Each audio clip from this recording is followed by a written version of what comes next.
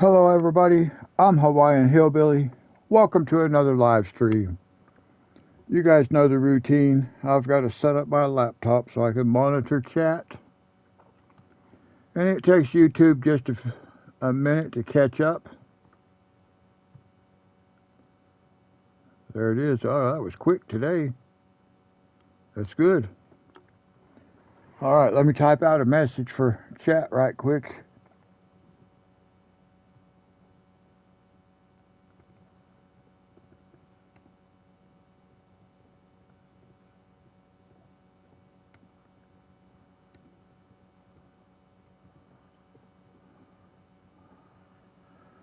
Alright, there we go.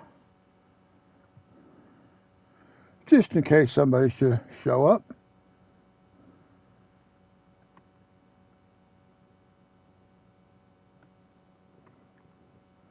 Alright.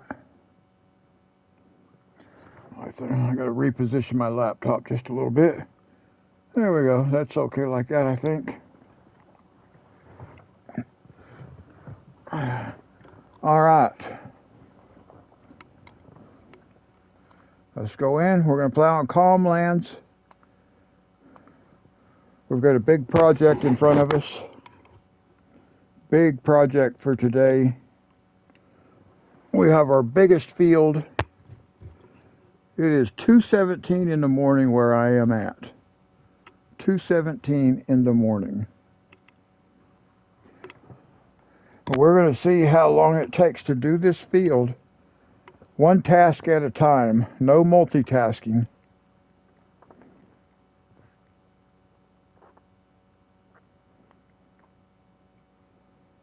I think I feel up to it.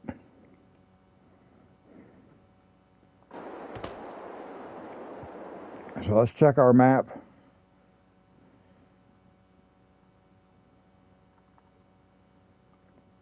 See, it's ready to harvest.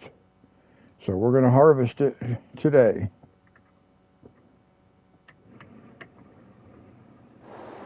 Alright, we got 9:07 on the game clock. So let's go.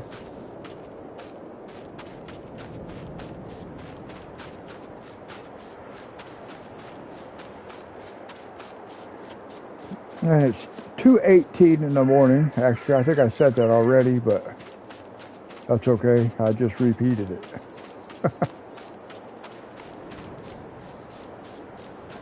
Let's see here.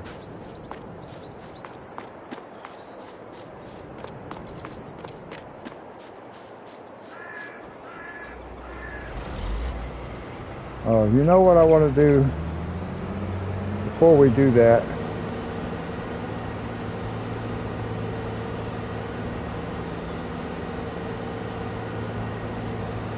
We might as well take this up. It doesn't really need repaired, but we got a lot of work ahead of us, so we're going to put gas in it, some fuel, because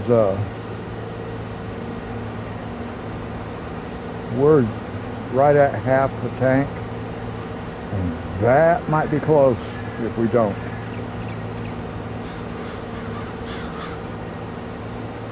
So we did this field in our last live stream, and we did one of the other big ones.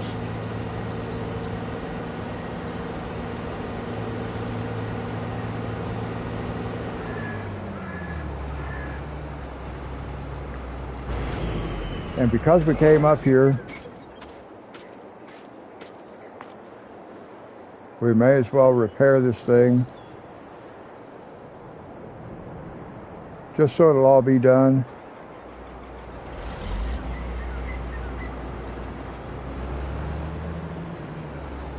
There we go.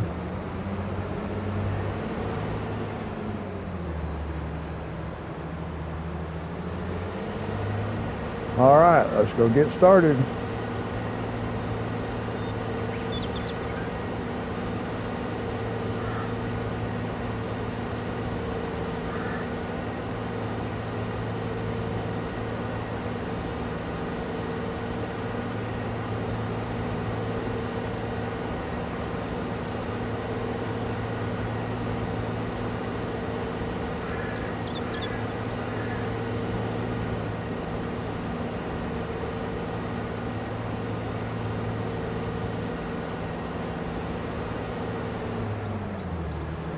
We'll just start right here.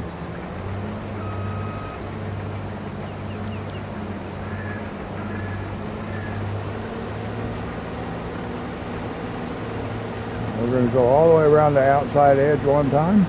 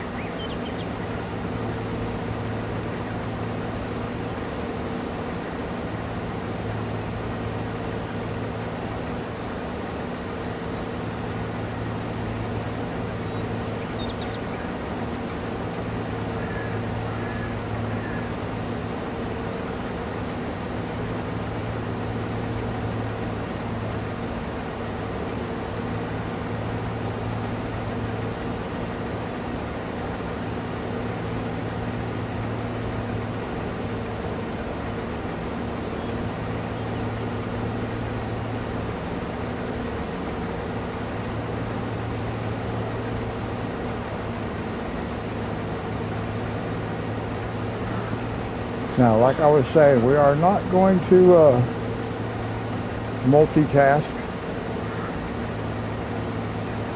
Or I'm going to try not to multitask. If I get too tired,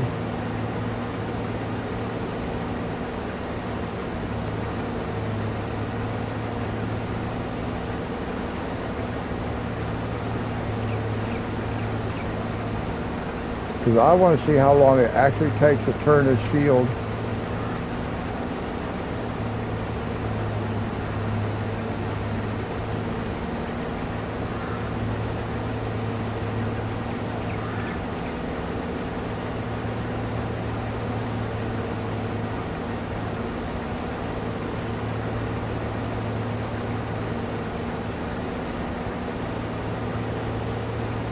Or at least close to it. I may not have it right down to the minute, but I'll be within a couple of minutes. We started at 9:08 on the game clock.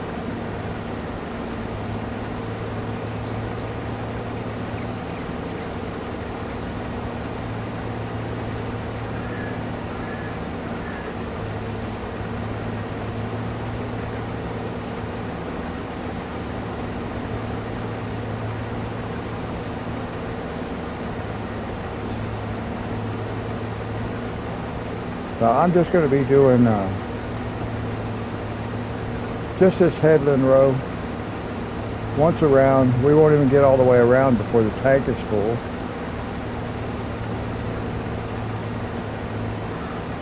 But this gives us a little bit of extra space around places like this right here.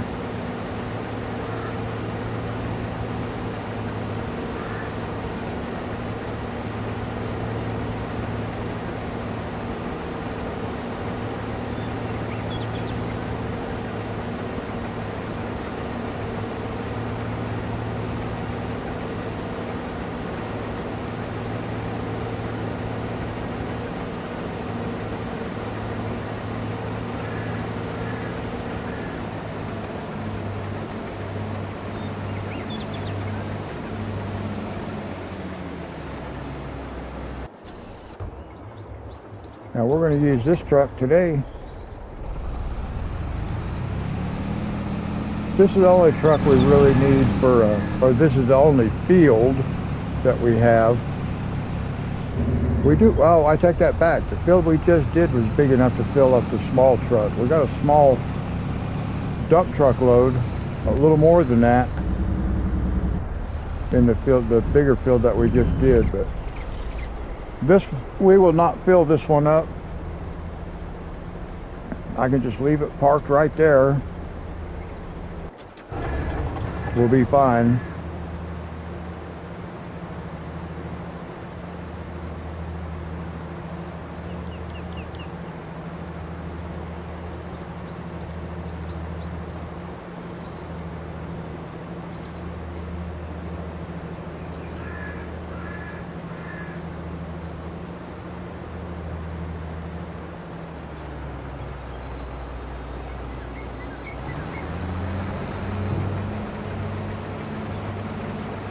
And we shall continue.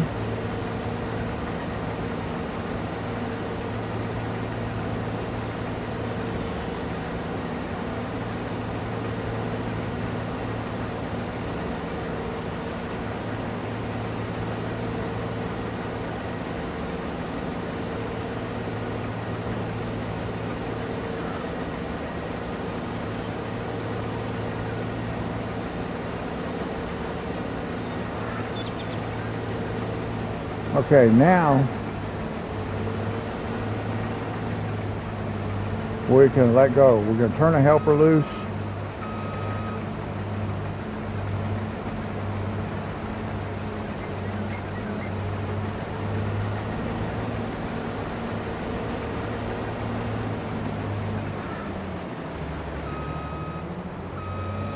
And I kind of thought there was one little spot right there I didn't get.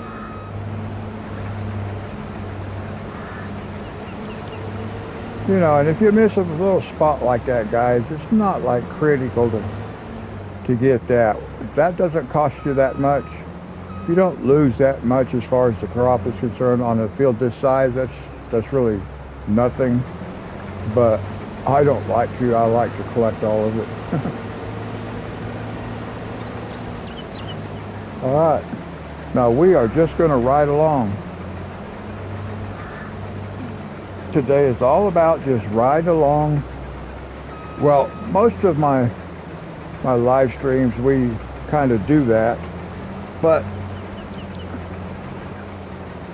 I do get to where I end up multitasking, and I'm not looking to do multitasking today.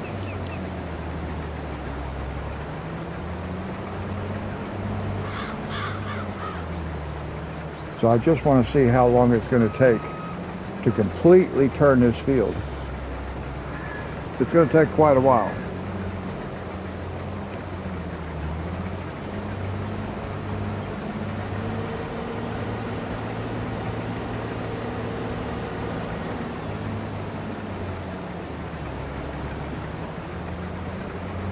Now I could put another harvester in there because harvesting is only one task, and that's what I said, no multitasking.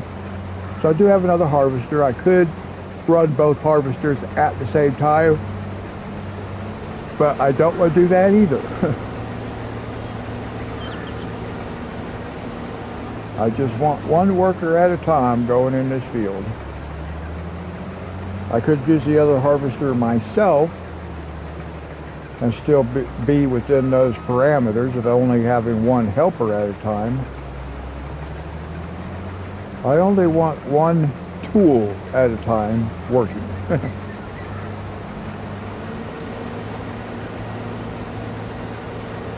So in this case, it'll be this harvester and header.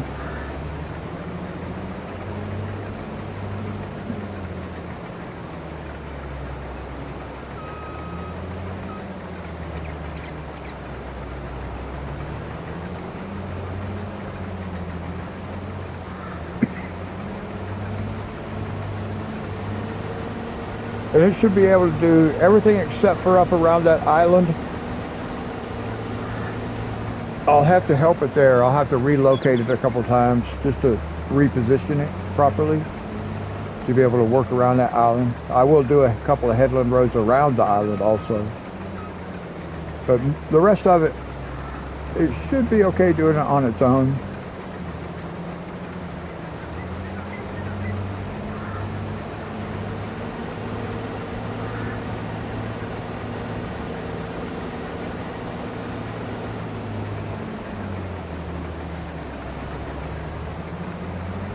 And then I may do the plowing in a different manner, different direction, might try something different.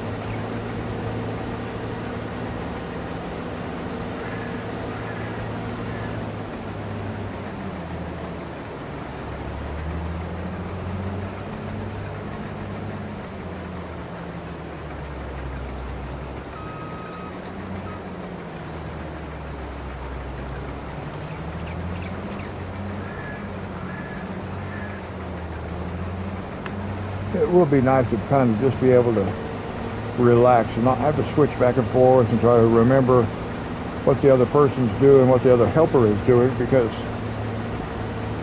you always have to help your helpers. Especially when you have fields that are shaped the way our fields are shaped. When they're funny shaped like this.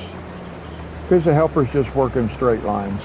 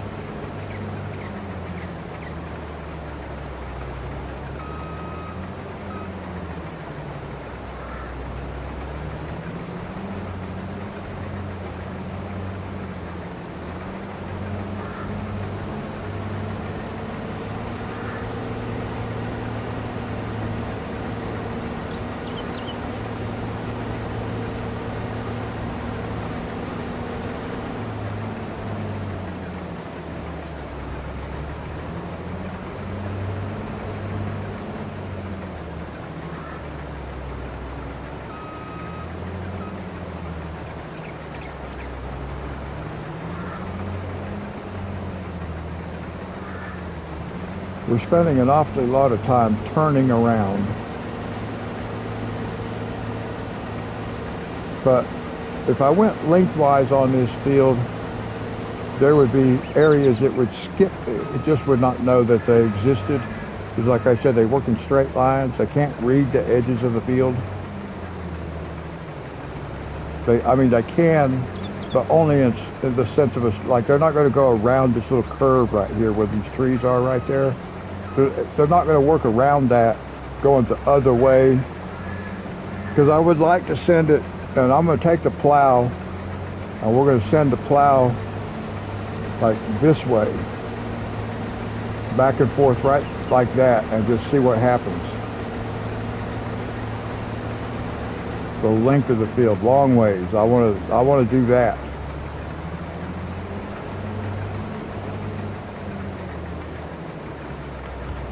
So with the plow will be a good time for me to do that and just see how it works out, because it's not going to hurt nothing. It'll take us about the same amount of time to work one way or another, with the exception of it's less turning.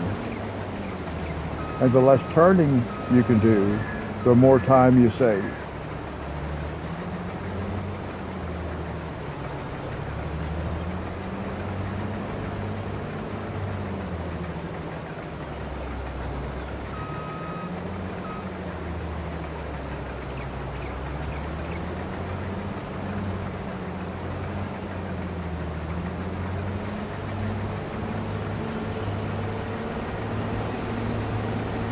And this may be the only time I actually do this in this field. Oh, let me go ahead and go like my live stream. Because I can like my own live stream.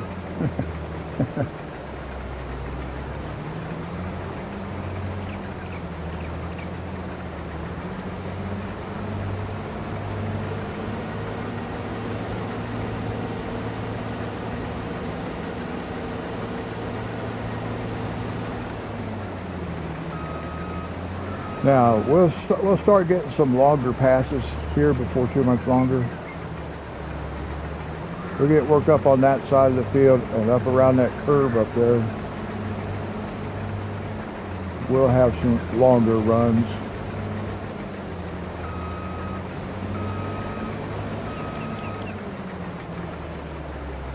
Now see, I don't know why it did that.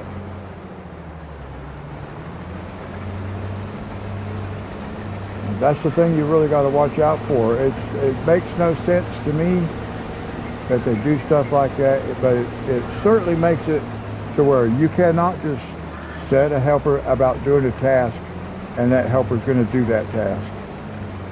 It just doesn't work that way, unfortunately.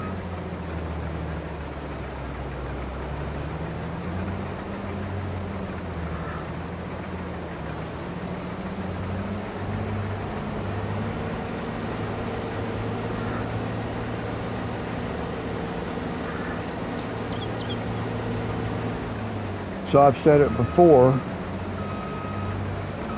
I hope in the new iteration of this game that should be released in 2025, I hope they've done some work, because I don't know what they could do graphics-wise to improve this game. I mean, it looks pretty good to me as far as from a graphic standpoint. I better get this truck out of the way.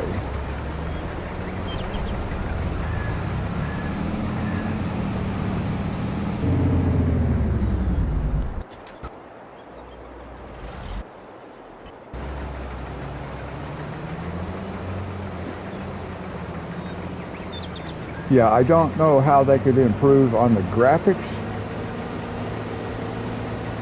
So I hope a lot of the improvements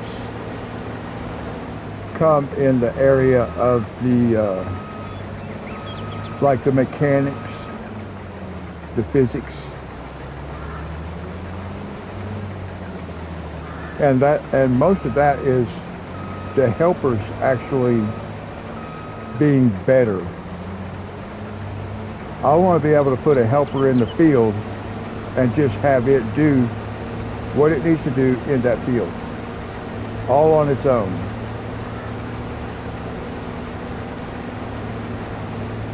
So, I mean, it would be nice if I could set one to where it would just work its way around the outside perimeter and just basically go in circles until it was finished. But then it could figure it out. That may not be possible. It may not be within the capability of, the program language. There may be no way to program it so that it can do that. I don't know. But I know right now it'll be working the field. You just saw it. It turned around, looking right at the work it needed to do, backed up and said, "Oh, I'm done." What? That to me makes no sense.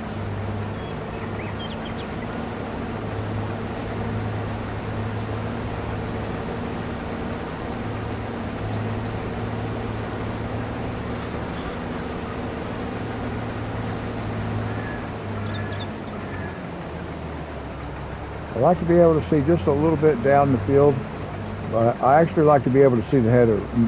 When I play, I like to have the camera about like this so I can see what's going on with the header itself.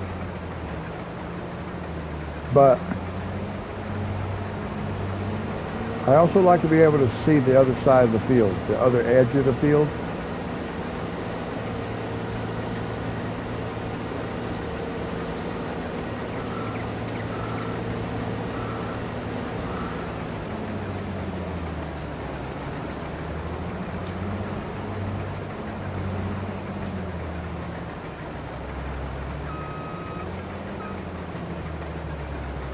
So it just told me that adaptive charging is turned on. So my laptop battery will not charge more than 80%.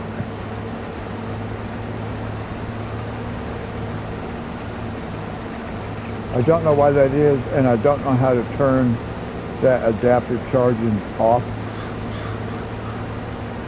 Or if it's even possible to turn it off, I don't know.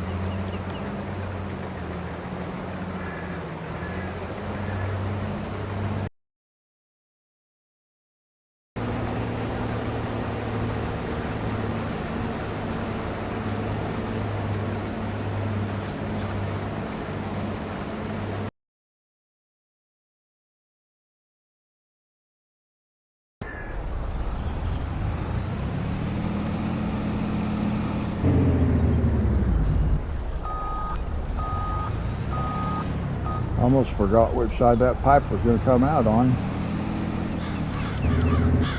This truck jumps up in speed pretty quick also.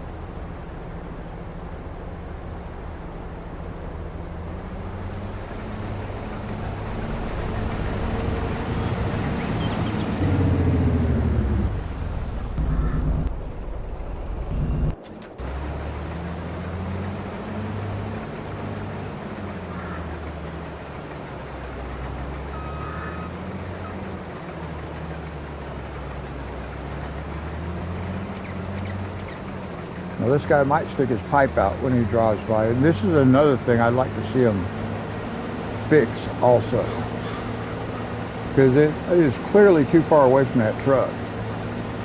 But there are sometimes I might be out of range. Okay, that's good, because sometimes I've seen it where it's close, it's still way too far away, but that pipe will come out. The helper will stick the pipe out when it drives past the truck,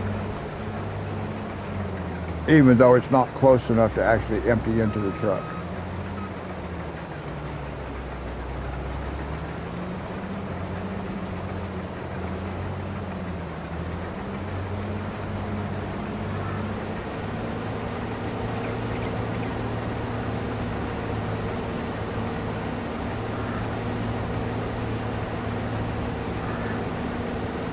So I have this wish list of things I would like to see fine-tuned a little bit, but like I said, I don't know if it's even possible to do it within the programming language itself. I don't know a lot about programming. I know a little bit. I've done a little bit of programming before. Nothing like this.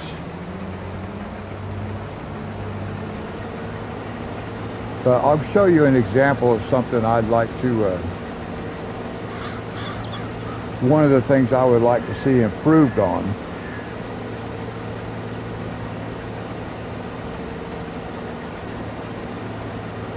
in the next release. And it's a very simple thing. It doesn't affect the game any at all other than the cosmetics, the way it looks.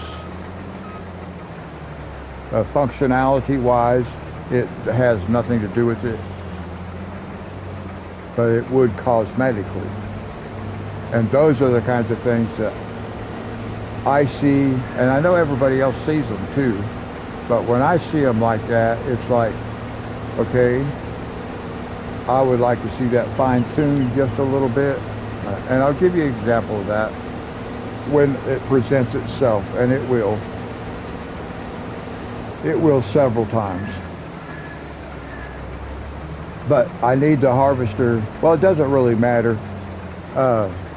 Next time we empty this thing,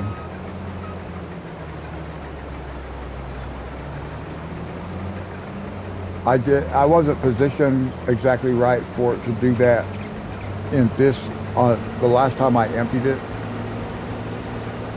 When we emptied the harvester here, but I'll try to pay attention to that, how I actually pull up to and position my truck.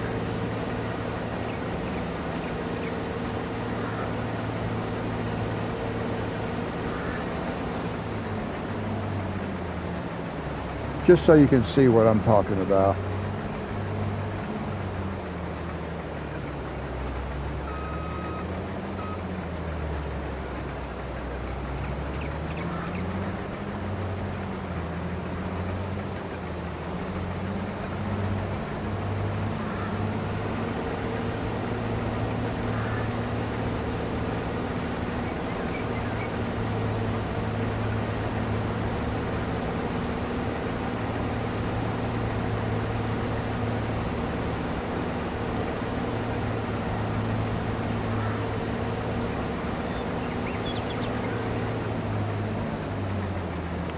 Now this operation right here is going to be done faster than any of our other operations on this field. We can harvest faster than we can do anything else.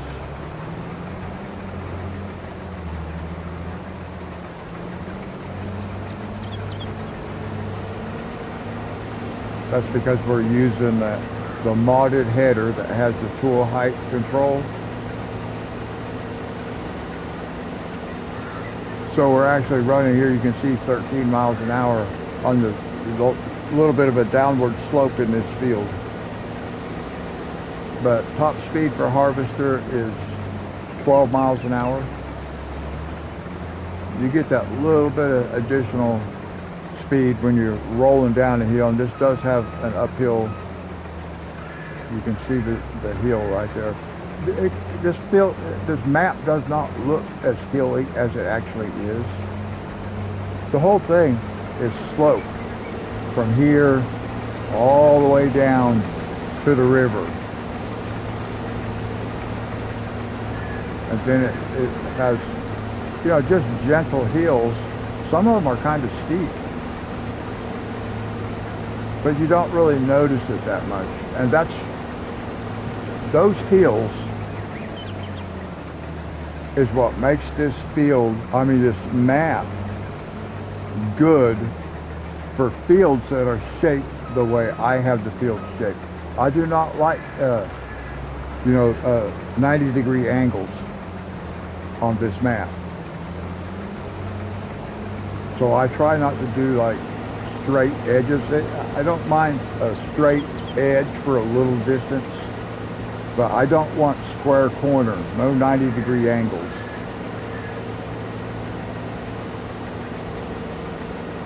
And that makes it a little bit harder to use a helper too, like I said, because they only work in straight lines. But I think as far as the map goes, it looks a lot better. You have fields that follow the shape of the roads and stuff like that, because this does not have roads that are straight lines.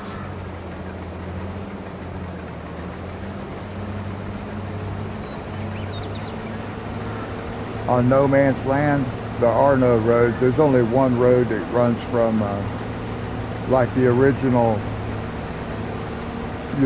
farmhouse if you're playing in new farmer mode. And it goes from there to the dealership. I call it the dealership because that's where you have to go to buy your stuff at. So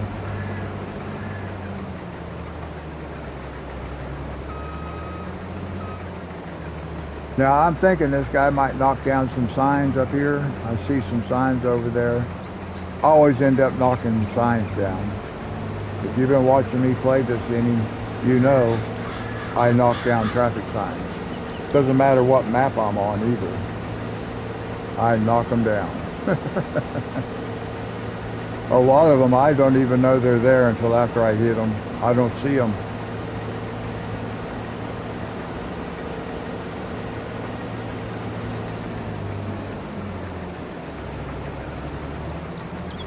Hello, welcome to the live stream. Thanks for joining.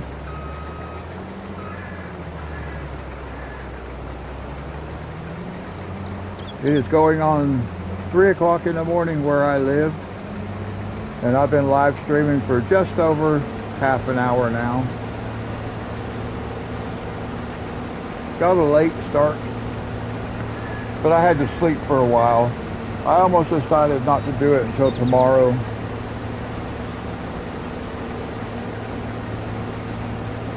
But I took a nap, fell asleep for a while, woke up, felt pretty good, so I decided I'd go ahead and do a live stream. I like doing these things. Now I don't know if you watched yesterday's live stream or what. We're doing a little bit different on this field today. We're only going to use one machine at a time. I want to see how long it takes to completely turn this field, get it replanted, and only using one machine at a time. So this is going to be a long live stream. This will probably be the longest one I've done.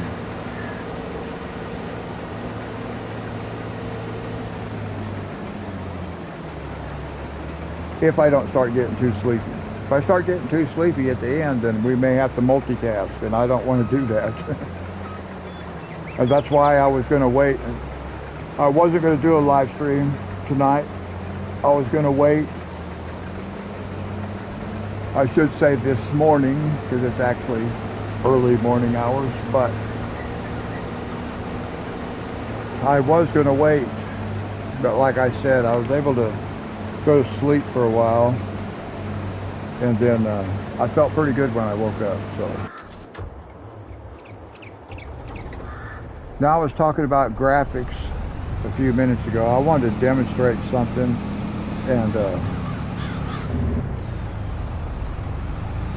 I want to position my truck properly though, so I can demonstrate something.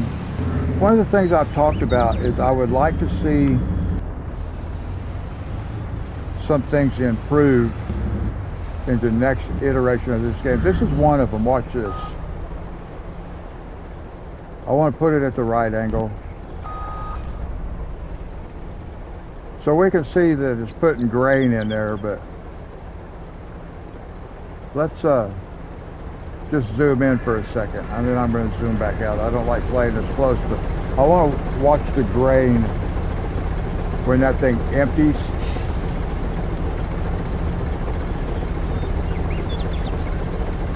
Actually, let me pull forward just a little bit like that. Make sure I'm not pouring. See, it's still pouring. Change the camera angle, but it actually poured grain on the back of the tractor where the sleeper is, and I don't know why this truck has a sleeper. But, well, I mean, I used to drive a tractor trailer with a sleeper. Now, I would never drive one that doesn't have a sleeper on it, but in this game it doesn't really need a sleeper. It doesn't go anywhere. I'm not going to be sleeping in the back of that truck. But anyway, that was one of the things that I would like to see improved, where it only is, you only got grain coming out of the harvester if it's in the right spot. But it may not be possible to fine-tune the programming to make it work that way. I don't know. I don't even know what language is used to program these games. I know there's a new language, I say new to me. I had never heard of it before, called Python.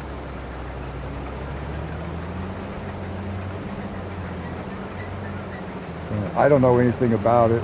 I know all programming kind of works the same way though.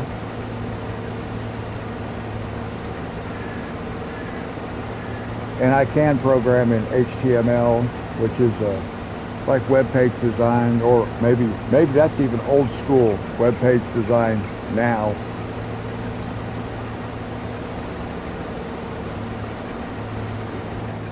And I first started learning a little bit about computer programming using QBasic many years ago. And with that, you still had to assign line numbers.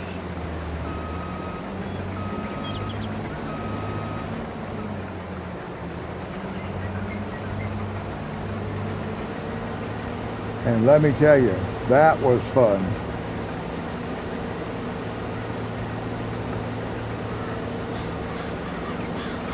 I learned, I'd like to think fairly quickly, to leave a lot of space in between the line numbers, because you did not want to try to write a program in QBasic and just go line 1, line 2, line 3, line 4, line 5, because inevitably you want to go back and insert something because you left something out and things aren't working the way you thought they were going to work, especially if you're just learning how to do programming, which I was.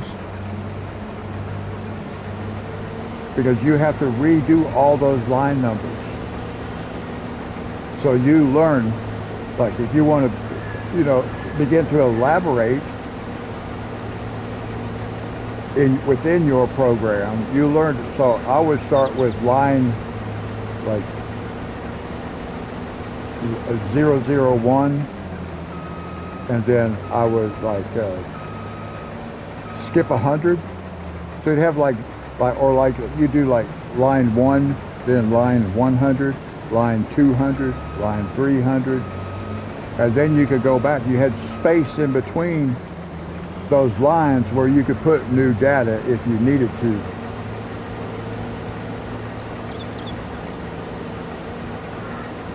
I wrote a math tutorial program for elementary school age kids. I never had it published or anything like that, and it was a very small program just to see if I could actually learn how to do something constructive. So it was pretty cool.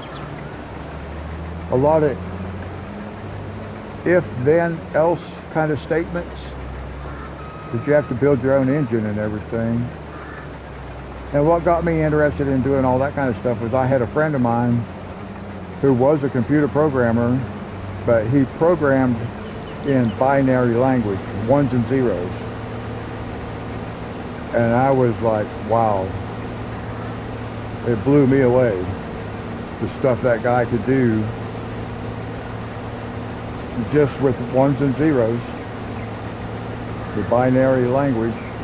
Of course, computers still work that way. They still read binary numbers, zeros and ones. But we don't have to type the zeros and ones. We get to type the actual characters that we want to see on the screen. And the programming language software converts those characters to ones and zeros for us. But that was not the case with my friend back in those days.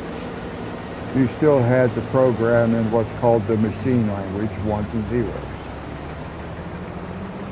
And like I said, I saw him doing that stuff, and it just like amazed me.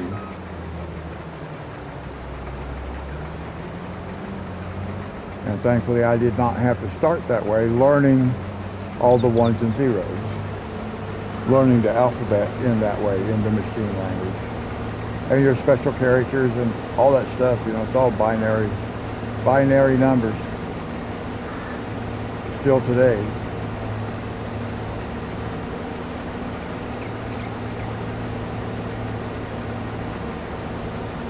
But it was fun.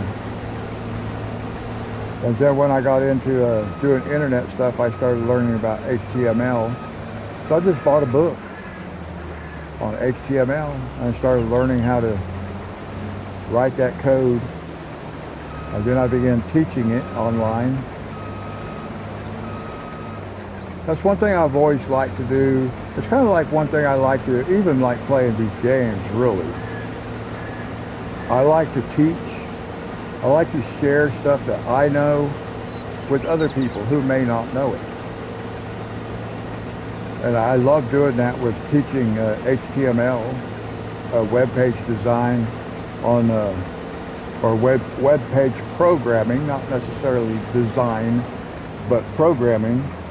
I would teach people just in a chat room. I would have I would get into a private chat with somebody, and I would just start walking them through it, talking to them on my microphone, and giving them instructions and showing them on screen how to do it, and teach them that, you know, hey, you might just be average Joe Blow, Jane Blow, but you can do computer programming. You just don't know you can do it because you don't know how to do it. Nobody's ever told you.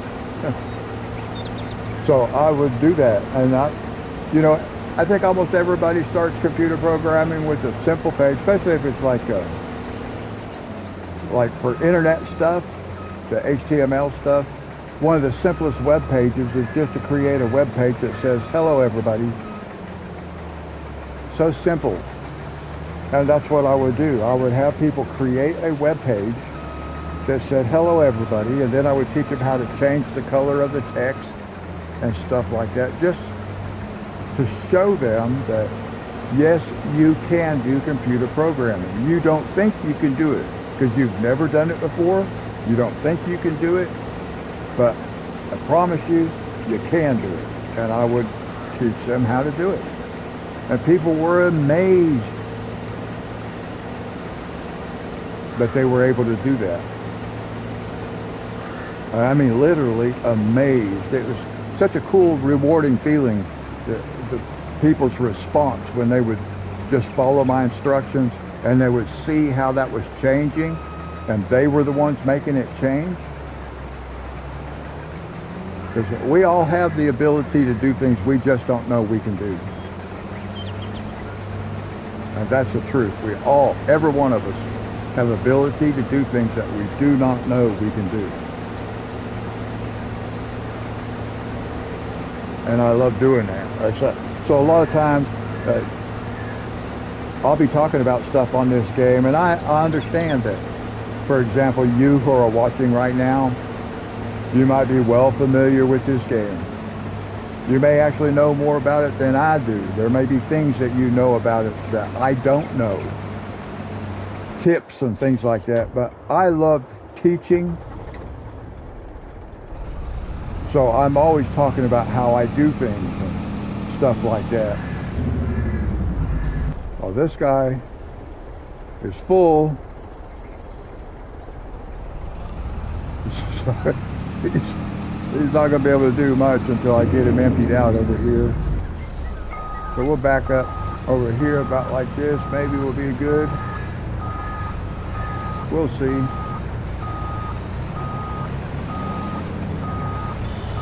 So that's probably... There we go. Just barely, but it got in there.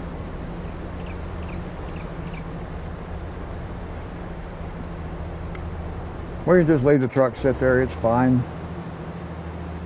As long as we're not sitting on the field.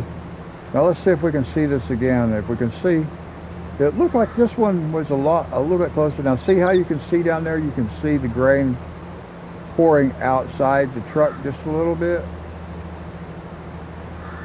not too bad, but you can still see it right there. Now let's see if it pours onto the, see how the grain's coming out onto the cab of that truck? That's one of those small little details I wish they would fix. I wish it didn't do that. It doesn't look right. So that's one of the things I was talking about as far as the programming in the next release of this game, the next iteration. I would like to see that fine-tuned a little bit. And it may not be possible. I don't know.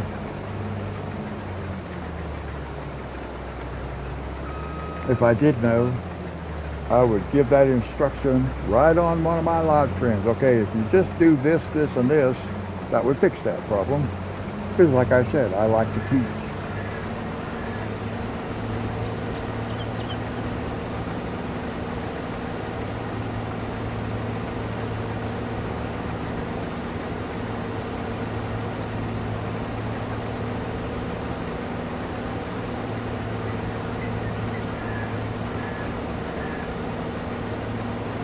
I saw a video.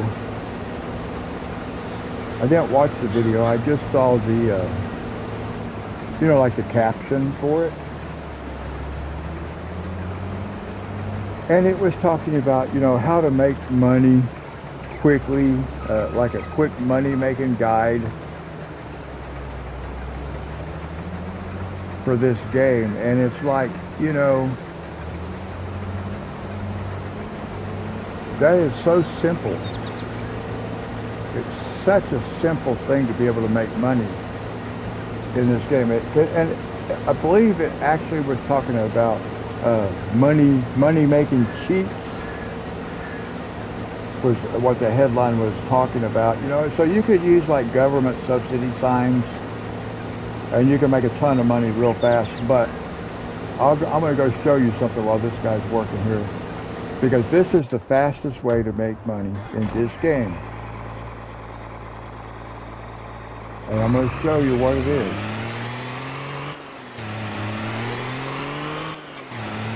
You know what I'm going to do first though? Because I have slept for a couple days. I want to just put in a little bit of wheat.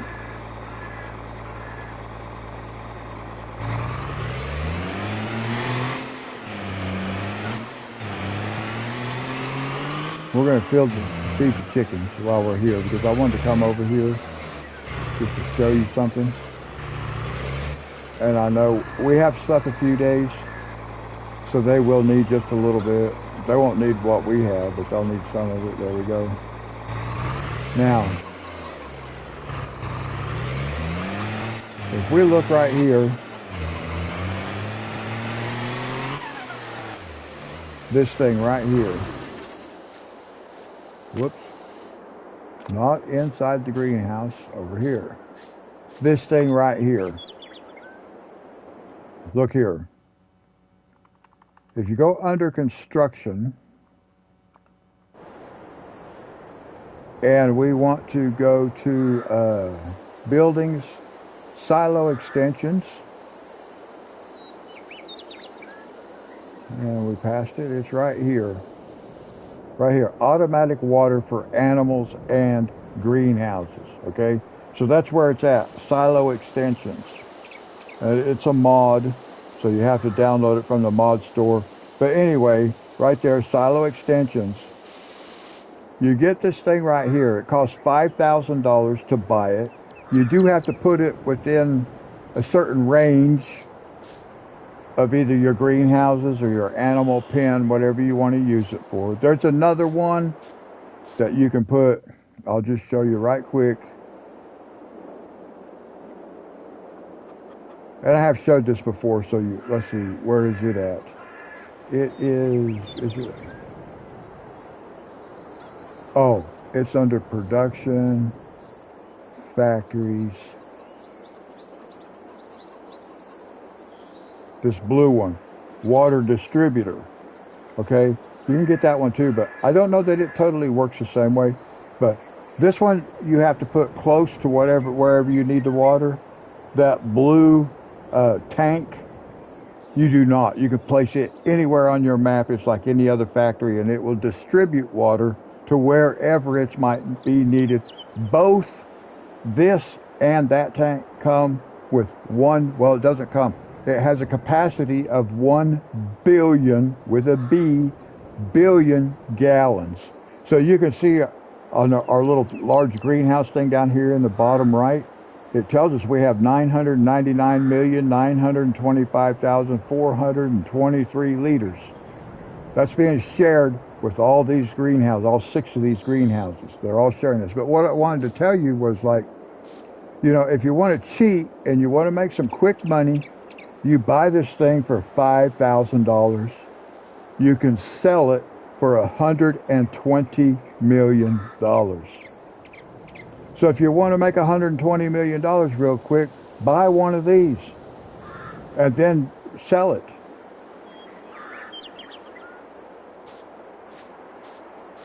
So there's all kinds of fast money cheats. That's the best one right there. There's nothing faster, no faster way that I know of in this game. Now somebody may know of a faster way to do it. If you're on a computer and you can go into the programming and just type in whatever number you want, and if you know programming, you can do that. A lot of guys on the computer are going in and changing things. I don't have a computer.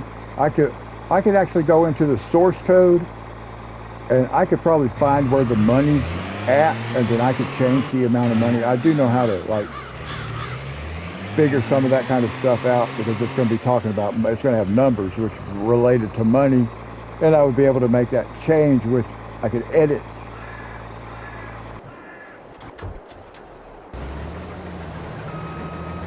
So there are a lot of guys on the computers that are able to edit things. Now this is where we have to help. It's perfect timing to got back here just at the right time. I'm gonna let this guy make one more pass.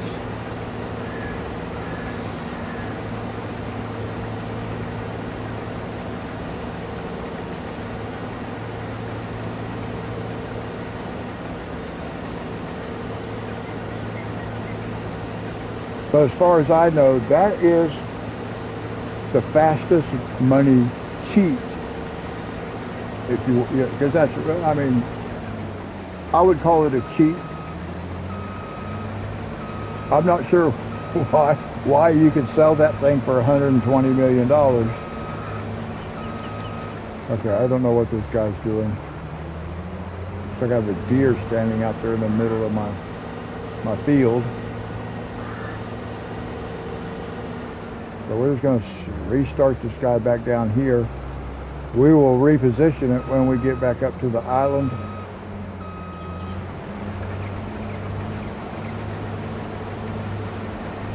But I didn't see any need for it to be backing all the way up over there.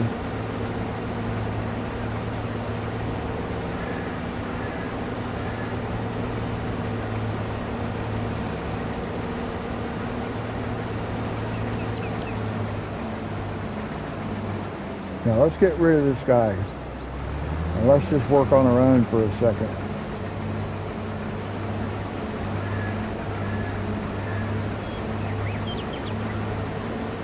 I get my camera turned to here where I can see what I'm doing.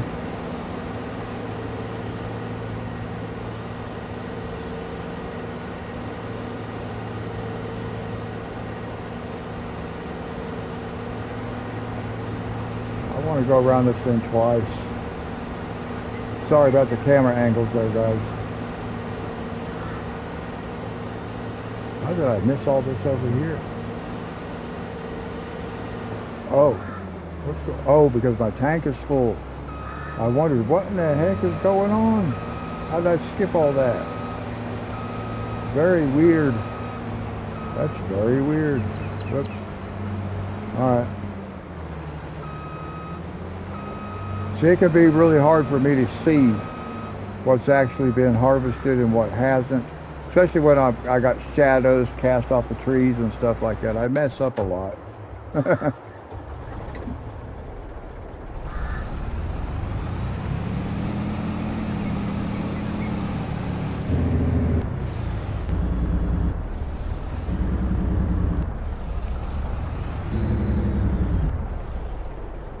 So we'll just jump in here.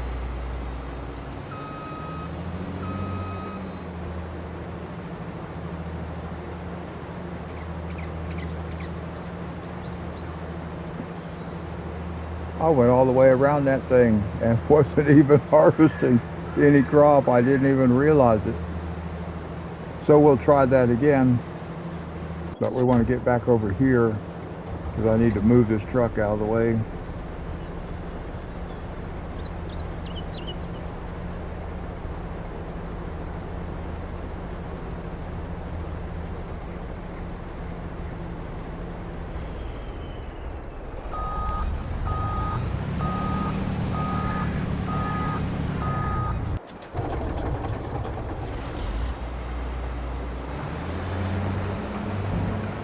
Now let's try this again.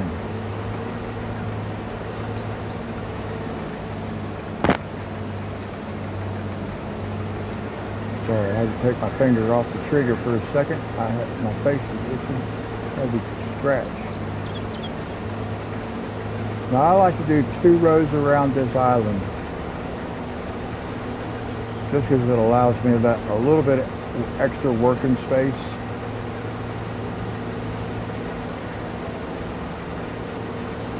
Yeah, it wasn't until I got around on this side that I was like, well, wait a minute now.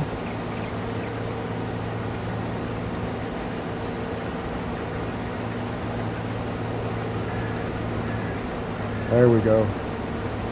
Now we can send our helper again.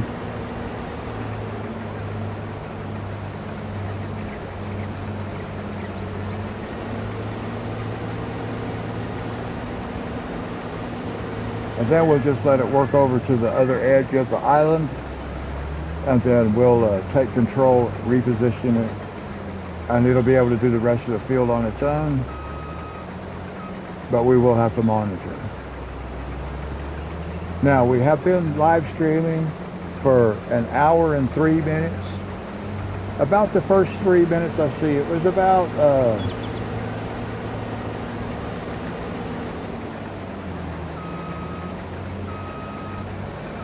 let's see. So it's we've probably been working on this for this field for, let's say, from about almost an hour. It did take a few minutes to get started because I was like doing some other stuff.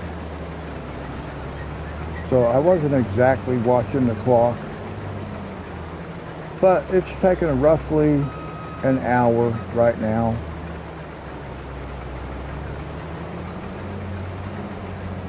So it's 3:20 in the morning.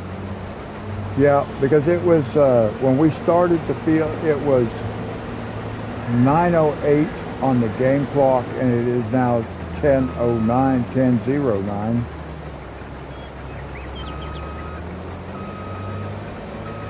So yeah, 1 hour so far.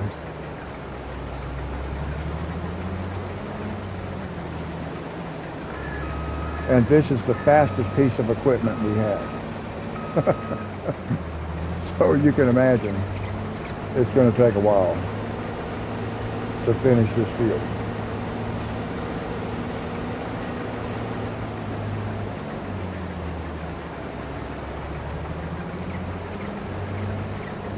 I think I can reasonably say it will certainly be daylight before I'm done. I think quite easily it will be daylight.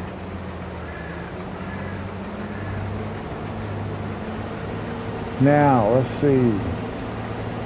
We want to take control.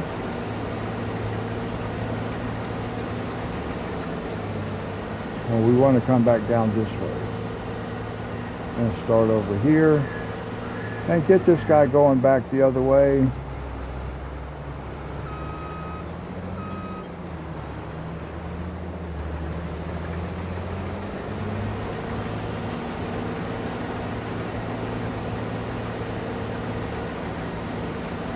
And then we may have to help a little bit when it gets back over on the other side of the island, the other end of the island. just to make things line back up over on the other side. Sometimes it does it by itself. There have been a couple times I actually did need to help it, but I always need to be prepared to help it.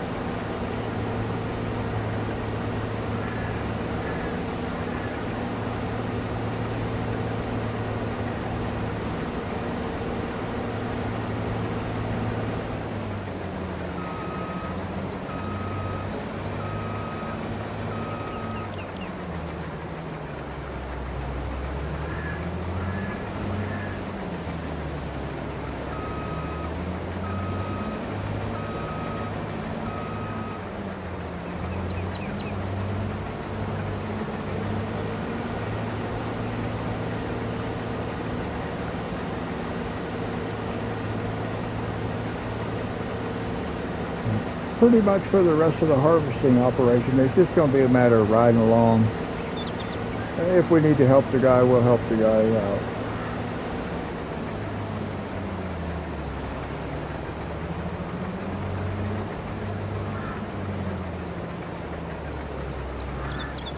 Still got quite a ways to go. So even this might be a 2-hour operation. Wow. You might end up with like a really super long live stream. I know it'll be like the longest one I've ever done before. And I got such a late start on it.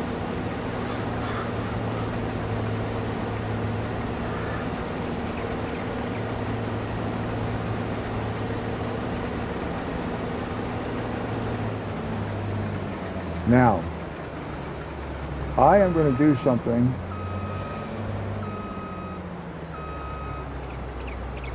Yeah, I'm going to try it. I'm going to see how it works for us.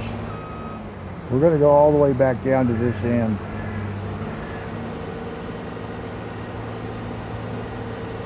And I'm going to send it back. And I'm hoping that the alignment works to where it'll go all the way straight through to the other side.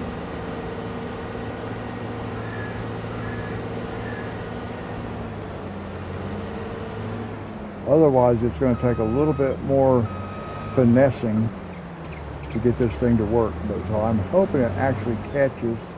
I want to try to be as close to the edge of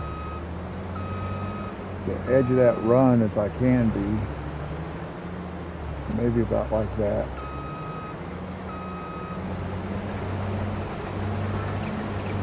As long as it's not skipping anything. No, it's catching it.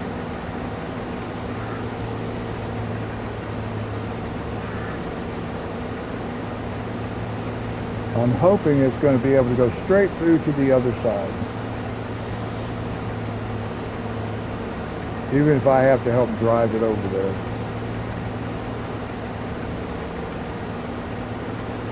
It did exactly what I wanted it. No, it didn't. Now it decided that it's done. So I'm just going to continue in a straight line right here. Like this. I wonder if I put the helper in there. No, it didn't recognize it. Okay. We still made it. It kind of did what I wanted it to do. I couldn't get the helper to do it. I had to do it myself. But it was able to come straight through on a straight line. So now we can just restart it like this. And it'll pick back up. And that's what I wanted. That's why I took control up here and went back to the far end of the field and restarted it. Just so I could get that alignment back. And it worked out good. I was hoping that it had enough momentum to carry it through the already worked area so that it would hit where it needed to work and pick itself back up. It did not. That's okay. the alignment worked out, and that was the main thing.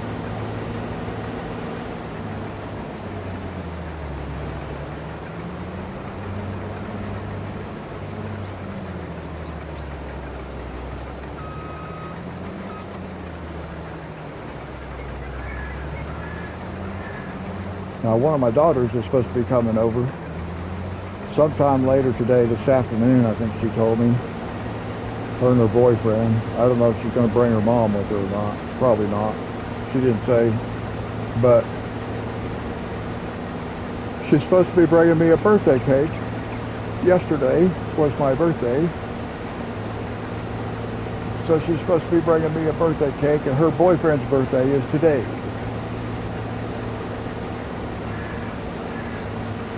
So that'll be fun later, but, you know, after I do like a super long live stream, and then I've got other things I have to do too. So it's going to be a long, tiring day for me, so I probably will not live stream tonight.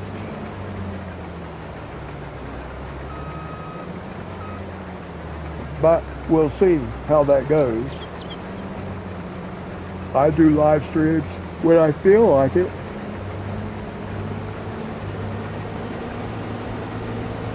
Sorry guys, I had a yawn. 3:28 in the morning where I live. Like I said, I actually got started on this live stream a couple of hours later than what I like to start. I don't have any specific rules, like when I'm going to start and when I'm not. And I know that a lot of people that do live streamings, they do, you know, they're like, okay, like every Friday at 8 p.m. we do a live stream, but I can't do that. That's not necessarily going to work for me to be able to say, you know, at a certain time, on a certain day of the week, that's what I'm going to be doing. Because then it becomes a job. And for those people, it is their job. YouTube is their job. Making videos is their job. If they don't keep making, you know, if they're not making the videos, they're not making money. I'm not making money because I make videos. So.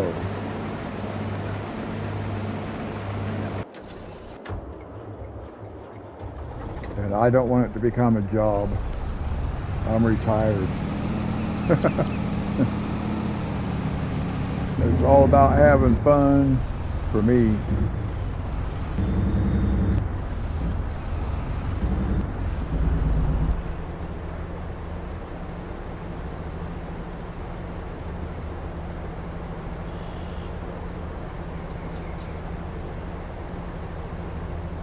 Now, I believe this thing is going to pour grain even out the back end of the truck. So, like I said, that's one of the things I would like to see. I would like to see that tightened up just a little bit, is how I would like term it. Just to see it tighten up just a little bit so it doesn't actually, see that? See how it pours it out on the ground?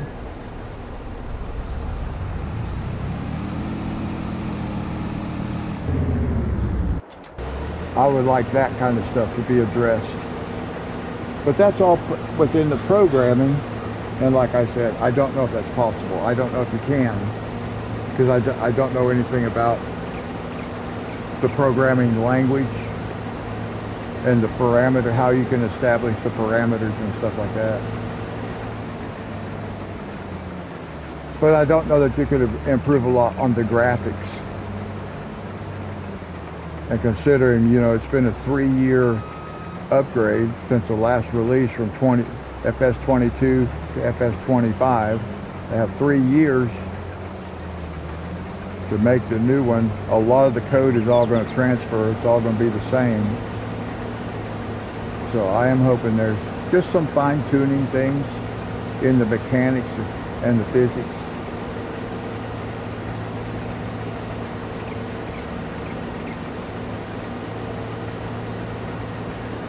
And I don't know if it's baseline. That might, I don't know if it's like base game programming.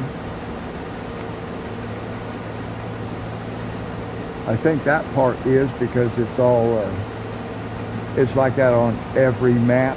It's not it's something specifically related to a particular map.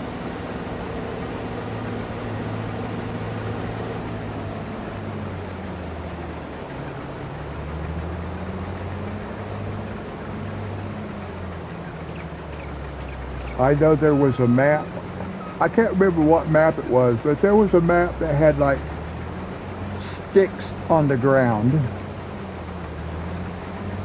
and you could not pick up those sticks. The only way you could get rid of the sticks was to plow them.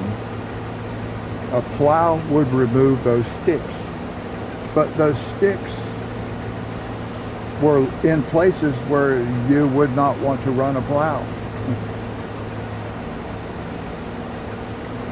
And for some reason, you could not pick them up and move them. They weren't like just objects laying there. They were more like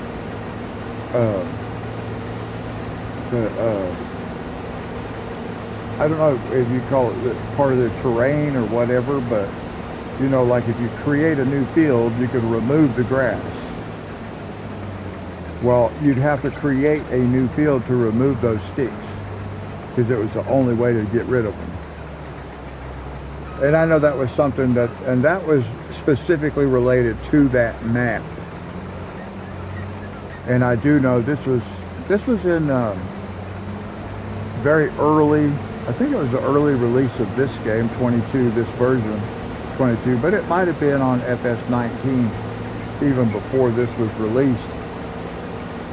And I do know that it had been mentioned to the modder who made the map, and that was something they were going to look into about trying to fix.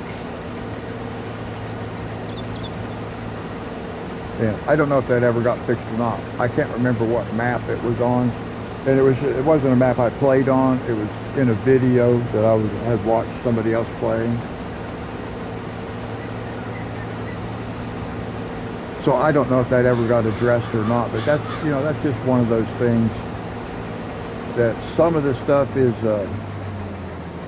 it has to do with the modder. Some of the programming is base game programming.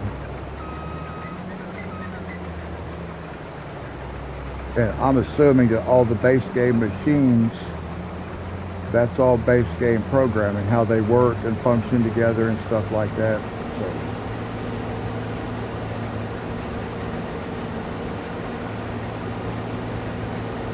And there's so many different maps. You can literally play on this game indefinitely. Of course, it's like, I don't know that anybody is still doing mods for FS19. I know some of the mods that I like using on FS19 still are not available for FS22, and I don't know why that is, unless the modder that did those mods just have other things to do and decided they weren't going to be doing mods for this game any longer, because I've not seen any mods from that particular modder in FS22. And that was, I like some of their sheds, and they just did not get carried over into this game. I'm not a big fan of sheds, or I'm not a big fan of using sheds, because that means you have to take the time to go put stuff away. Yeah. I'm usually not wanting to take that time. I do try now. I do much better at not leaving stuff scattered all over the map. So I do take things and I put them away, so to speak. But I have a shed up at the farm, on the farmyard, and you know, it doesn't have equipment in it. I don't keep equipment parked under it, but I have it. But those sheds from that modder, I was actually using those, and I was putting things back in the bays where I wanted them and stuff like that. So You know, if I get the system down, I kind of do put things back where they belong, but you know, it's not the most critical thing because it doesn't hurt nothing. It doesn't hurt the machinery to sit out in the rain. It just doesn't hurt it any. As far as the game itself is concerned, I mean, if you want to try to play realism and stuff like that, then yeah, I don't play in that way. I don't play necessarily within the realm of realism or realistic, but I stick close to it. I'm not exactly, you know, like if I have to do something that's not really realistic, I'll do it.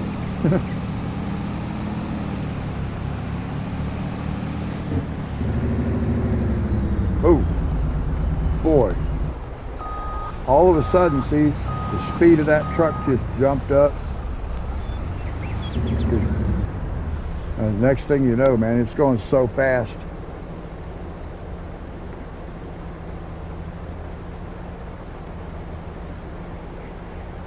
I'll move just a little bit so my front end there is not sticking in the, blocking the harvester when it gets done.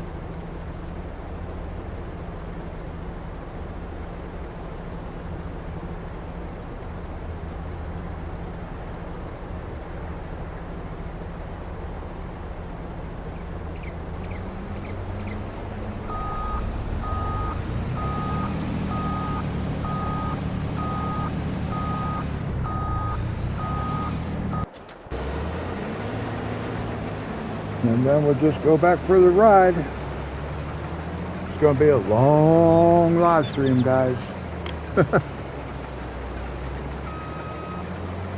I think it will easily be my longest one. My longest one, I think, was 7 hours and 3 minutes. I think it's the only one I've done that hit the 7-hour mark, and I think it was 7 hours and 3 minutes, if I remember correctly. I'm pretty sure this one's going to be longer. And it's just going to be doing the one field. The last time I did one that was, the one I did that was 7 hours and 3 minutes, I kind of deliberately pushed it out because I wanted to make, I wanted to make it my longest live stream. I wanted to hit the 7-hour mark. So I kind of pushed it out so it would hit the 7-hour mark. I don't think I'm going to have to try to hit the 7-hour mark on this one. It's not going to be something I consciously say, okay, I'm going to find something else to do just to make this a little bit longer.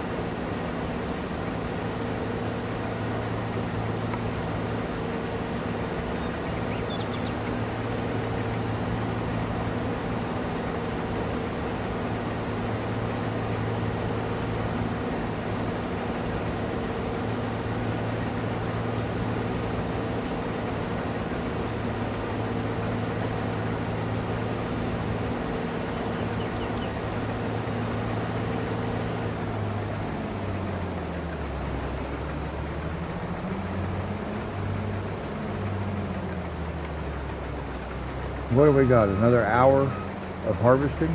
Is it going to take another hour? It might be close to that. I hope not.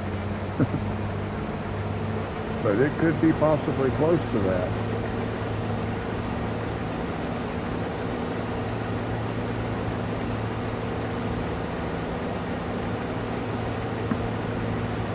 I think I can say with confidence right now that this will be the only time I actually do what I'm going to do on this field. And that is not multitask. Especially when it comes to the plow or cultivator. Generally the cultivator, because I don't have to help it as much. And the seeder. But I already decided I want to see how long it takes if I just do one task at a time, one helper at a time, right along, because I want to see how long it would take for me to do this field if I actually did it all on my own. Now that's providing I could sit here with the controller in my hand for 8 to 10 hours. I can't do that. But I can simulate doing that by doing this. Just one helper at a time and riding along with that helper. Because on screen, it's the same thing as if I'm doing it. Time-wise and everything like that.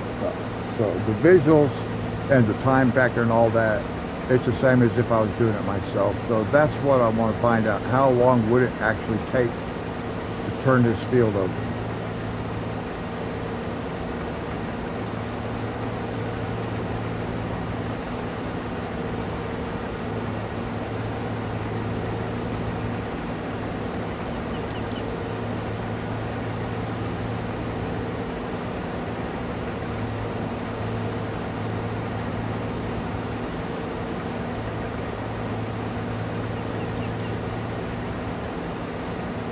But you figure if this is the fastest piece of equipment that we have, and it takes us, just say 2 hours to do the harvesting, and we can do it faster than we can do anything else.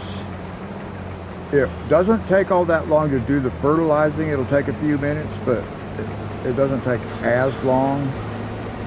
So you figure then you've got to come back with the cultivator. Okay, if it takes 2 hours to do the harvesting, it's going to take 2.5 hours to do the with the plow. The plow works at 9 meters, but it works at a much slower speed.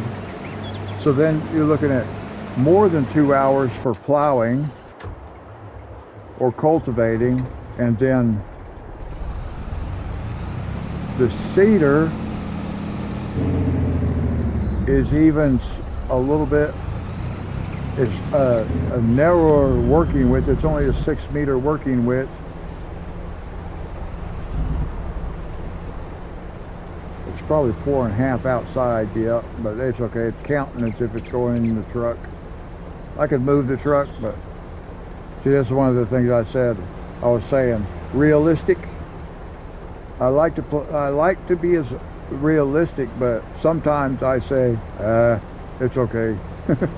Because that's not realistic. I would not want to leave that pouring out. So I just come over this way so I can't see it.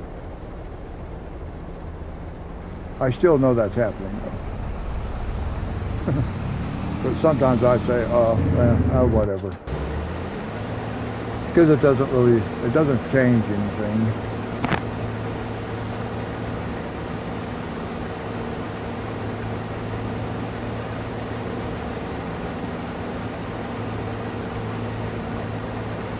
Or what I was saying was, like, the seeder has a 6-meter working width, which is the same as this, but it doesn't move this, it doesn't work at the same speed. So it's going to take longer than anything else. So if this takes 2 hours, then putting the seed down, man, it could take 3 hours to do that part. So you can easily end up with 8 or 9 hours involved in this thing. in the process of from harvesting to replanting. And that's what I decided I wanted to find out. How long would it take if I just did it all myself? Because there is that part of me, I would like to be able to do all of it myself, not even hire helpers, just do it myself. But I have to be honest, to me that would be, it would not be the most practical way to play, because like when you're planting seed, for example, it would be okay like in harvesting or plowing or cultivating, where it didn't require any product to be involved, just a machine. It would be okay. But like if you're doing like even the fertilizer spreader, I think I would use an entire, I would use it all up, and I would have to go get more and come back and finish the field. I would rather just hire the helper, because the helper is, I have it set up to buy the fertilizer as it's working, so then the tank stays full, or I don't run out. I don't want to have to keep going back over to the farmyard and get more either fertilizer or more seed or what, you know, those type of things. I don't want to have to do that. So if I was to do it all myself, I would have to do that. And that would be realistic.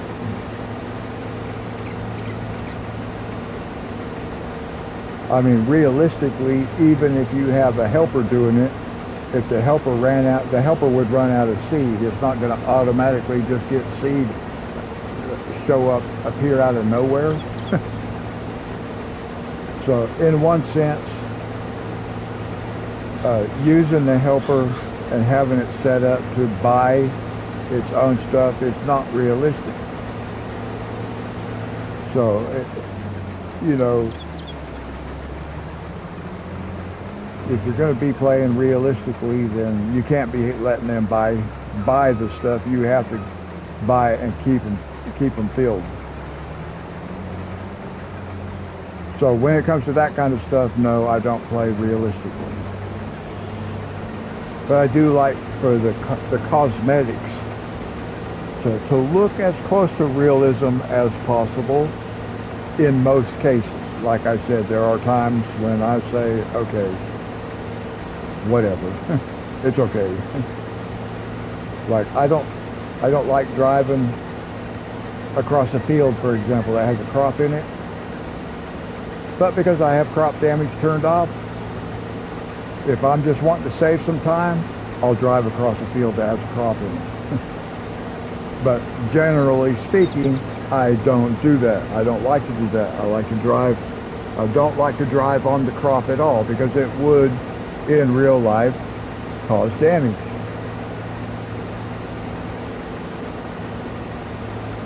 But if it saves me, if I'm sleepy or whatever, I get to that place where I just say, I don't care. I'm just going to cut across this field. I will cut across that field. Because there's no, there's no consequences for it, as far as the game itself is concerned, because I have everything turned off, set up to where there won't be any consequences. So I can drive across the field if I want to. It's not going to hurt it none. But generally speaking, I don't do that, because I would not do that if I was a real farmer. I am not a farmer. And we have been live streaming for just over an hour and a half now. I like to keep you guys posted on the half hour. The half hour, every half hour.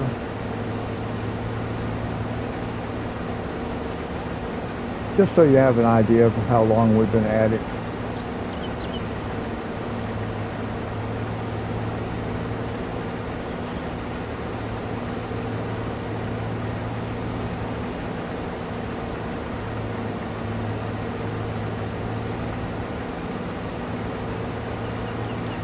Hey, how are you? Go Gut.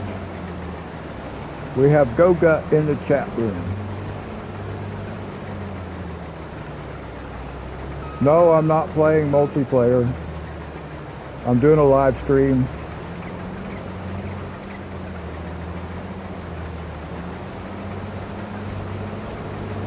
I'm doing good, thank you. Yesterday was my birthday.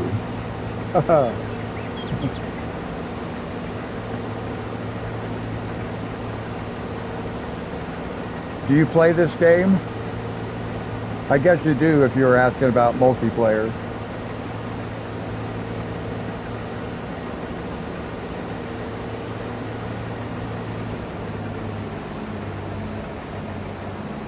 Yeah, I didn't think about that before I asked, but yeah, if you were asking about playing multiplayer, then yeah, I guess you play the game.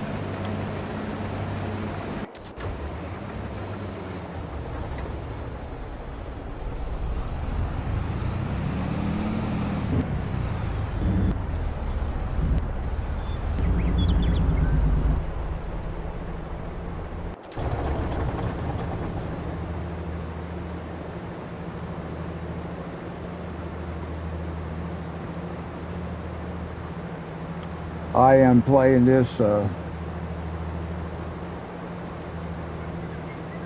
well, I'm sorry that you're sick. I hope you get to feeling better soon. I know that's never any fun not to be feeling good.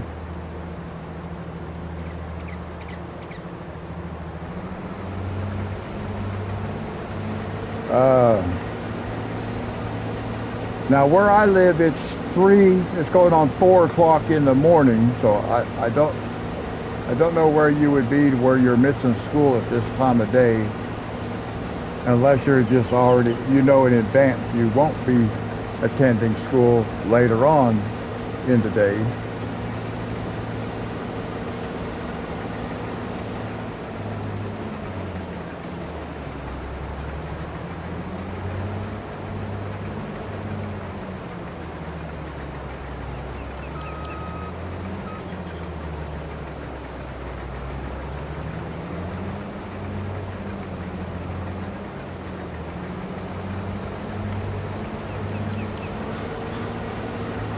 Okay, so what time is it right now? Oh, in Norway. That's cool. What time is it in Norway? 10 a.m. And what day, if I may ask, are you ahead of me or behind me? What day is it? The date. Is it May 7th or May 6th?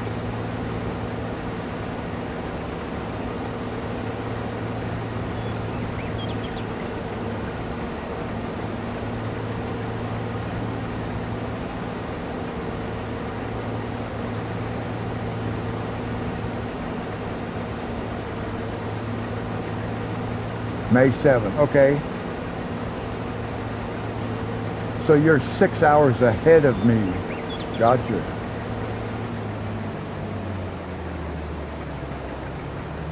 Yeah, it's Tuesday where I live, but it's going on 4 a.m. in the morning on Tuesday, May 7th, where I live. So you're 6 hours ahead of me.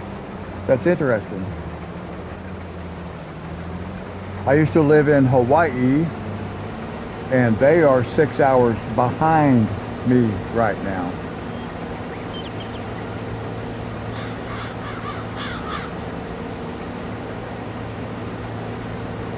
Well, it's nice to meet you. So how old are you? You said it mentioned school.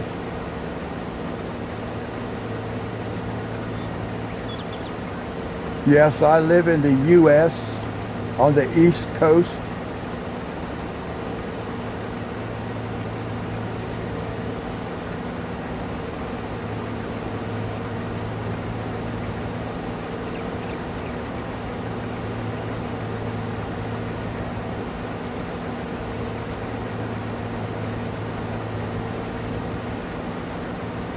Okay, that's fine. You don't have to. That's fine. I was just asking. No, it's perfectly fine.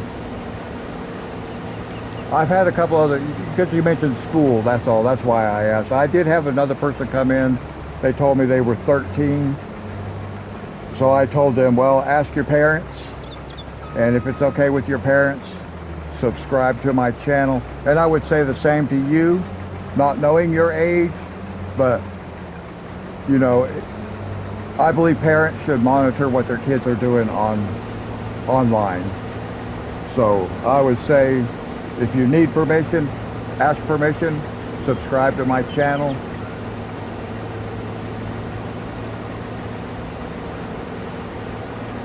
Okay, that's fine. It's not important. The important thing to me was that, like I just said, I think parents should monitor what their children are doing online. You just never know. I'm safe. It's all cool. It's all good. But I always suggest that young people ask their parents' permission to subscribe to somebody's channel, because you just don't know. So anyway, having said that, how long have you been playing this game? What's your favorite map?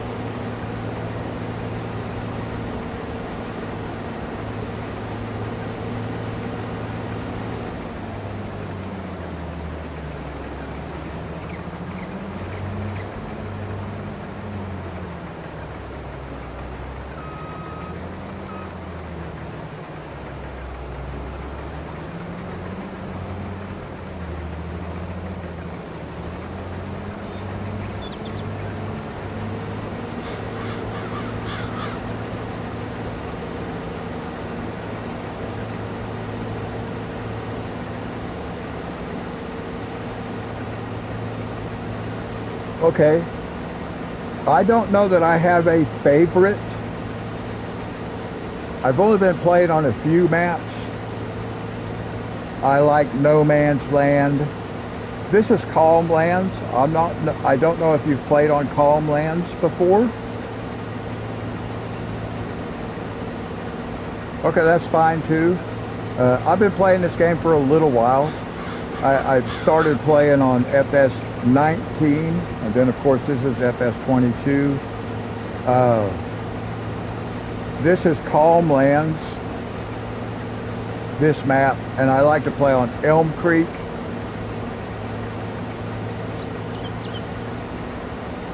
Yeah, that's what I started on. I already knew that FS22 was going to be released. So I bought FS19. I had it for about 3 months before this game came out, and I figured that would give me the opportunity to kind of learn the basics of the game. So that was really nice, because I was able to familiarize myself with, you know, some of the operations and stuff like that. Okay, I have never played on that map before. I have seen that in somebody else's video one time, though. I do remember the name of that map. I remember seeing that name. I just have not played on it, and I don't remember anything about the map itself, just the name.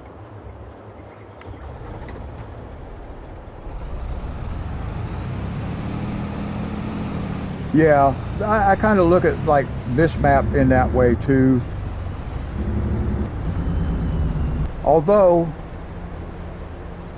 I do think I had to download this one. I think this was I think this might be a modded map that I got from the mod store. I can't remember. It's called Calm Lands.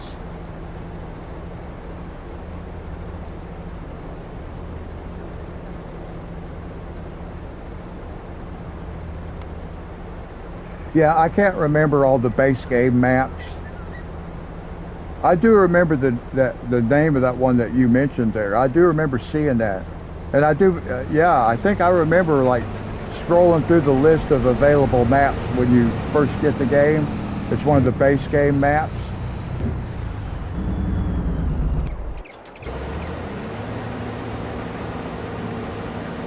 But I have not played on it before.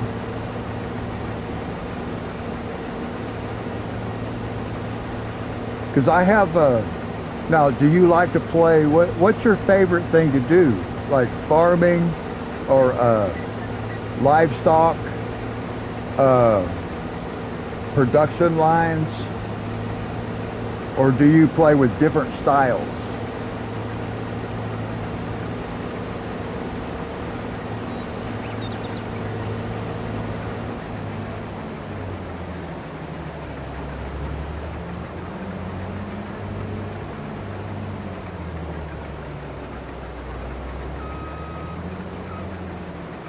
Okay. Now, forestry is something I have not done a lot of. I've done a little bit. I want to do a forestry map. I just have not been able to bring myself to jump into doing something I'm unfamiliar with and learning something new. I have the platinum. That's what mine is also, the platinum.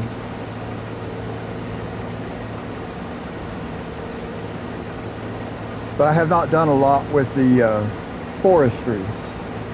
I have this map is for farming, and then my Elm Creek map is more about production chains, or at least a couple of production chains.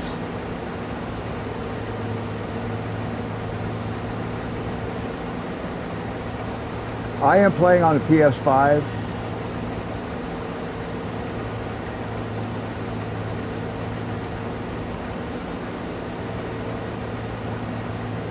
A lot of my game data is was on my PS4, and I saved it to a flash drive, and I thought I would be able to upload it onto my PS5, and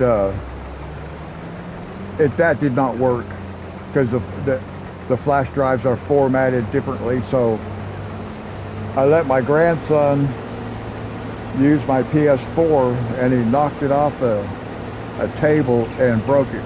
So I have all my FS19 stuff, and some of my FS22 stuff was all on that flash drive that I can't use now. So I had to start over.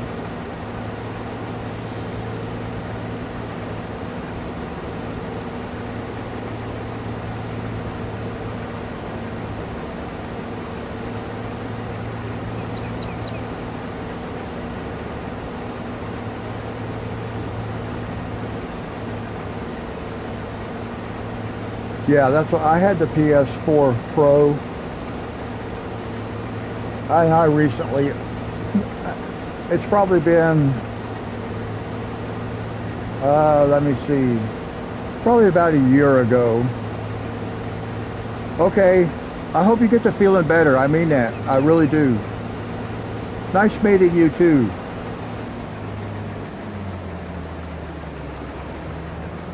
And I sincerely, I do hope you get to feeling better real soon.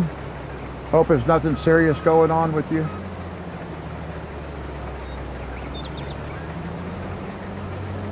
Thank you so much. I really do appreciate that. That means a lot to me.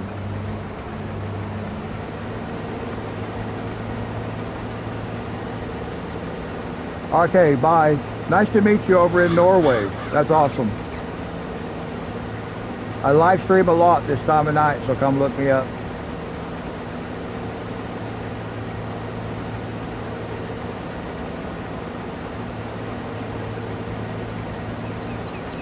All right, that was awesome. Had a chatter from Norway. That's awesome.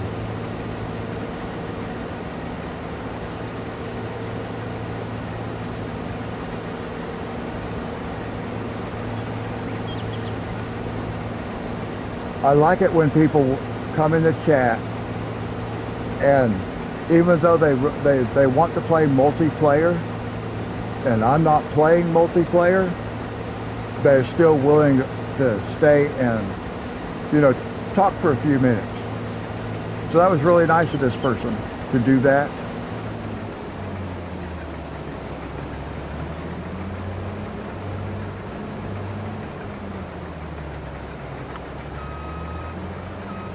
I have had a couple people come in, they wanted to play multiplayer, and because I wasn't playing multiplayer, they just left. They didn't chat or anything like that. So that was nice of this person to stick around and chat a little bit. And hopefully I'll see them in here again. They also told me they subscribed. So that's really cool.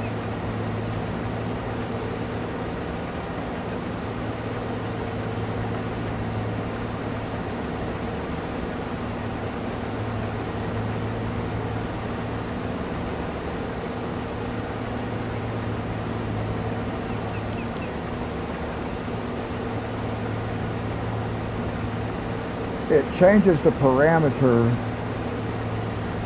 of,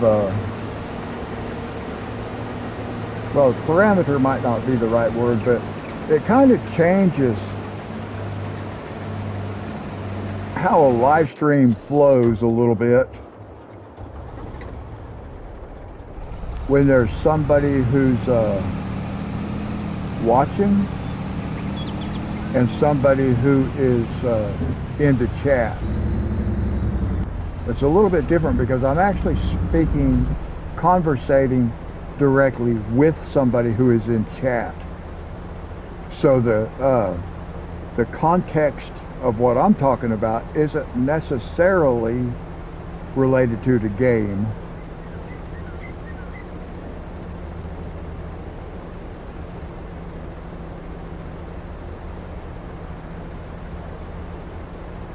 So it changes how I have to do things, because generally speaking, there's nobody in chat. There might be somebody watching, but I can't actually communicate with them. So I'm more like a kind of talk at them is how I would term it all. I'm talking at them or to them, not with them. So it does change, because I feel like sometimes, like when I have somebody in the chat, like I'm ignoring the person that's watching who's not in chat. And I don't mean for it to be that way, but that's just how conversation is. If you're not partaking of the conversation, then you can feel somewhat ignored. So I try to make sure that if I have somebody watching, but what was interesting was it was showing me I had 2 people watching.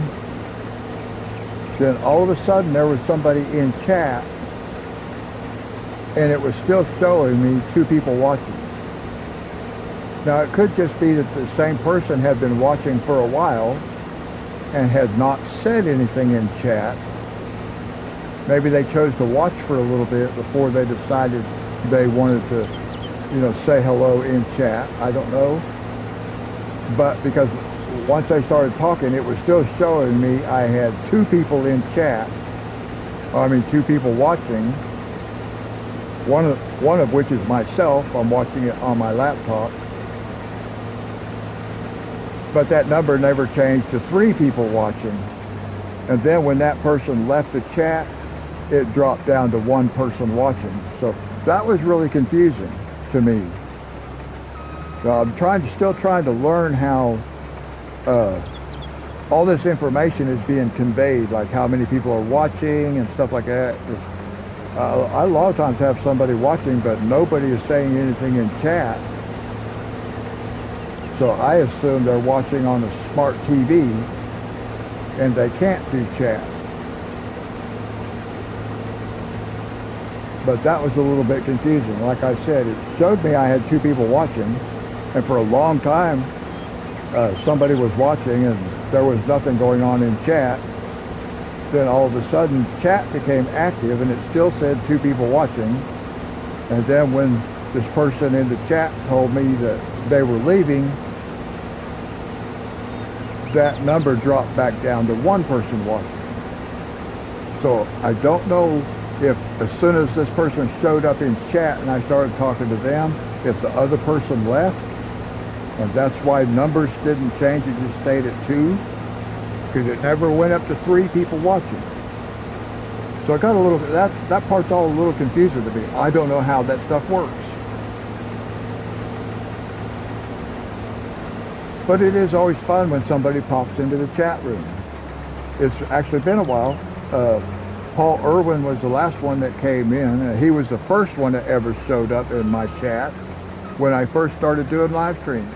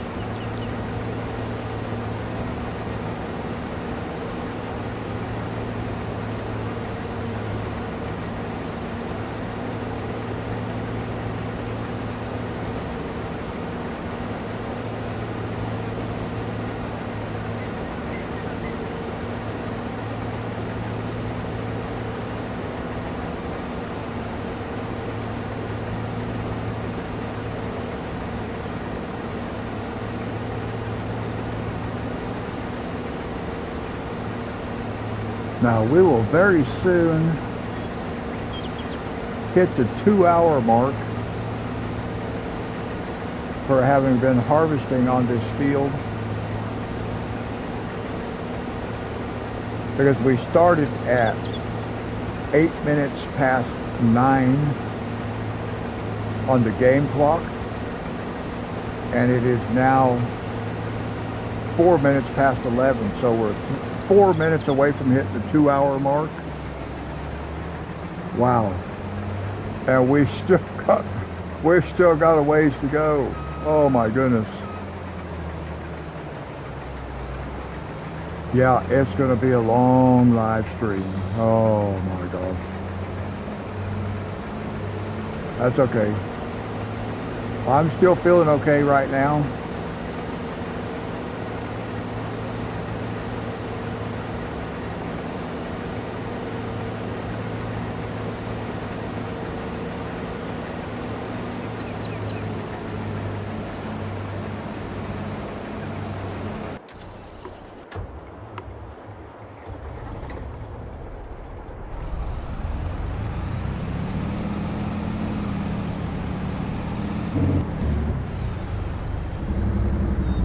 Whoa, I went to the wrong side. I'm so used to having me pull over on that side.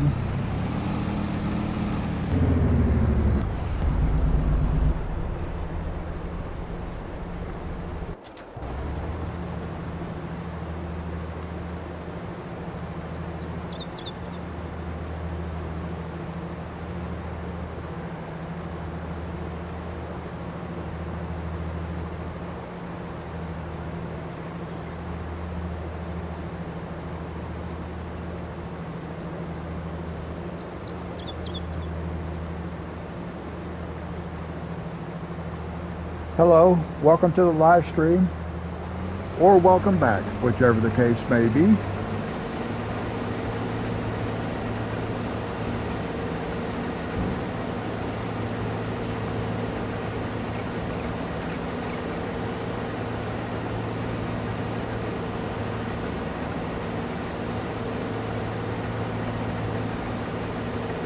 I did have somebody in the chat, someone from Norway,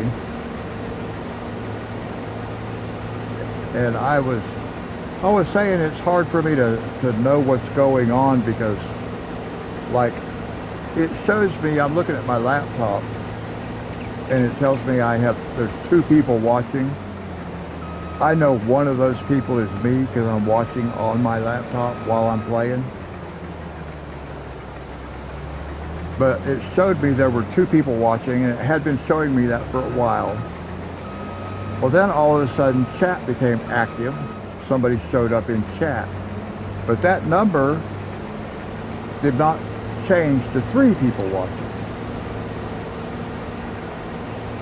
And that person, even though they were hoping to play multiplayer, they were willing to stick around for a few minutes and actually, you know, have a short conversation, a chat. And but when they left, then that number watching dropped back down to 1. So somehow it's like I lost a viewer when the person showed up in chat. So that was all really weird to me. I don't know how all that stuff works. I don't know how, like, PlayStation and YouTube and all that, I don't know how they keep track of who's actually watching and stuff like that, how many or whatever. I just can go by the numbers that it shows me on my screen, and that was really strange because the number never changed to 3. It just was at 2, and then, so I don't know if, like, if somebody was watching and for whatever reason they had to leave, and it just so happened somebody else popped in at the same time, or what. It was kind of weird because I kept expecting to see that number change and go to 3, and it didn't. And then I'm like, okay, so I already had 2 people, myself and one other person, and then now there's a person in the chat. Is it not counting the person that's in chat as somebody who's watching or what? I don't know how all this stuff works. But then when that person left, that number dropped back down to 1 person watching. And I'm like, okay, that was weird.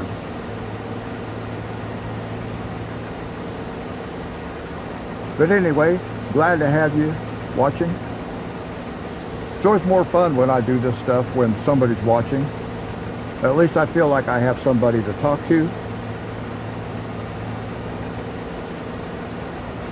And I was saying too, when this person that was in the chat, when they left, the dynamics are different when there's somebody in the chat room because they're going to be responding. They may ask me a question, so my talking is more directly directed towards them, the person in the chat. Although I do try to, you know, I want to keep, if there's people watching that are not in chat, then I also want to, you know, keep them involved, so to speak, by letting them know what we're talking about in the chat. You know, I don't want anybody to feel like they're left out when they're watching. That's just how I am. I want everybody to feel included. They're welcome. Now, I may change my mind later on that if people get in chat and start acting up and stuff like that, because then, you know, something I may not feel quite like everybody's welcome, but at least for now, everybody's welcome. And I don't want anybody to feel like they're being left out. So I do try to direct the things I'm talking about to somebody, even if it's just like, if you cannot respond. Like right now, I have 1 person watching other than myself. So all my conversation is directed to that one individual. I'm talking directly to that person, even though that person cannot, meaning you, cannot respond to me. So when there's nobody watching, and I try to talk to the viewer who might be watching in the future. But when somebody shows up in chat, it's different because it's more conversation than it is just dialogue. So I try to provide a dialogue that makes sure, I don't want anybody to feel like they're just being ignored. I don't ever want somebody to watch and feel like I don't care whether they're watching or not. Just nothing I have to say is directed to them, because I want you, whoever is watching right now, to know that I appreciate that. Thank you. And it's not because it's going to make me any money. It's not like that. I appreciate it. I'm glad you're here. It gives me somebody to talk to. Even though we're not having a full-on conversation, it still gives me somebody to talk to. And I like that. I got to catch this spot right here. I wasn't paying attention. I just happened to notice that this guy missed that spot. So I am going to get rid of that tree. That tree is what caused the problem. So I will have to get rid of that tree.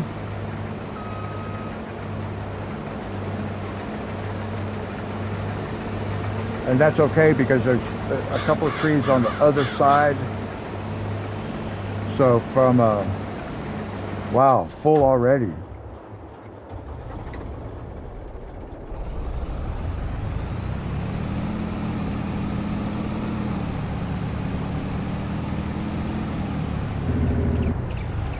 See, last time I automatically just pulled out into the field like this to unload the harvester because I'm so used to having to do that. And I didn't need to do it on the last run, but on this one I did have to. On most of them I've had to. That's why I automatically did it last time. But anyway, like I was saying, if you're watching, thank you. I do appreciate it. I like the company. Even though you can't respond to my dialogue, I do like it when somebody else is watching. It's more fun that way.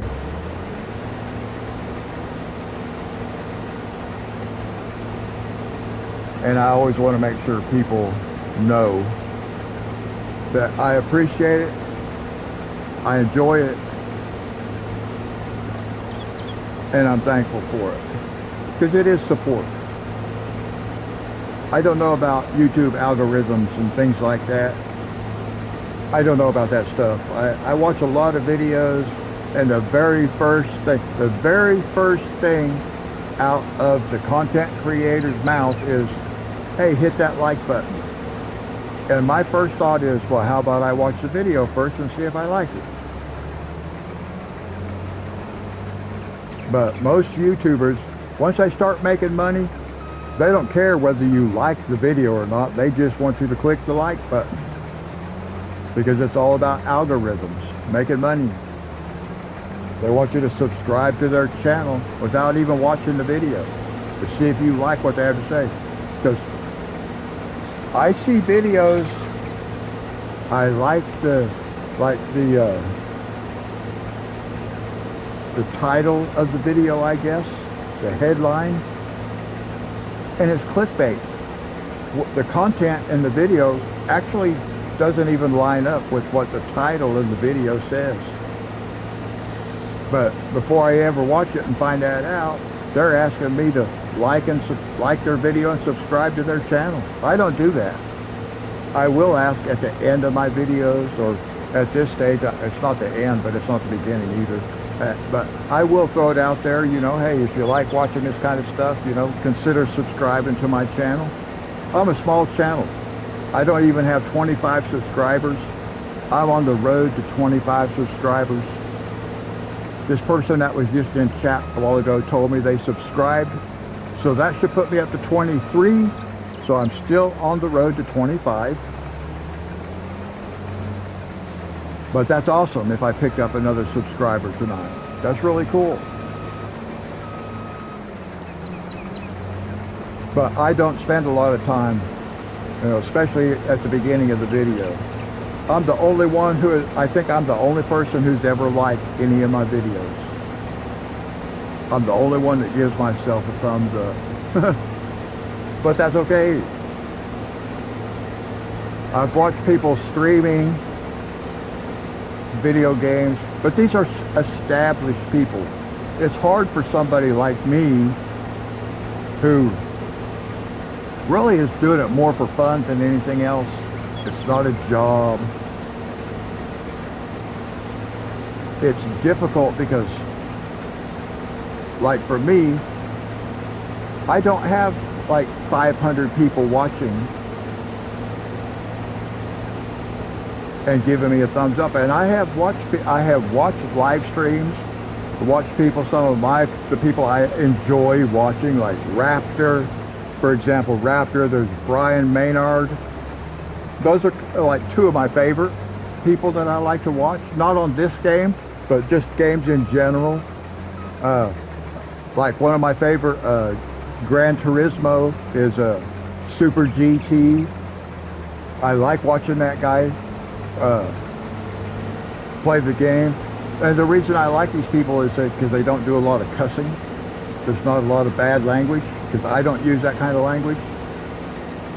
So when I come across somebody that I watch some of their videos and I don't hear a lot of that bad language, there might be some, but it's not a lot. Those are the kind of people I most consider subscribing to. But there are some gamers that and it's just F this, F that, and GD this, GD that. I don't subscribe to people that talk that way, because that's not that. I don't need that. There's other people I can find, you know. So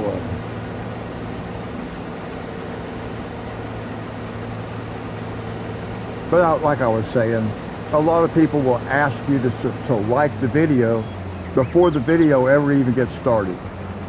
And I don't do that. Sure, it would be nice,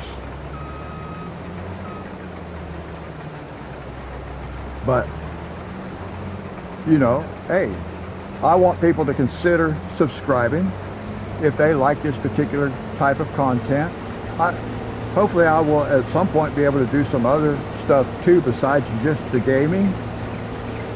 But you know, if people like the fact that they can come on here and they can just chill, they can hang out, they know I'm not going to be cussing and carrying on, then, you know, if they like that, then hey, consider subscribing. Because you'll see, and if you've watched any length of time, you know I don't talk that way. So, and some people like that. They like the fact that they don't have to hear all that. So, anyway, enough about that. I just want you who's watching right now to know that I am very grateful, I'm thankful, and I appreciate it. So thank you. Now, how much longer do we have? Oh, we still got a ways to go. Oh my goodness. I may have bitten off more than I want to chew. I'm going to chew it, but I may have bitten off more than I want to chew.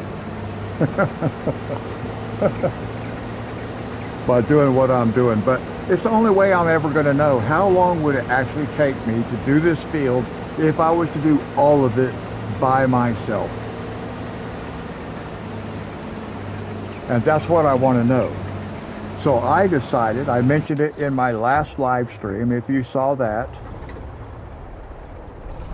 then I mentioned that, you know, either in this live stream or the next one. I wasn't real sure when I actually wanted to take this on, but I knew it would be within the next one or two because this field had to be done.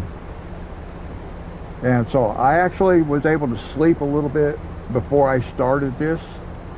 And when I woke up, I felt really good. And I was like, okay, I'm going to do a live stream. I like to start my live streams around midnight. This one I did not get started until like 2 o'clock in the morning. So it was a couple hours later than what I really wanted to start, because I would be halfway through with this field by now if I'd have started at midnight. But there's no way I could have started at midnight. I was too tired. But after I slept for a little bit and then I woke up, I actually felt rested. Sometimes I might go 2 or 3 days without doing a live stream, just because I'm tired. I don't want to stay up all night because I have other things to do and during the day, so I get run down. And then sometimes, you know, I don't have that motivation, you know. I'm tired, I'm feeling run down. So I just, I do live streams when I feel like it. I was talking about that a little bit earlier. You know, some people will do like they have a schedule. And I think I think it's perfectly fine. I think it's cool if you can schedule it like that and say, okay, like Friday nights at 8 o'clock in whatever time zone you happen to be in. Friday night at 8 o'clock, I do a live stream. So people know that, and they can kind of schedule for that. And I understand that, and there's nothing wrong with that. That's probably how you should do it if you want followers. You got to let them know when you're going to be on. Me, I do it when I feel like doing it. I like doing it at night, though. I've done a couple. I think I did a couple that were during the day, and I had a viewer. Like, I had one other person watching, and I've never had like 3, 4, 5 people watching at the same time. I don't know what that's like. I've never had that experience because I'm such a small channel, and that's fine. So maybe that's how you get more of a following, is to actually have a schedule so other people know. But I figure if you turn on the notification bell or whatever, I don't think for any channel I'm subscribed to, I've turned on notifications. And that's just being honest. I don't turn on notifications. I don't really care when other people post videos, because I can go look at their channel and see if they posted something new, if I want to. If I encountered somebody like, I don't do a lot of watching live streams, because I watch YouTube on my TV, okay, on my smart TV. I don't watch YouTube on my laptop. I only monitor chat for my own live stream on my laptop. I watch YouTube on my smart TV, so I can't do chat. So I don't need notifications and stuff like that when somebody posts a new video. I can just go look at my subscriptions and, you know, see if somebody posted something I might be interested in watching. Live streams is a little bit different. But I don't watch live streaming content enough. I don't know a lot of live streamers who play this game. There probably are some that I just don't know about it. But because I play this game myself, I'm not going to want to go watch a lot of somebody else's live streaming. I might go if I see that they're live streaming, like for example, and you who are watching may not have any interest in this, but like I said, I just talk to whoever's watching.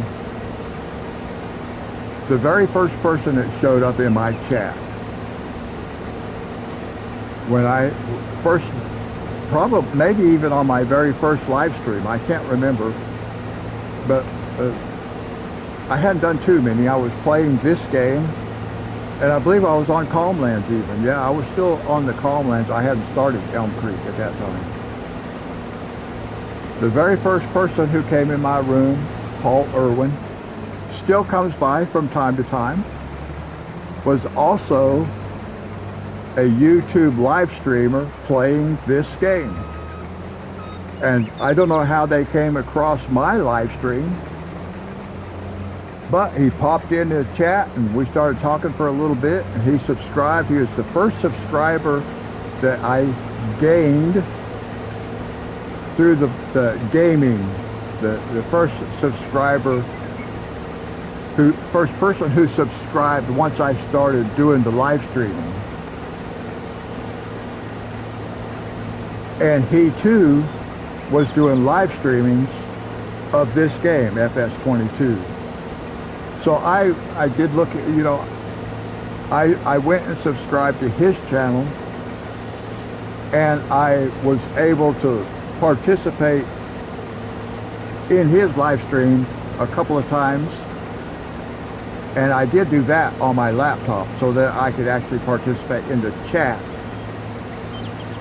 And, you know, and just say hi to him and stuff like that. Because he's a bigger channel than mine. And I was like, wow, here's somebody, you know, who's got all these subscribers and stuff like that. And have been playing this game for, you could tell, he's been playing this game for years. And I can't remember, like, I think he's told me he started playing with FS17. So he's been playing for a long time and was actually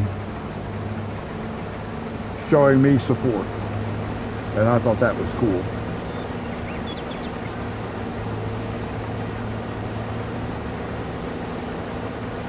Oh, we'll get this done soon. Well, I say soon. A lot sooner than what it has been. Oh my goodness.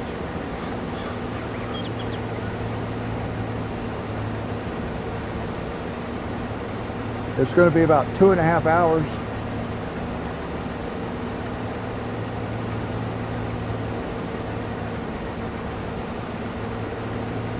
Oh, it's going to be a long live stream, I can tell.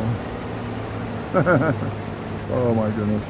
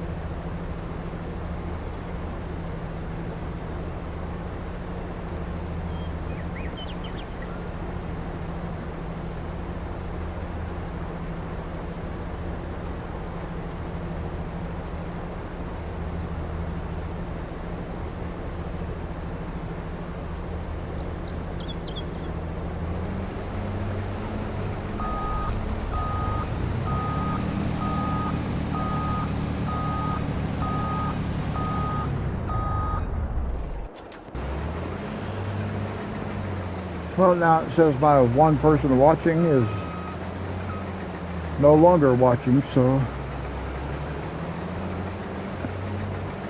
I'll just relax for a few minutes.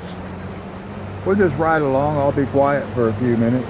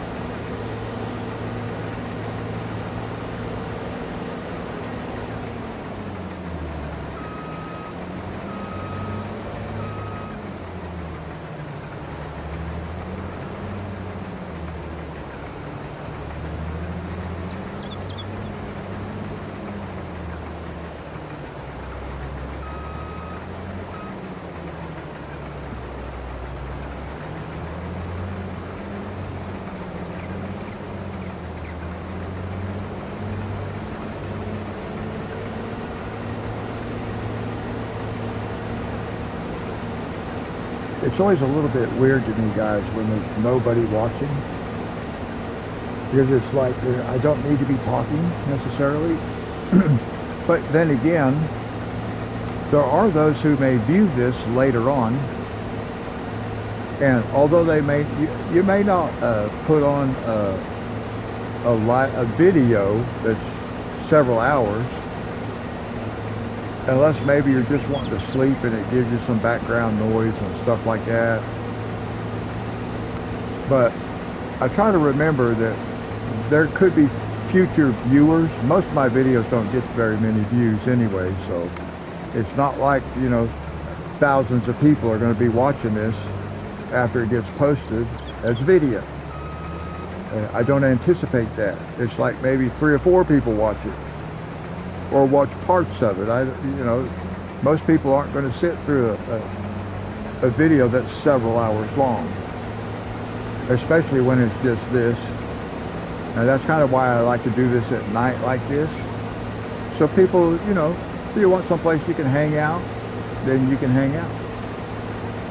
You want to hear somebody else's voice, you can hear somebody else's voice. But I tend to be more quiet when there's nobody watching and it's just me playing the game, especially once I start to get a little bit tired, because I don't really know what to talk about. I mean, especially for several hours. I'm generally somewhat of a quiet person. I don't just talk.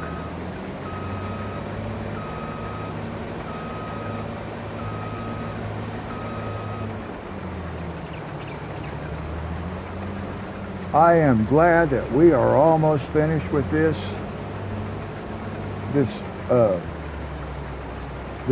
phase, this stage of the game. We're just about finished harvesting.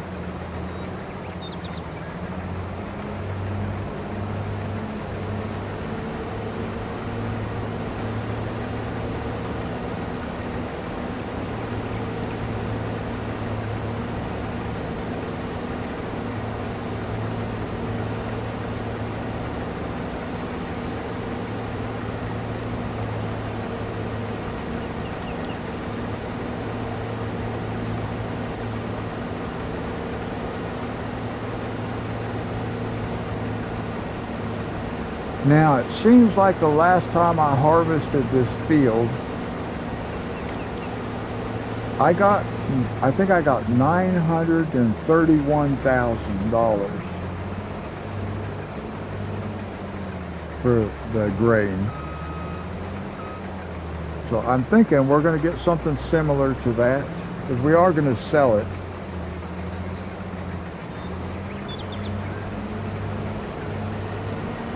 How much soybeans do I actually have in here? Soybeans, 0. At some point I want to put some soybeans in there. But soybeans is my cash crop. Actually, I should put this back up to the map, because I like having it on the map.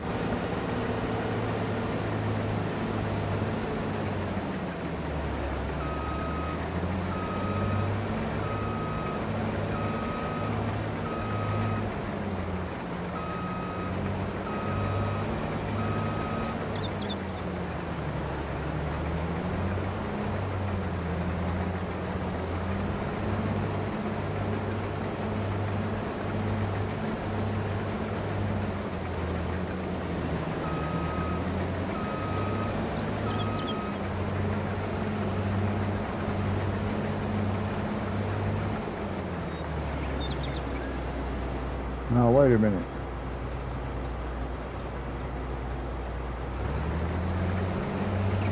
See, pulled right up to that field, right, they turned around and then said, oh, I'm done. No, you weren't done. It should know it's not done. I don't know. See, I don't understand why it does that.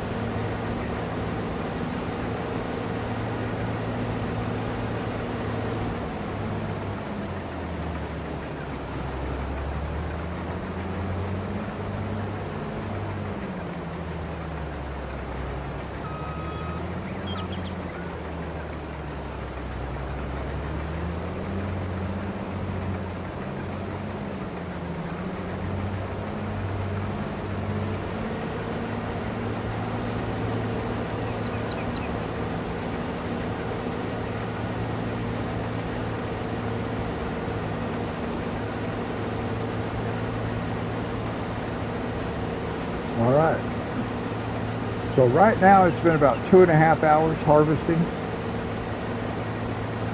Wow. That's a long time to harvest a field, 2.5 hours.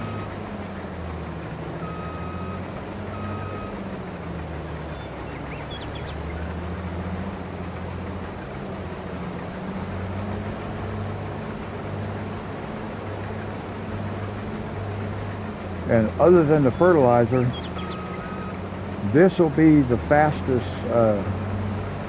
operation that we do. Hello, welcome to the live stream, or welcome back, whichever the case may be. We have just hit the 2.5 hour mark as far as harvesting is concerned. Been live streaming for just over that.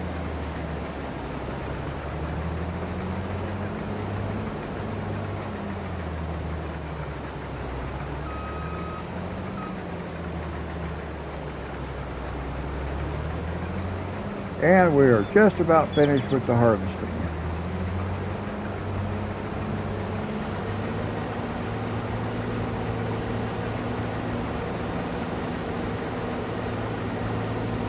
And I was just saying that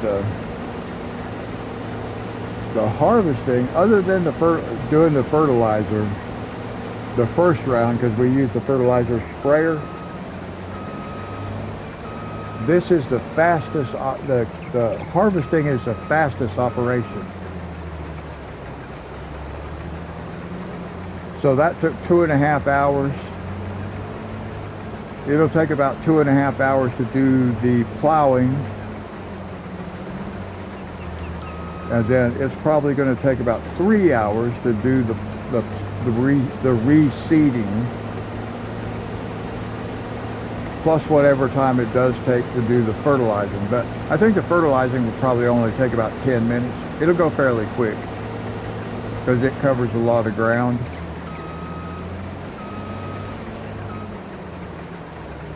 So I will have to use a helper. I will run out of fertilizer if I try to do this whole field myself.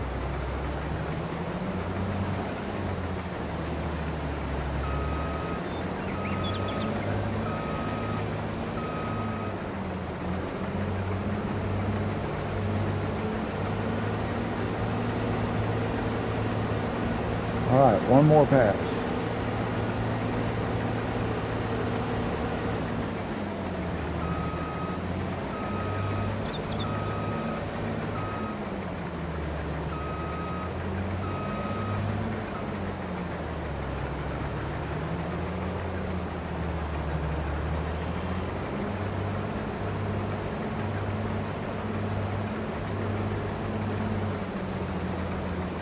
Now this guy's going to quit. He's going to back up and catch this little spot right here, and then he's going to think he's done because he's got that blank spot in front of him. He's going to think it doesn't have the momentum. See that?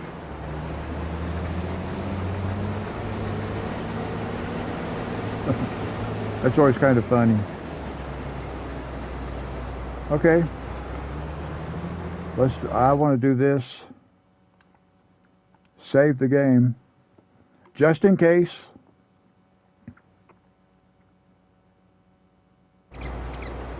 Now, we'll take this back.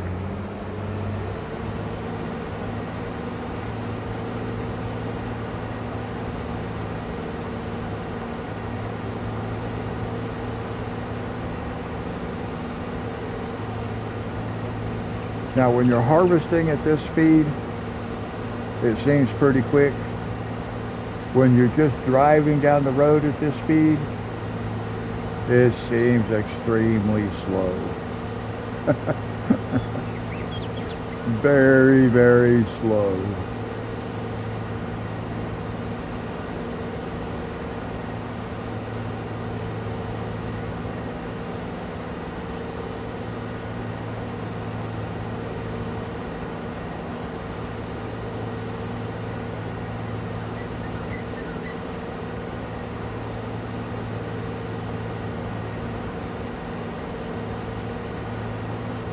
Oh my goodness.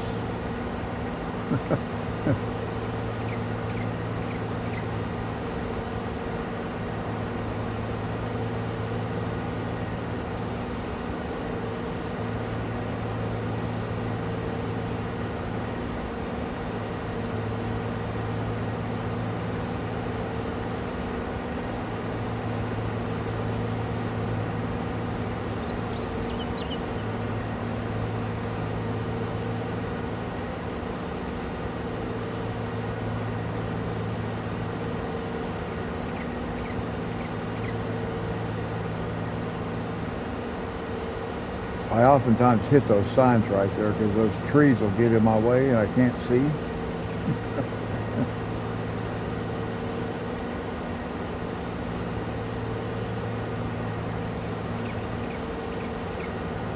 Now we have this field. We have another field. Can't really see it from here. It's over that direction. It's also ready to harvest. We can see on our map right here. This field, and then there's one over here that we can't see that are ready to harvest. We'll be doing those in the next live stream. We are not going to try to do those on this one because this one is going to be such a long one. And it's probably the only time I'm actually going to do it this way.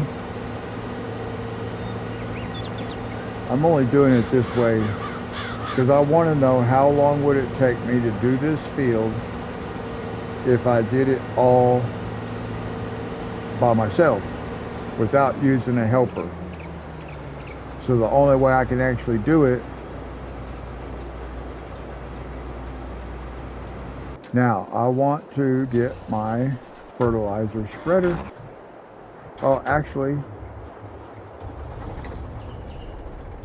let's see. Let's go sell this. We should get about $931,000. I was hoping we could hit the $1 million mark. I just do not have enough room here to expand the field far enough. We did expand it a couple times. And I had about 850,000. I just hit that sign, didn't I? Did I hit it? No, I think maybe I missed. Did I actually miss it? I did miss it. I thought I hit it with the trailer. And that would be funny because I am a former tractor trailer operator. So I know how to handle big rigs.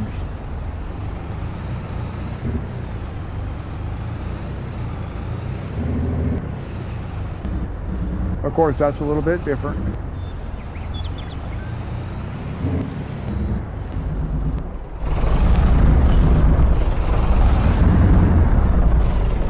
Now, like I said, I think last time I got 931,000.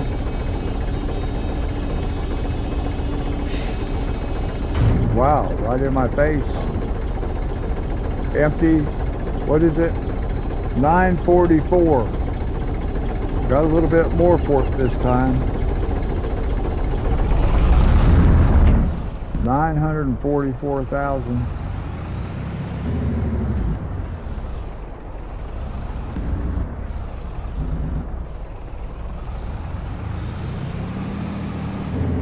They made this place hard to get in and out of too.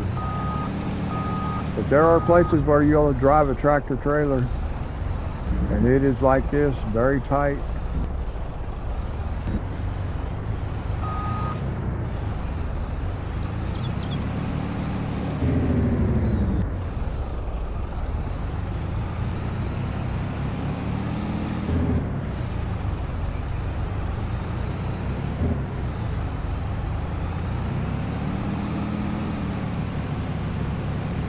Alright, we'll go get our fertilizer spreader.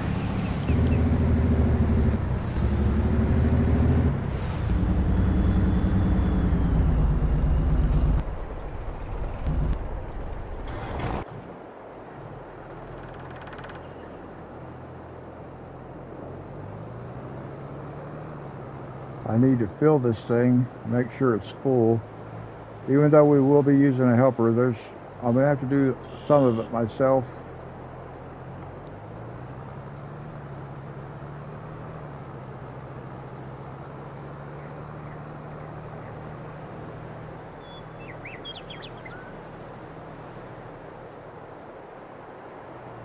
Now, one thing I'm kind of interested in, I want to try to be able to go like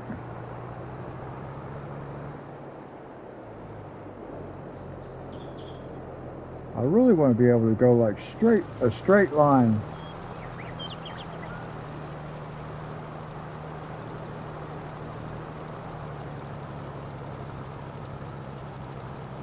Let's just take a straight line pass all the way down to the other end of the field, or as far as it can go.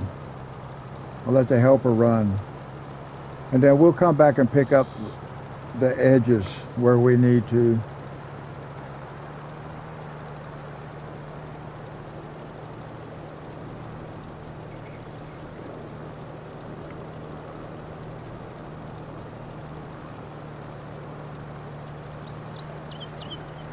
I actually want to run my plow in this direction.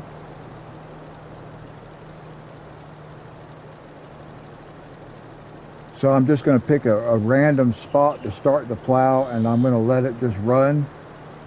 And then we'll reposition as we need to. Because I want it to do longer runs so it spends less time turning around.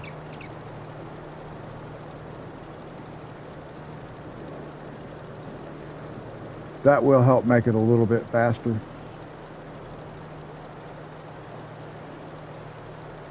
And like I said, we'll pick up these little spots where we need to.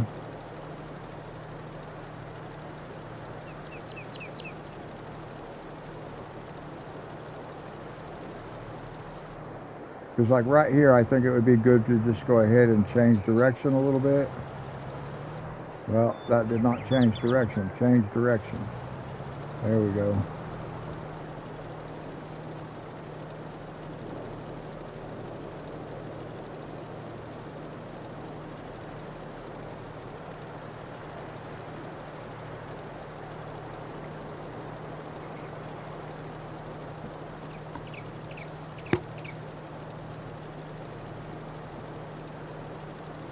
Now this guy is operating at 1 mile an hour less than the harvester, but it seems like it's much slower.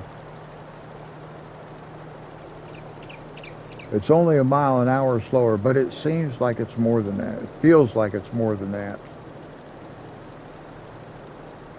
And that's probably because of the width that we're working at. It's just like an optical illusion.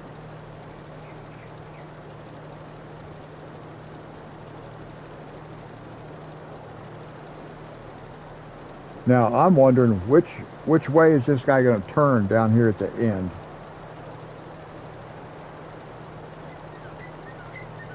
I'm not sure how they determine which direction they're going to go. Let's see what this guy does.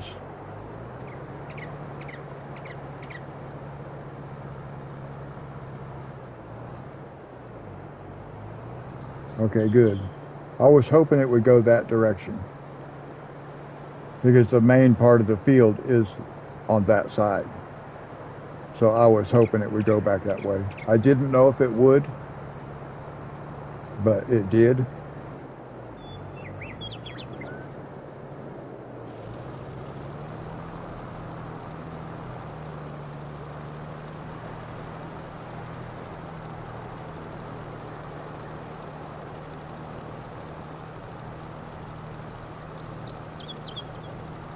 And then, like I said, we'll just come back and we'll catch these edges ourselves.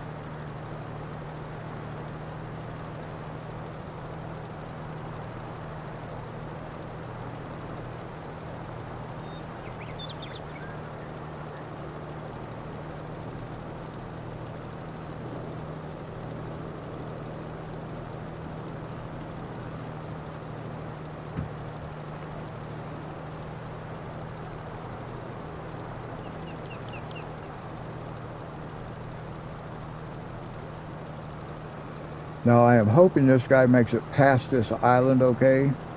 It looks like it will. It looks like it should be able to roll right past it, because then it should be able to jump over to the other side and continue.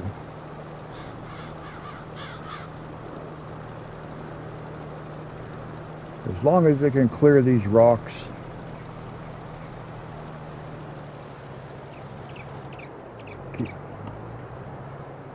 That is not what I wanted.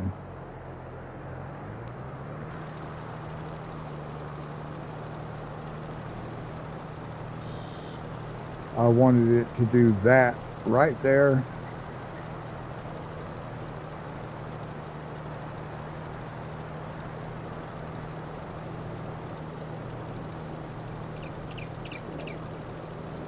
Now let's see if it finishes here and then turns around.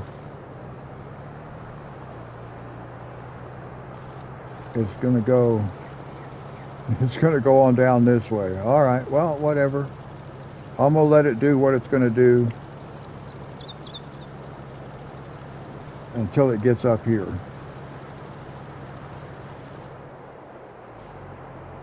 Now, I don't want it to do that part because I can do that part myself at the end. And I've got my tire tracks right there to show me where I need to be lined up at.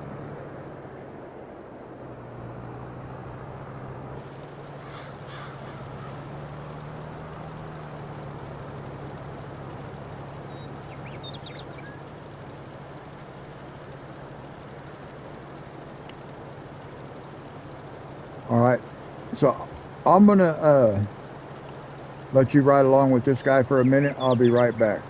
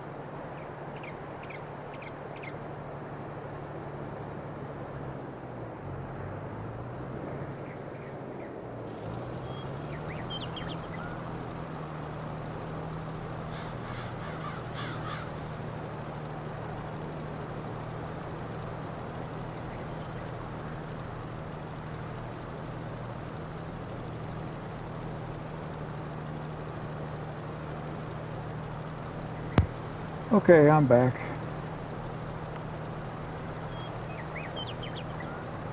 Let's see, make sure it doesn't look like he missed anything. Nope. Well, yeah, it does too. I'll have to check that. Looks like it missed a little spot.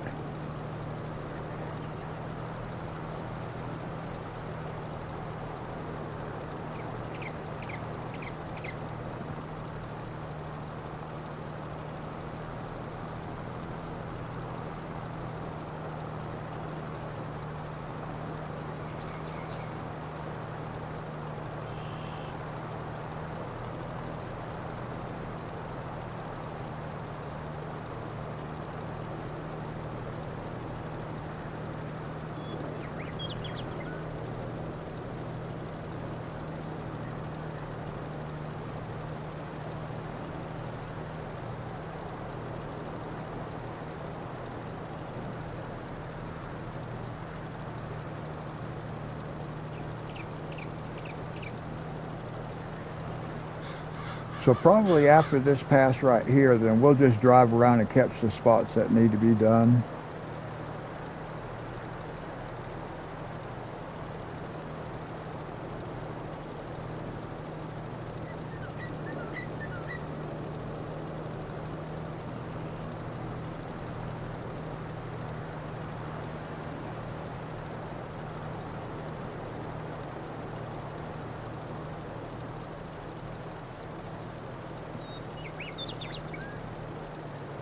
Actually, here I can just go ahead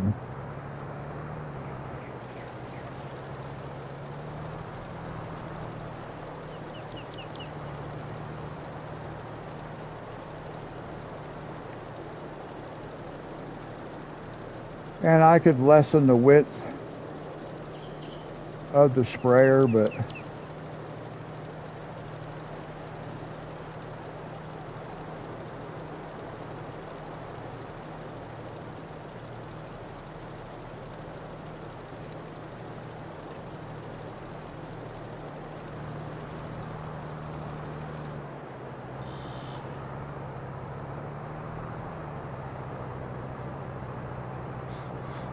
and we'll just drive around now and we'll just catch everything that we need to catch.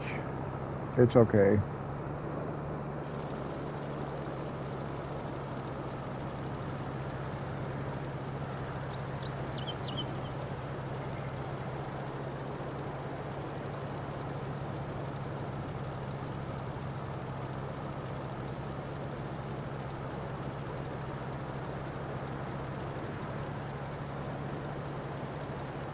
We can catch that little spot on the way back. We'll go kind of go along this side and catch what we need to catch.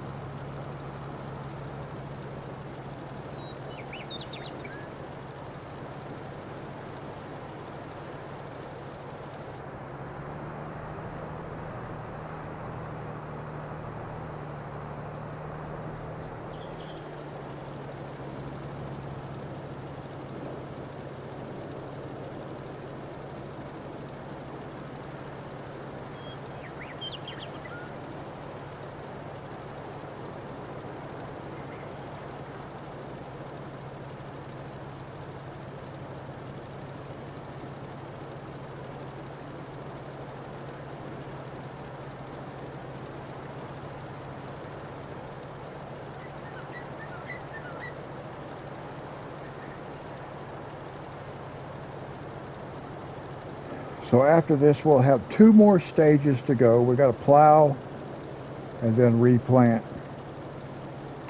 So we're looking at like at least another 5 hours. Oh my gosh.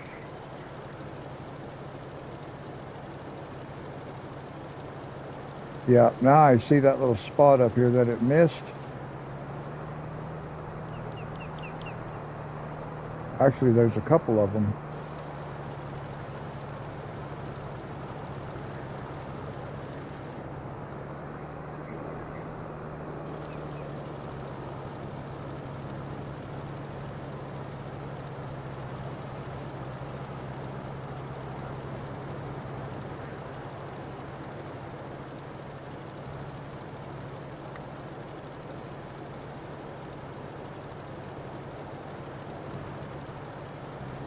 Now I'm wondering if I can just, maybe I can let him go from this direction.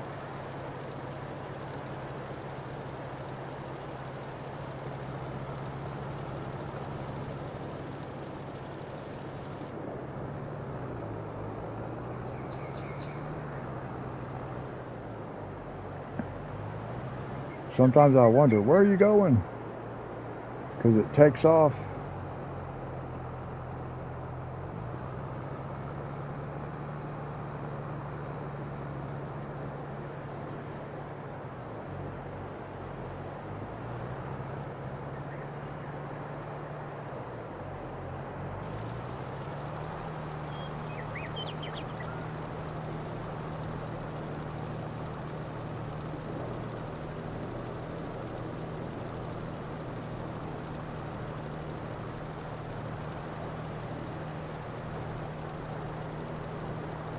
We'll have to back up and catch this spot over here, but that's okay.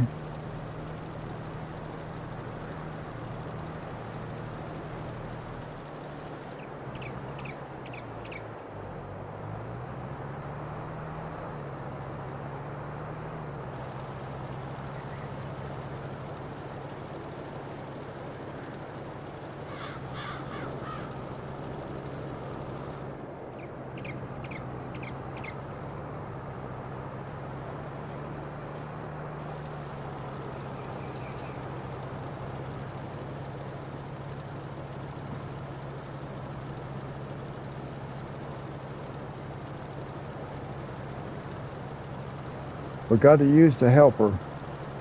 All right, 3 hours. We've hit the 3-hour mark a couple of minutes ago.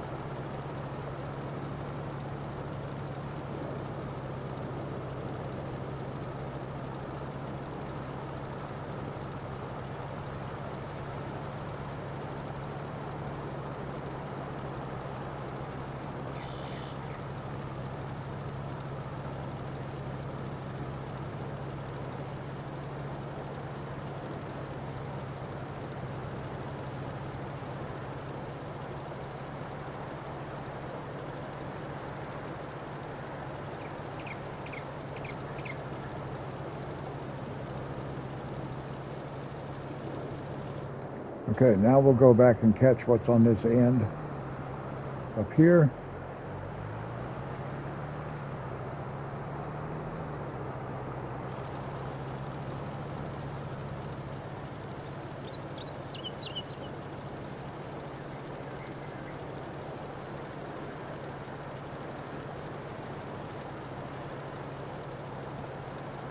We need to use the helper some because it helps us save some of our fertilizer in our tank.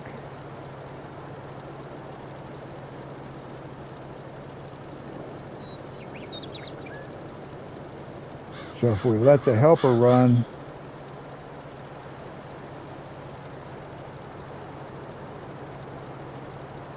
at least as, I don't want to say as much as possible, but we do want to use it. Just keep an eye on how much we have in our tank.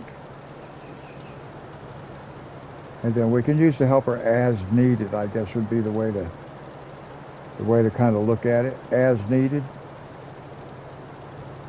So we can conserve some of our fertilizer.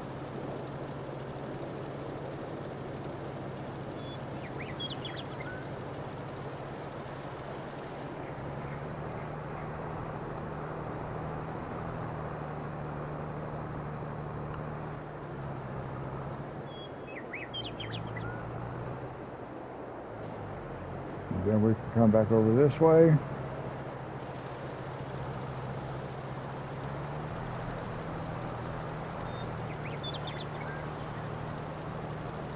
And let the helper go. Just because it helps us conserve the fertilizer that's in our tank.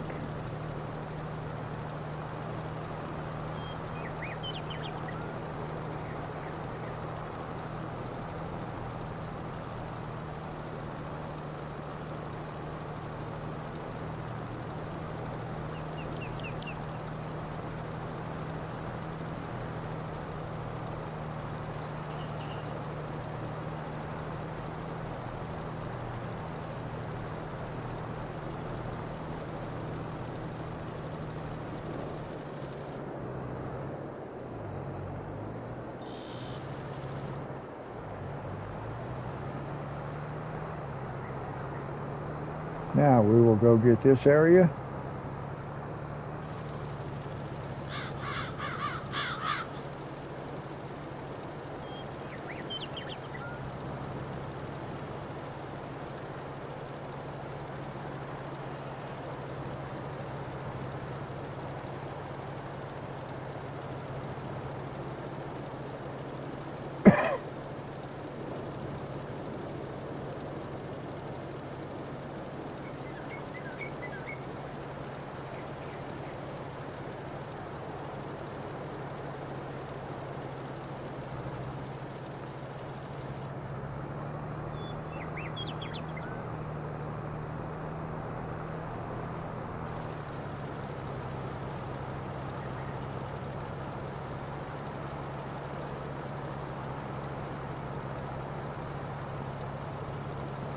So that takes care of everything up that way.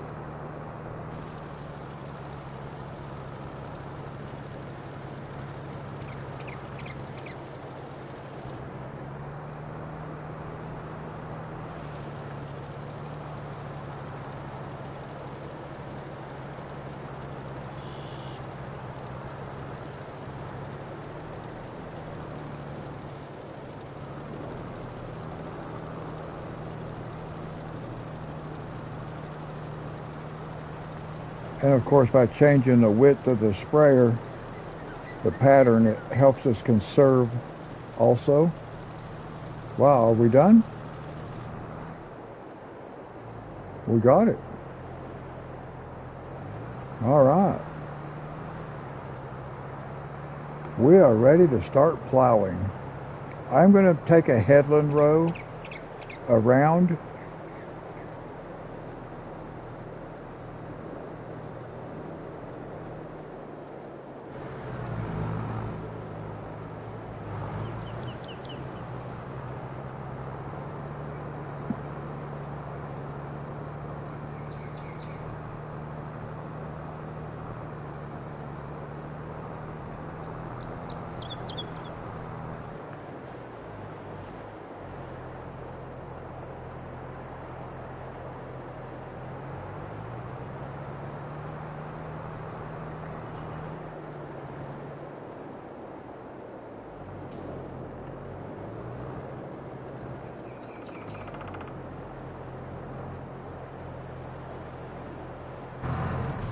All right, now we get to plow.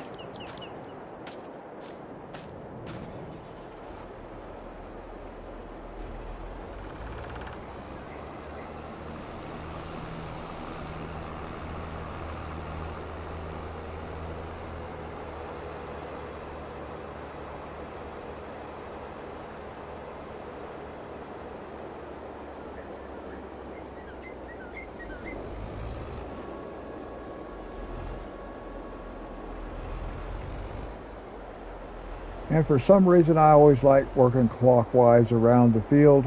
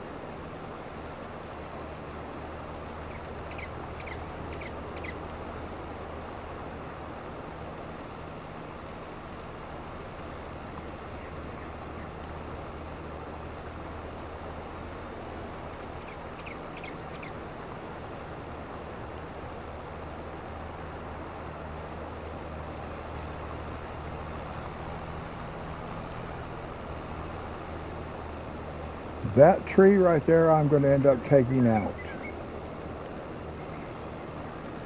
But I will do it later. But we are going to take it out.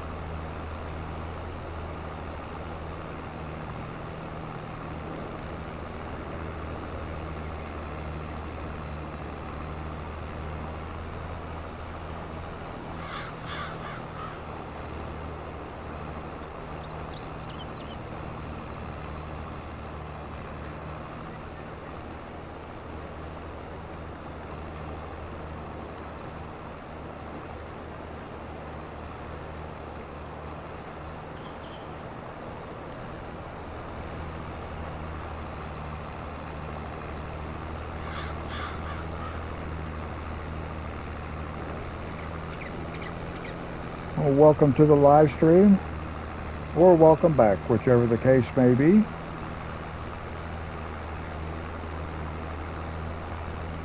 We just finished with the fertilizer on this field, so we're now beginning the plowing. I'm putting in a headland row around the outside edge.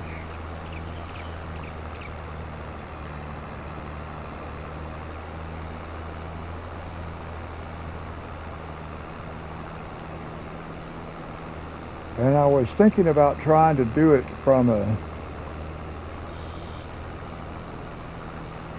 I could try doing it from this angle right here. Actually, that might be a place to start and see how it works out. I could try it like that. Maybe I will.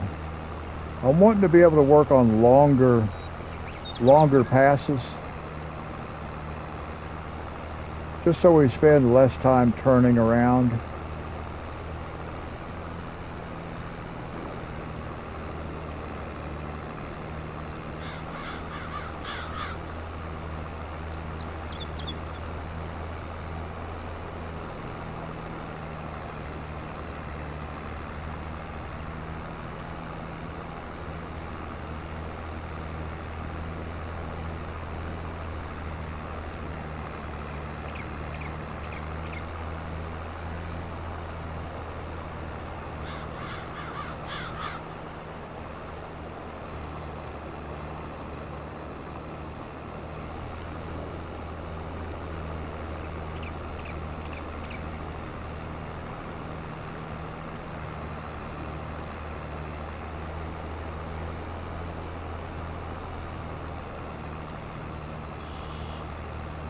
So I think what I'll do is I'll just continue until we get back up to the other side of this field. Well, not the other side, but all the way back up to the top end.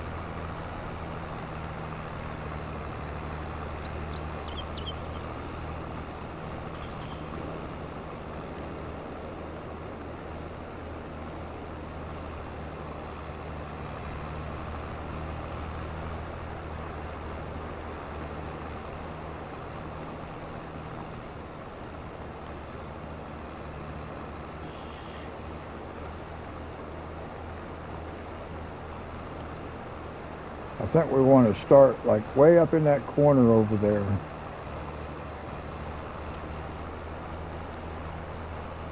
So that'll be something new. I haven't done that before. But I want to try to get some longer passes. See if it speeds this up just a little bit.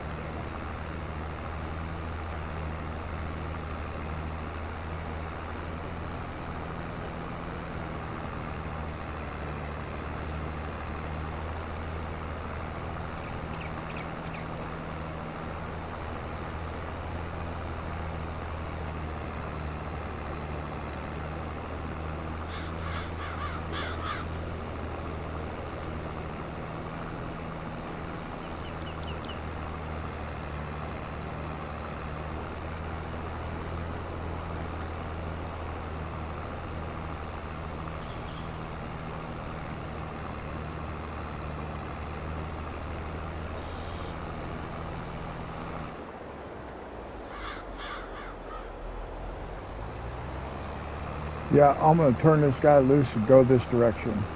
I almost went past it.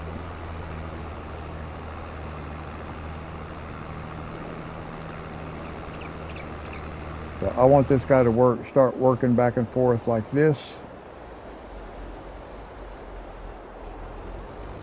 Just so we can get in some longer runs.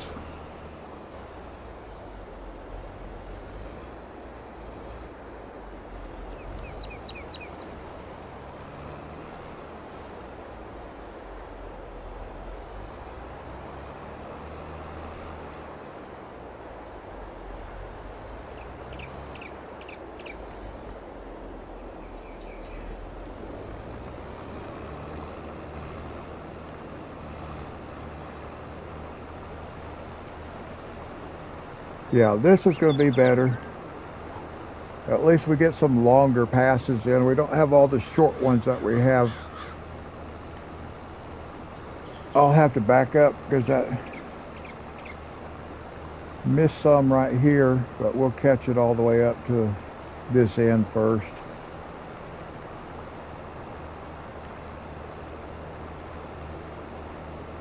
We'll just let it run all the way down, and then we'll back up and catch that spot.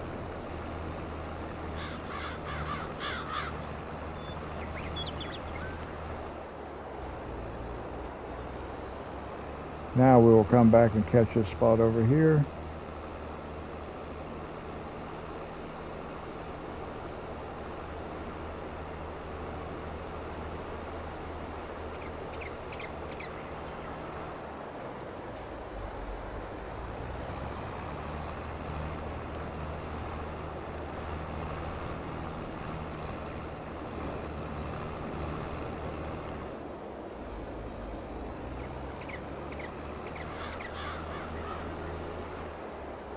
And then what we want to do,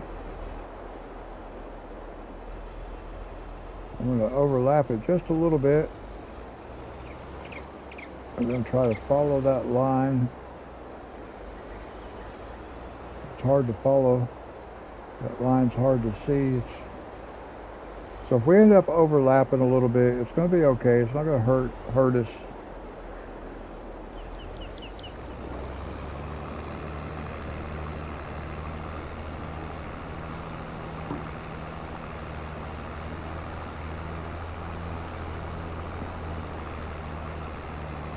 Oh, it hit it just perfect, didn't it?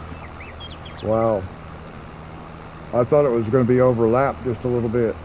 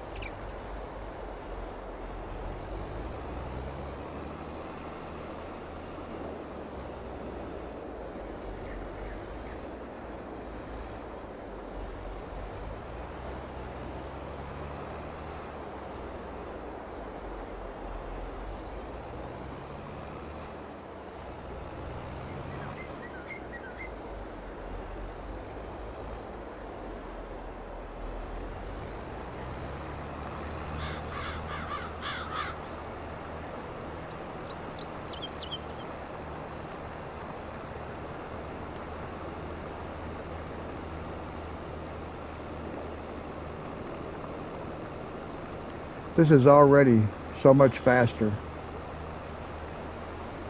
because it's not having to do all that turning around. It's not spending all its time making turns.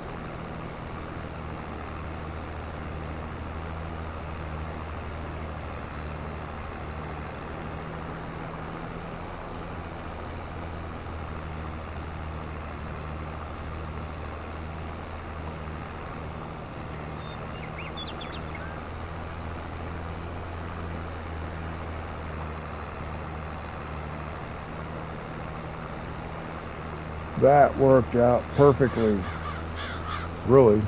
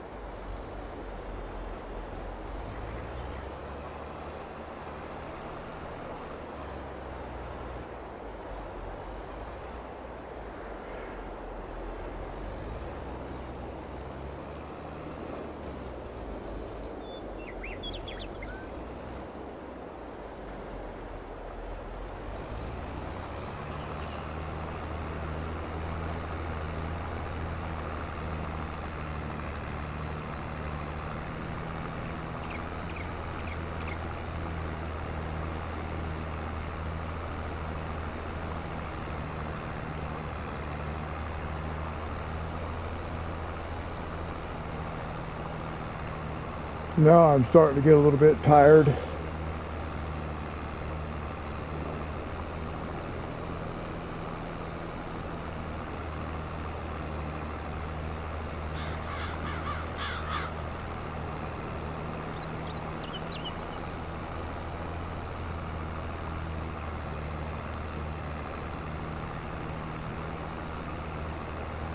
And I've been working on this field for right at 3.5 hours now.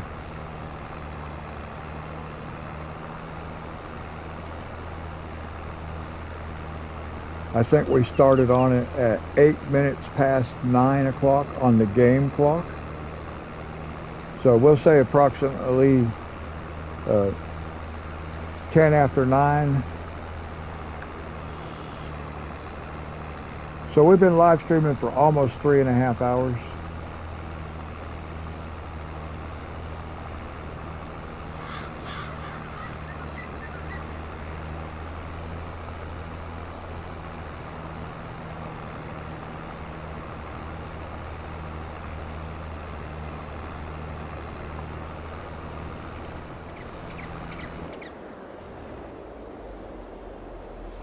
I want to try to drive straight through here. If I can just keep going straight. See that? Perfect. Come right down here.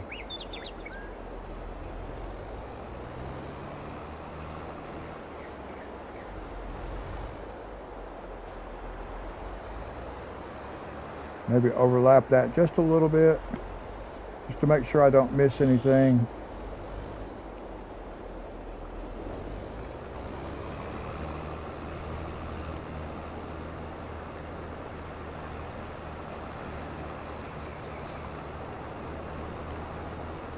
And then again, when we get right here,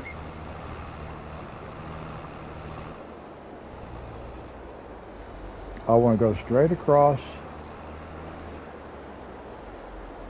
put the plow down, and continue on.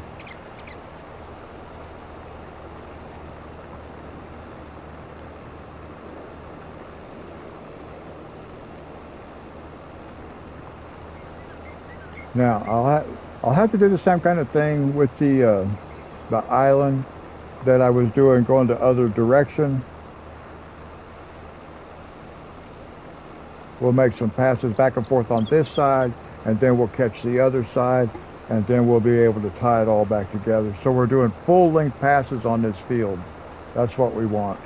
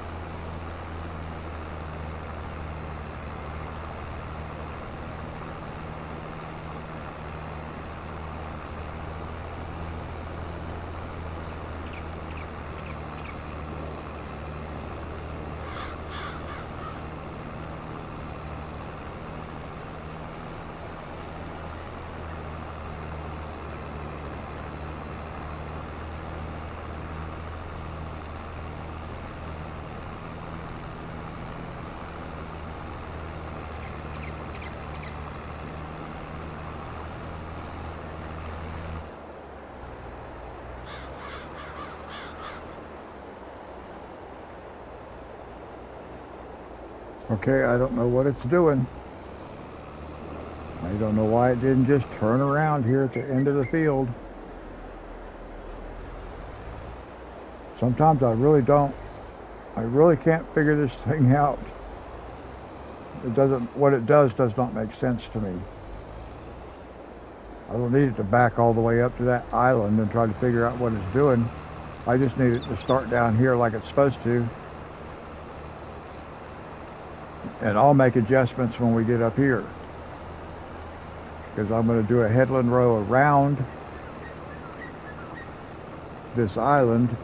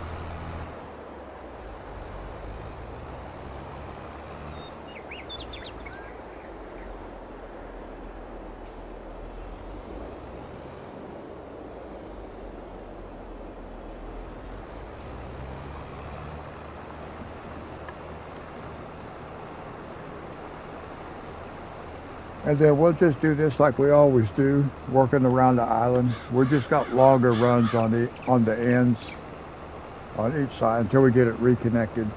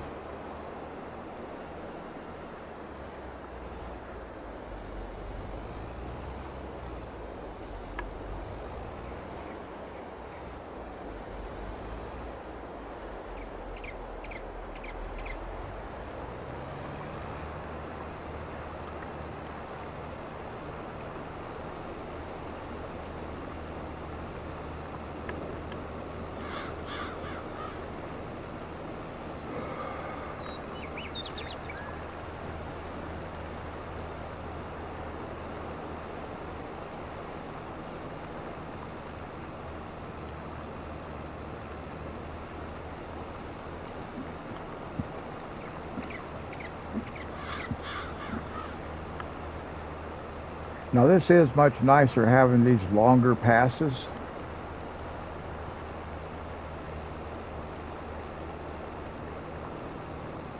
It just feels like it's going faster. Because it is going faster. But I mean, it feels that way too. But you can see the amount of progress. I mean, we still have quite a ways to go, but if we were going crosswise like this, back and forth across this field, we would have been making so many turns that we're losing so much progress.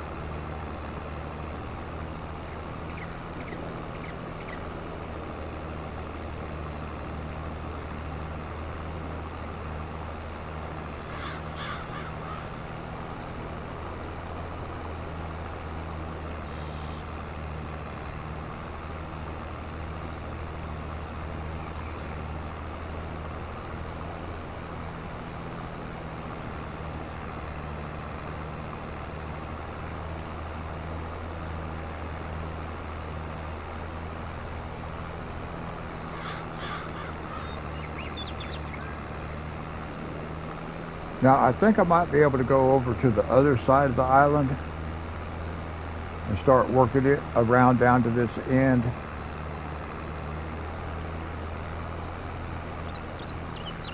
Well, now I'm going to have to make one more pass, but then that's going to put me beyond where I really want to be.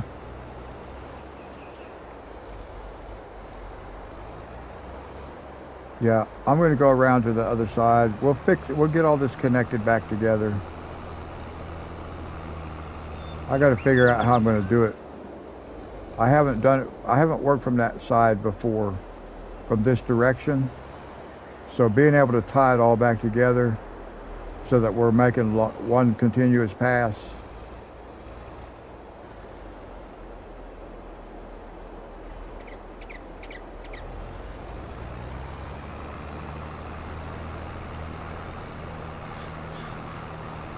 So we'll get this side worked over to the other side of the island, and then we'll work on getting it all connected back up again.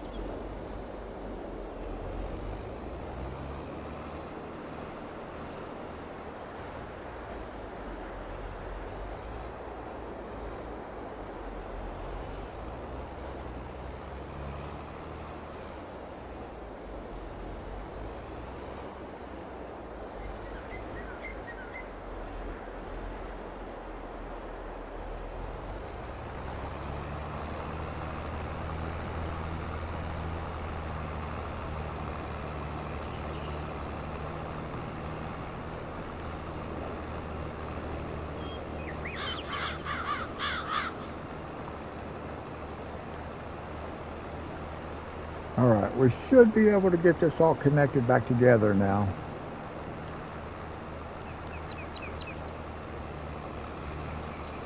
The next pass will tie it all back together.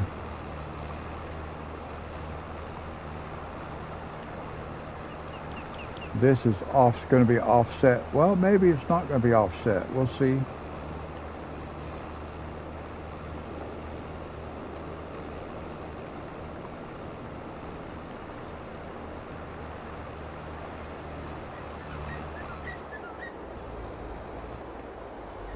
Let's go straight across. Can we go straight across? No, I've got to have to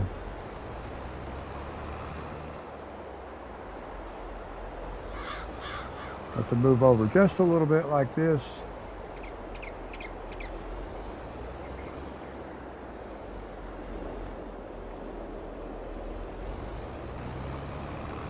Now it will reconnect everything.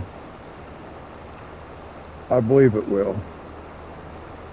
And then we'll be making full-length passes,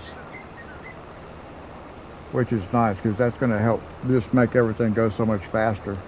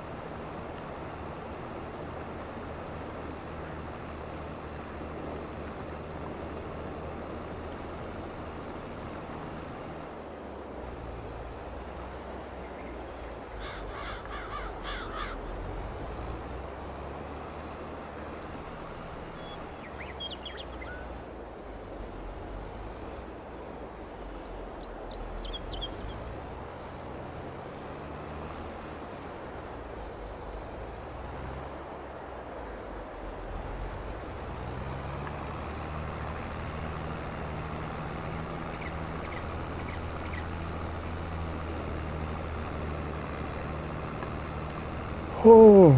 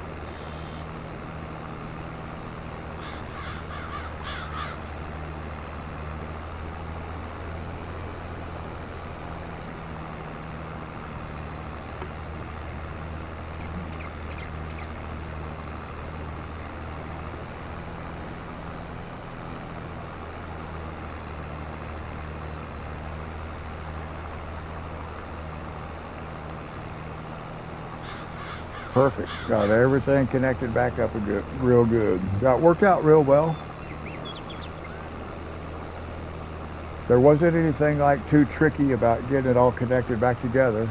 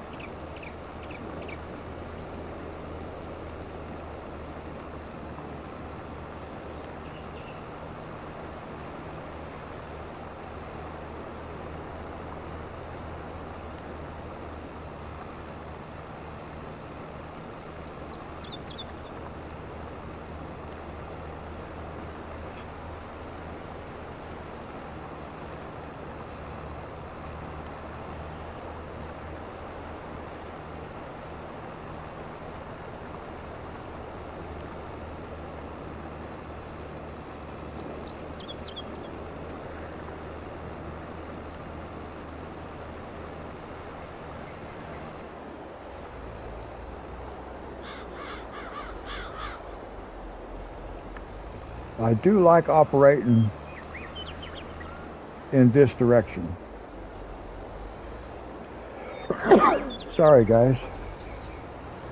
And we just hit the 4-hour live stream mark.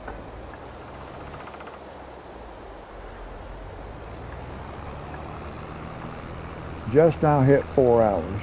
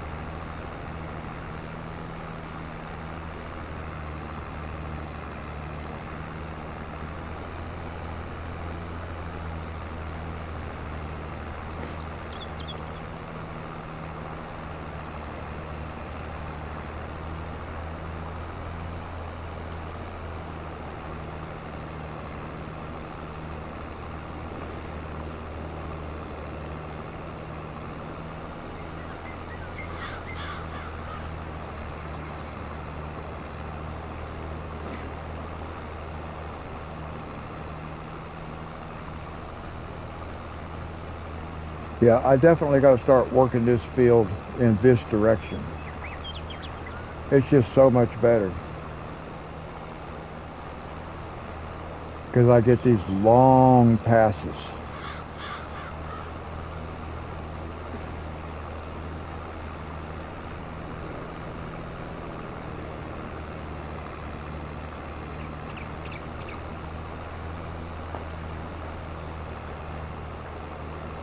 We'll have to reposition a little bit down on this end when we get down here.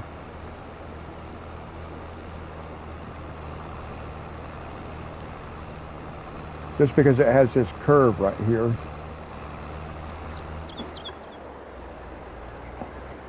But that's okay. I don't mind doing that. It's better than have to help it. I don't have to help it near as much.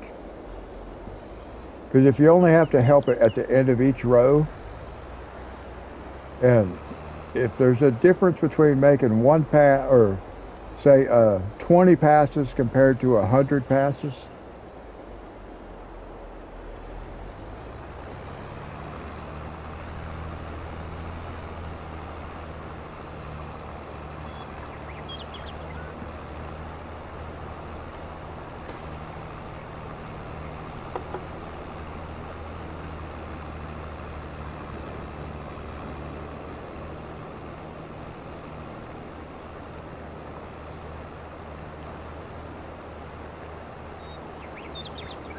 and we've been working this field right at 4 hours now, because we started at 8 minutes past 9 o'clock on the game clock, and we're now at 8 minutes past 1.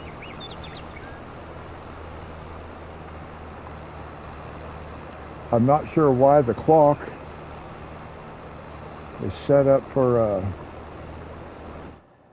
so let's look at something. Let's go down to some of the settings.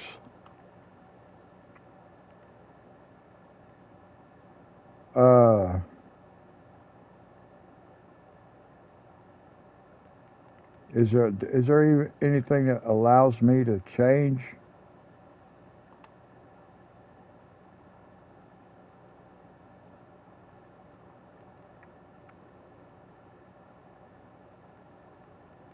No. Maybe something in the regular.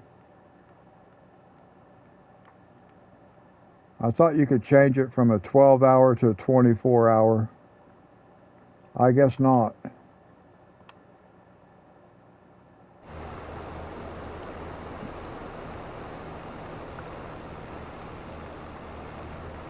That's okay. We'll work with the 24-hour clock.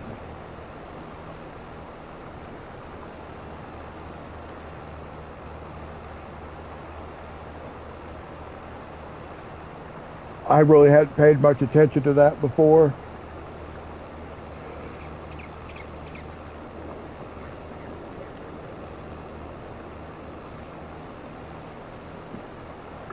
And it doesn't really matter.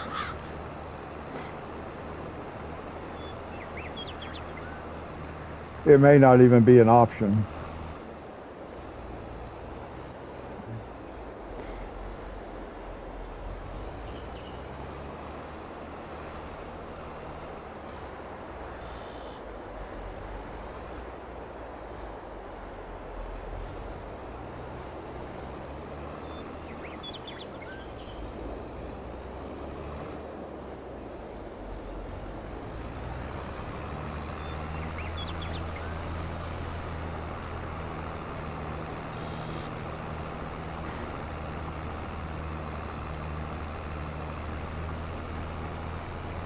Get my camera positioned a little bit differently, about like that,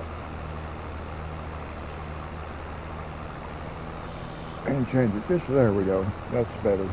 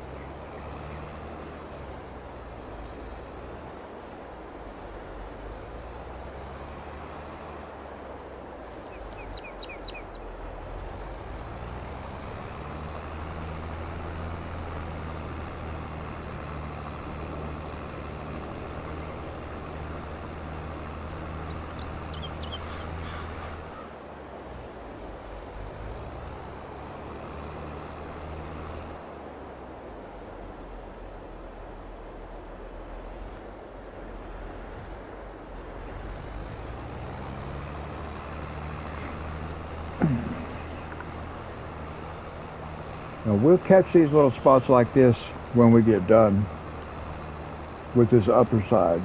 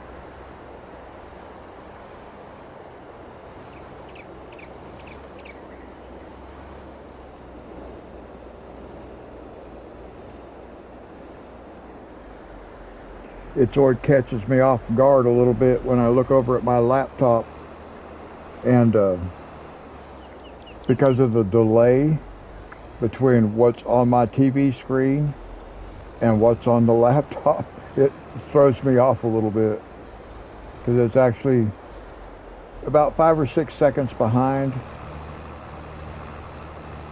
The laptop is, what you're seeing is about 5 or 6 seconds behind what I'm seeing in actual gameplay.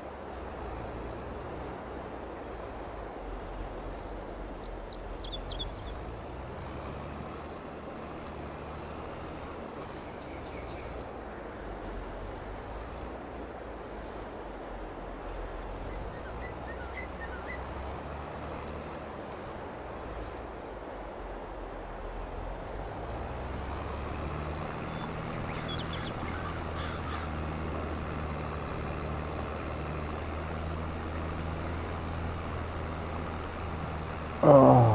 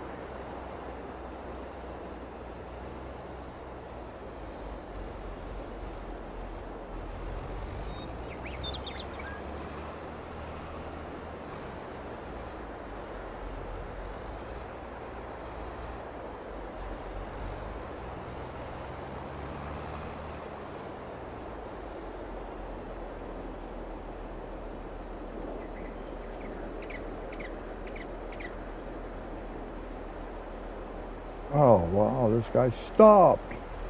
Why did you stop? See, that's just something I don't understand. It's right there, looking at the work it needs to do, and it says, oh, I finished the job. So I'm never going to understand why it does that.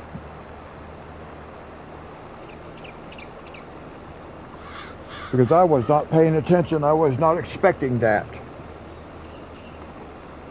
So I was not paying attention. Caught me off guard.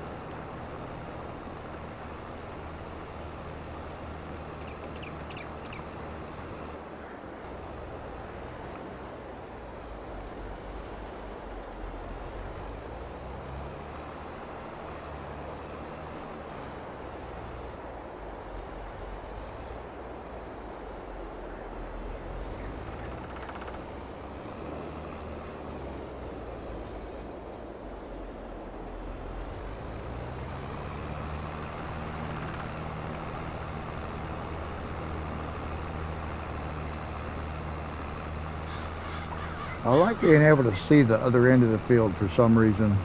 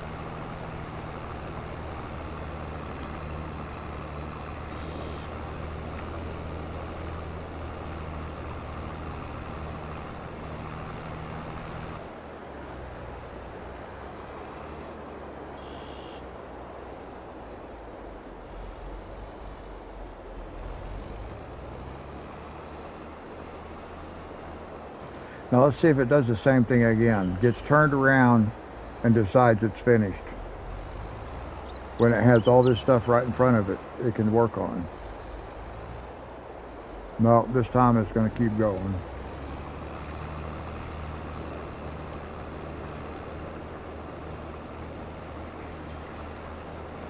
Now, one thing I am going to do right here, I don't do this a lot while I'm playing. I'm going to save the game, just in case, because I do not want to have to redo what we've done.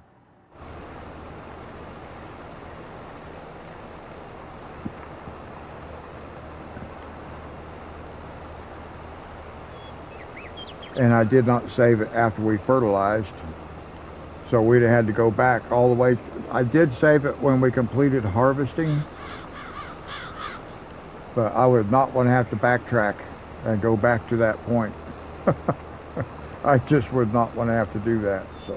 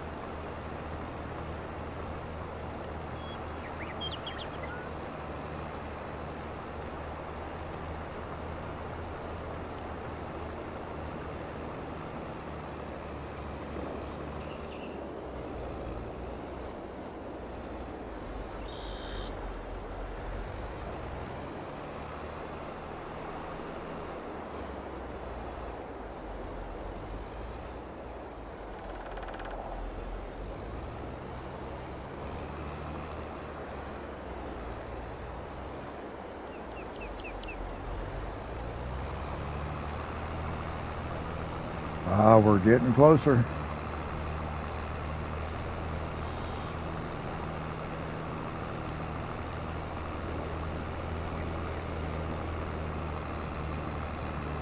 We still have a little bit to do down at the bottom end of the field.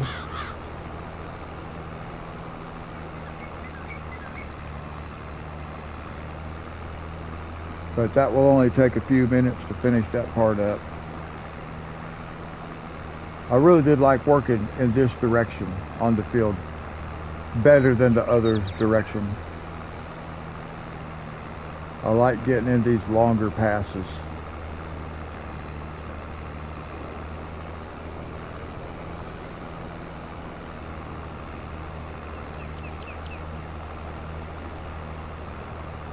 And then, of course, when you get closer to the end of the job, the passes get shorter, so they go by quicker. And that's always a nice feeling. Well, it's not really a feeling, it's a thought, but it's a pleasant thought to think that, okay, we're almost done. We're almost done. Just a little bit more to go and we'll be done.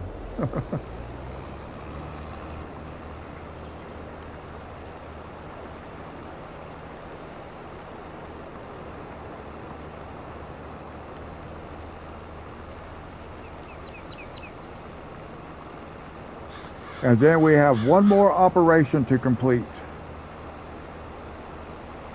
And that will be another operation that takes a couple hours or more.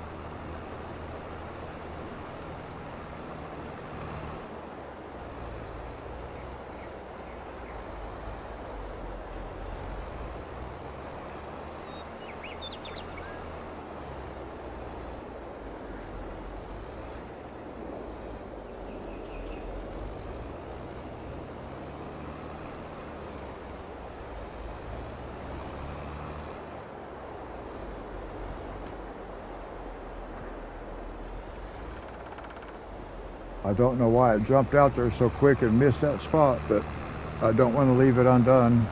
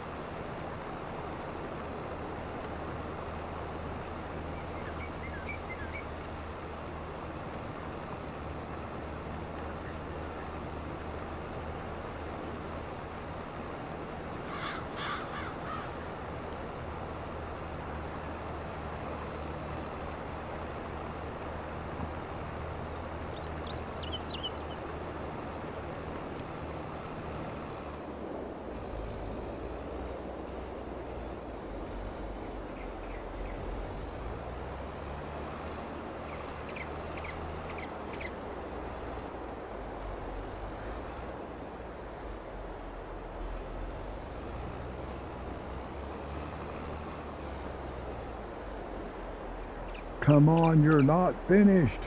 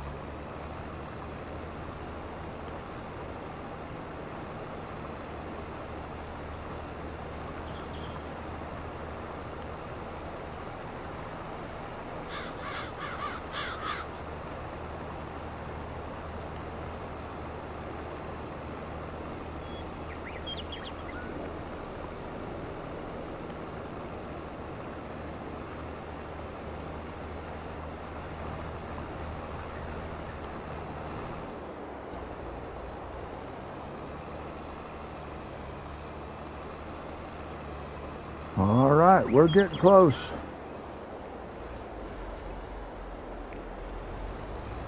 At least for this particular operation. We do have a little bit more to do down on the lower end. It won't take but a few minutes to finish that part up.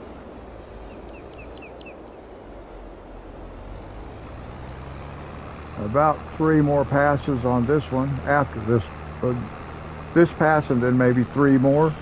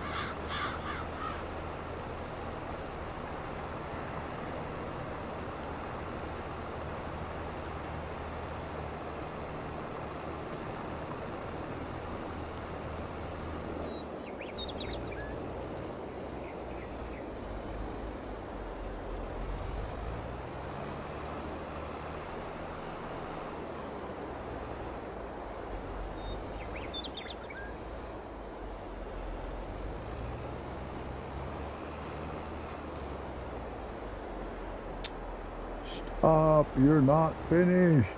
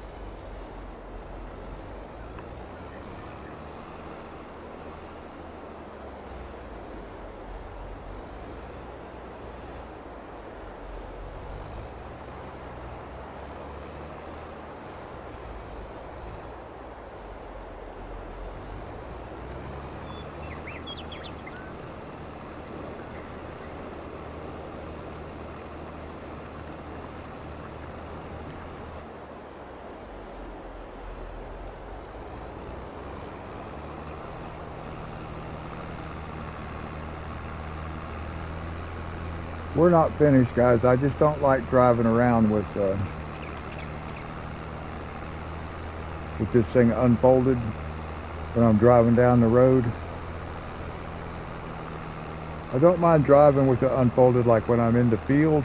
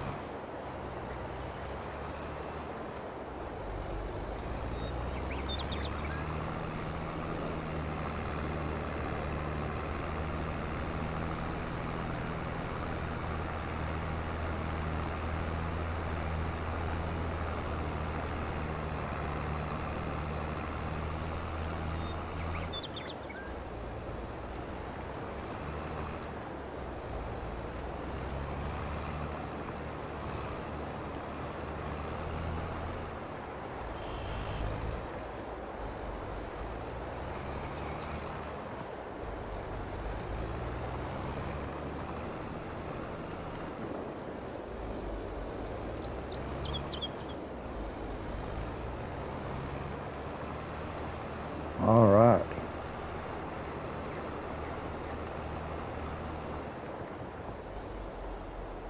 Whoops.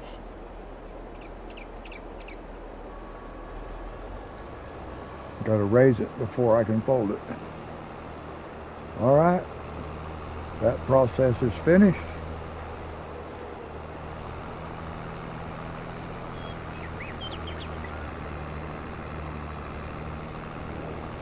We've got one more stage to go.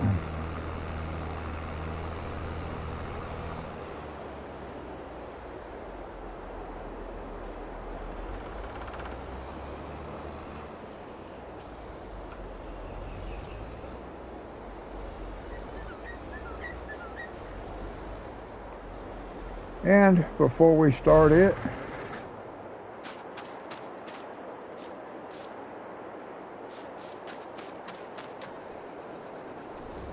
we are going to save the game, because I do not want to have to go back and start over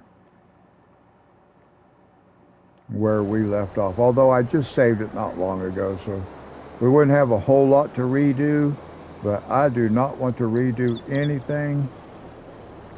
And since I'm here,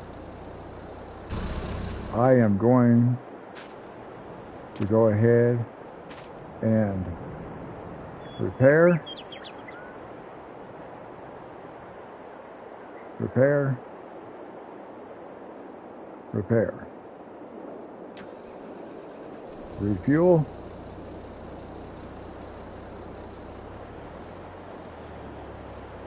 And there we go.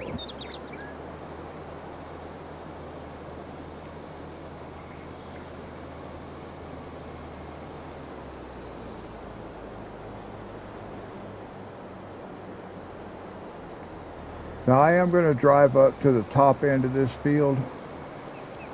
I'm going to come from this way though. We're going to drive all the way up to the top.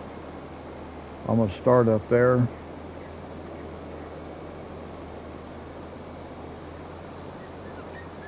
We will do one headland row all the way around.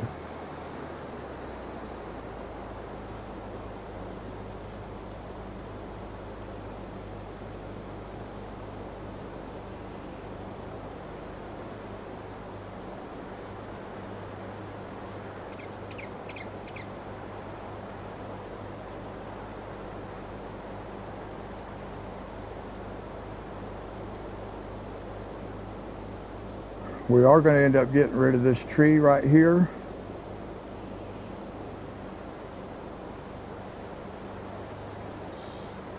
Because it was in the way.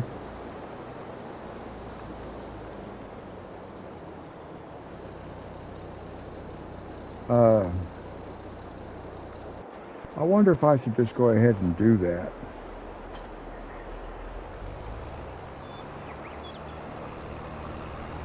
Because it's going to be in the way again. It causes our machinery to miss certain spots. So we can just take this down there and do it right quick. Get that tree out of the way.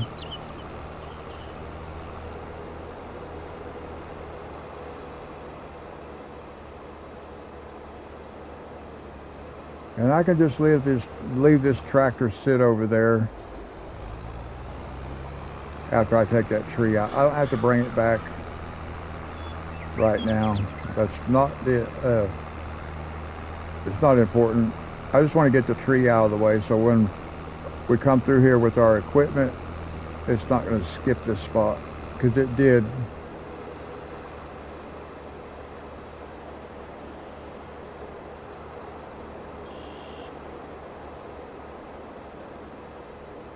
I actually was not going to do that during this episode, but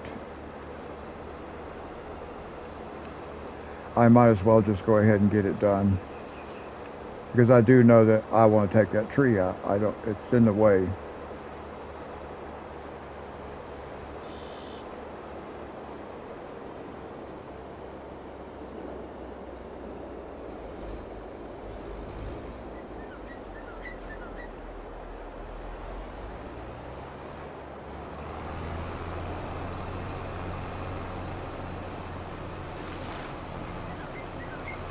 Looks like there's two trees there.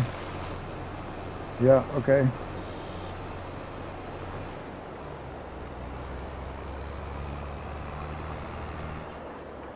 And I can just leave this parked right here.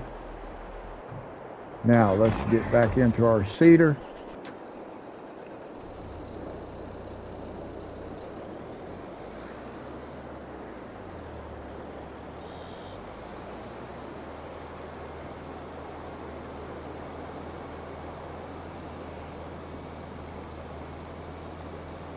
Got to go around to where we're actually going to be working at. We're going to be starting down here on this side. So I want to... Whoops, I hit the wrong button. I did not mean to drop that off. I wanted to unfold it.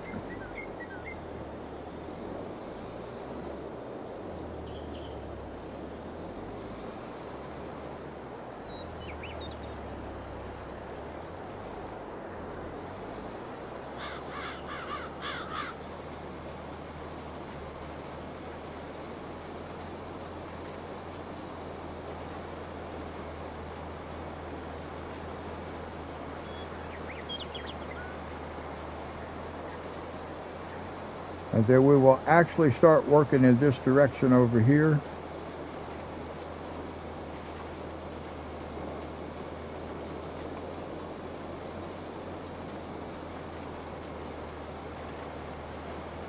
from when we get down here on this edge right down here.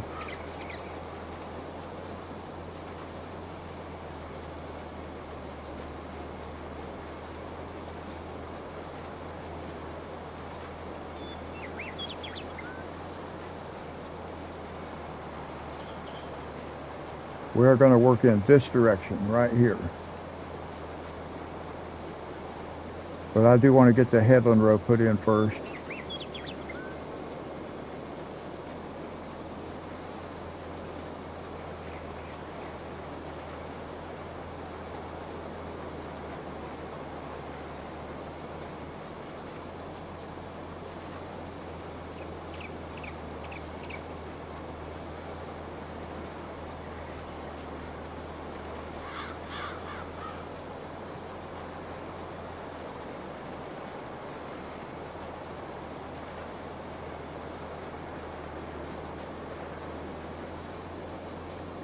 And this has a little bit less working width than our plow did. Actually, it's 2/3 the width because the plow was 9 meters and this is 6.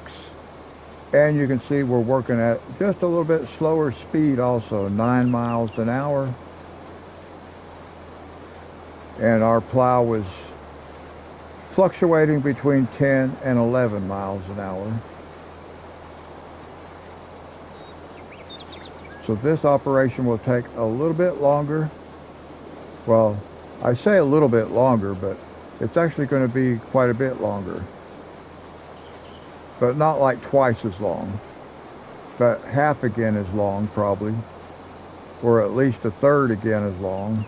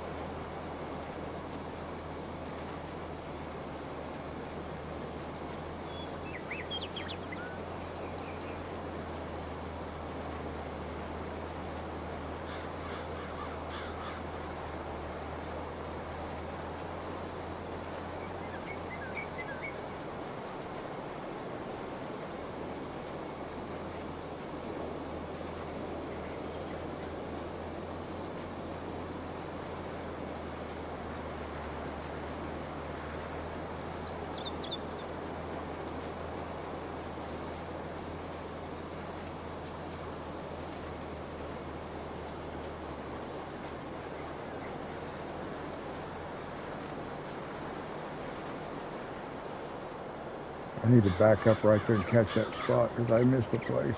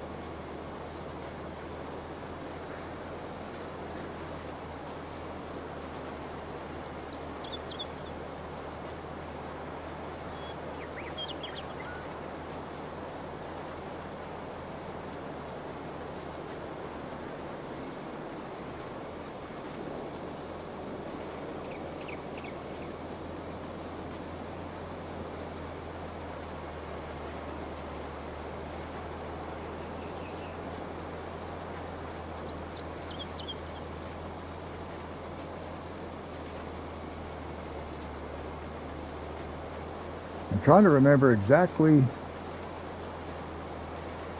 what angle I was working on. I think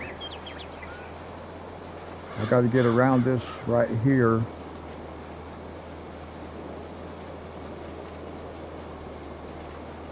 I know I'm overlapping a lot, guys, but I want to be able to start right here and go this way. I believe, yeah, this is the direction I want to work in.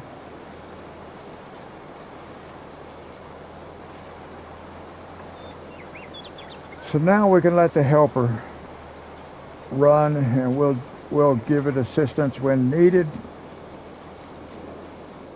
But at least the passes are going to be longer. We're going to be running long passes on this field. So we'll have to help it less times.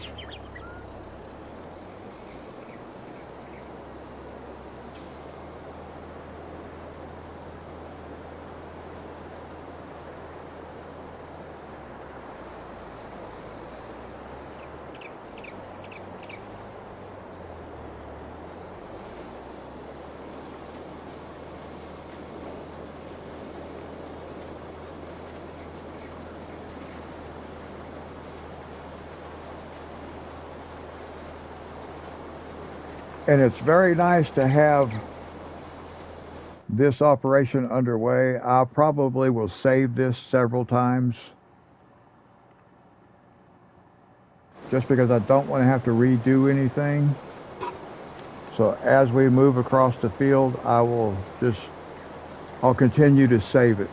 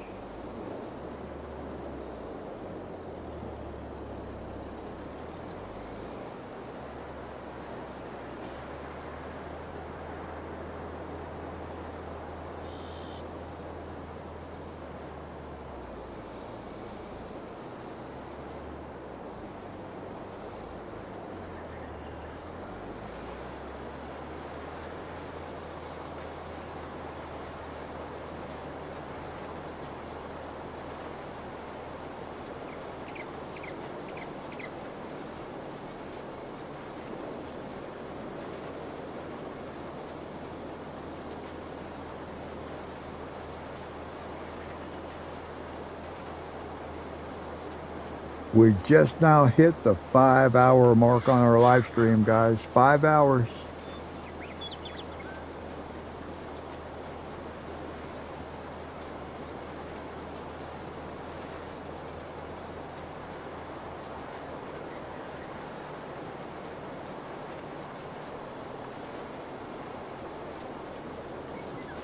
And we probably got a couple hours to go to finish this, get this field finished.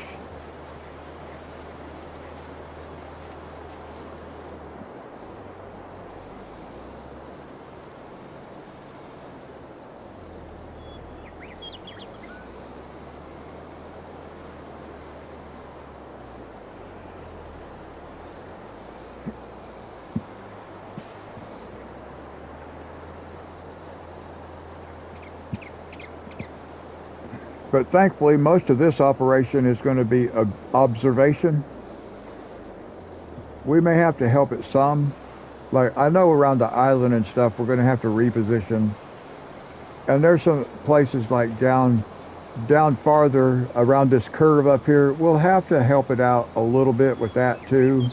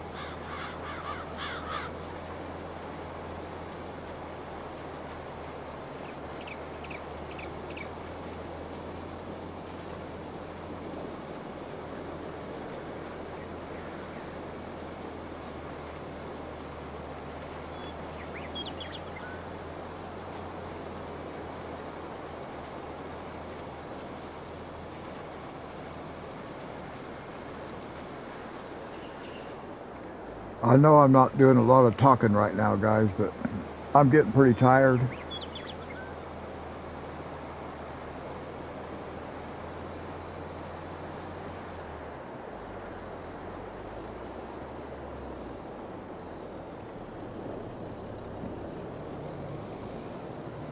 And I don't have anybody watching at the time.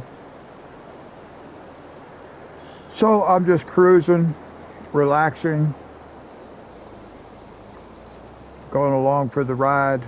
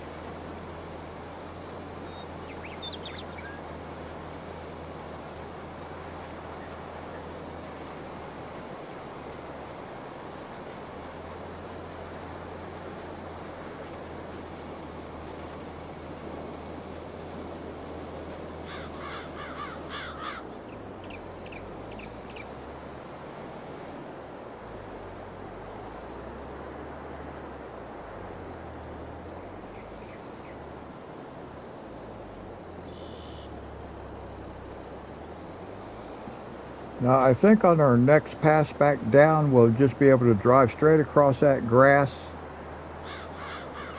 We'll get things lined up.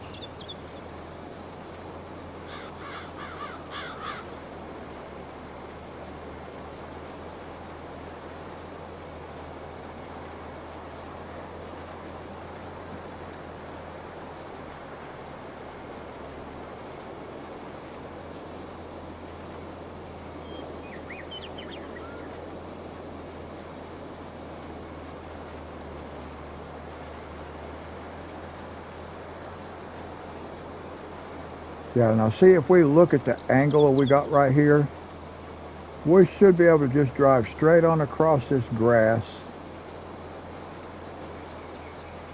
And we may just barely catch the edge of an unplanted field over here.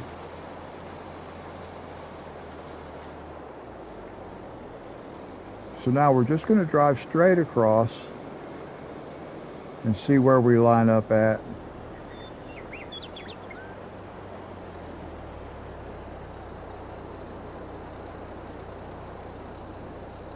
Looks like it's not actually going to catch, so that's okay.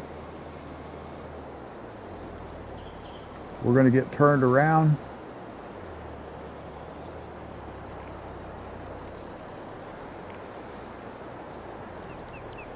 We'll let it overlap just a little bit.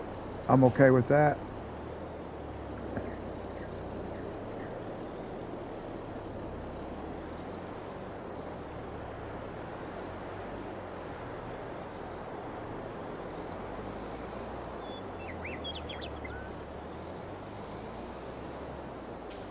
about like this.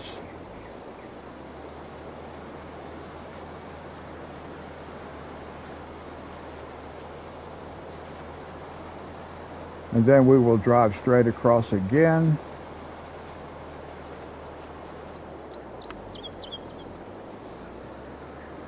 Connect back up on this side.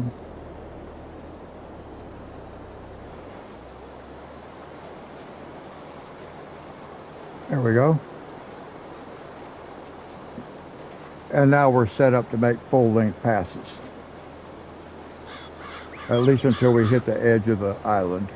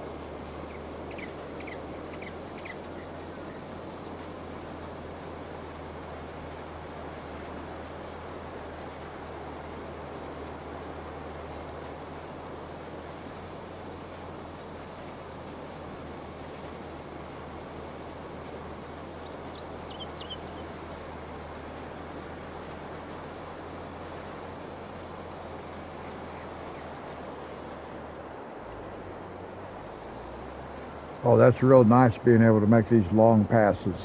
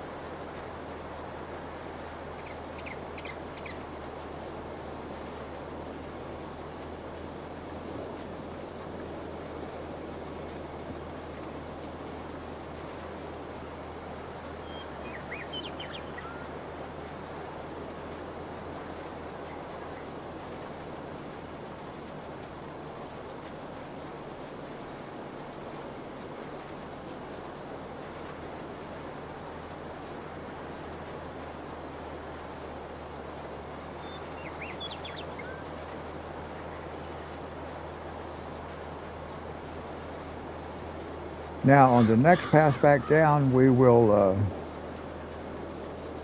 take control. We'll go around our island.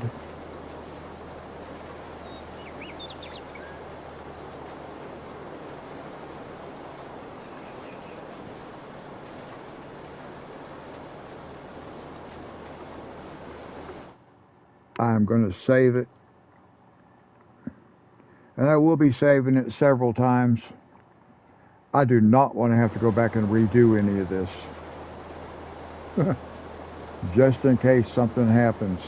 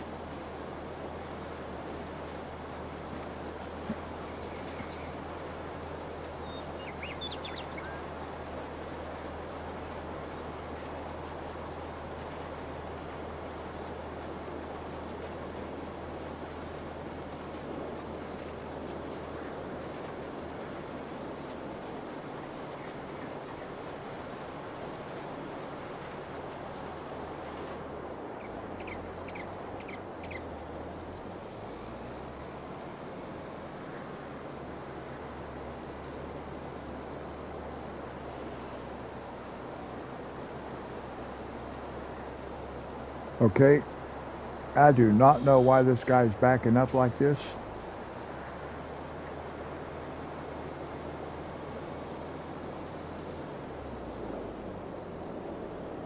I was not expecting it to back up that far, and it just kept going.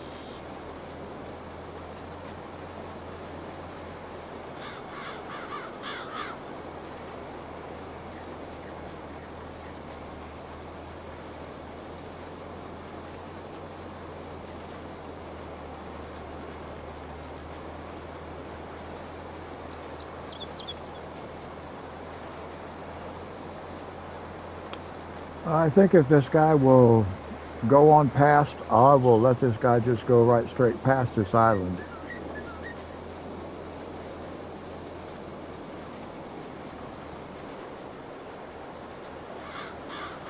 if it will.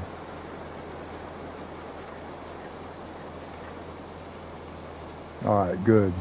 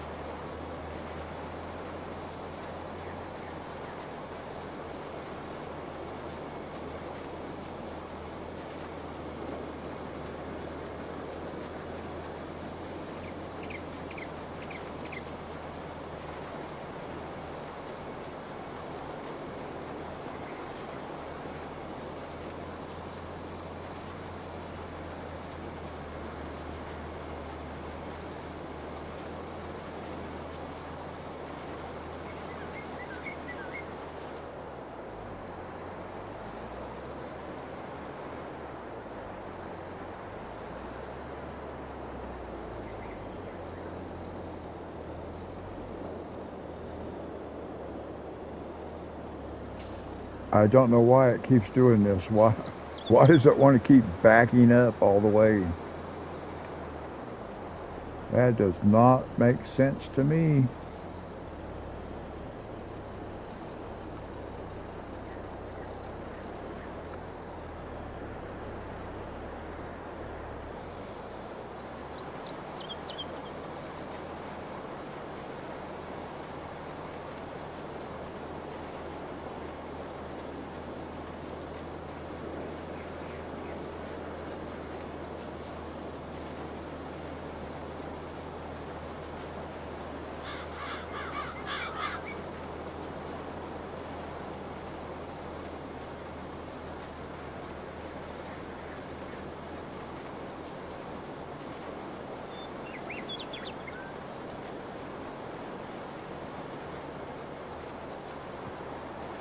Now we'll get ready to take control. We'll go around the island a couple times, or at least once, maybe not twice, but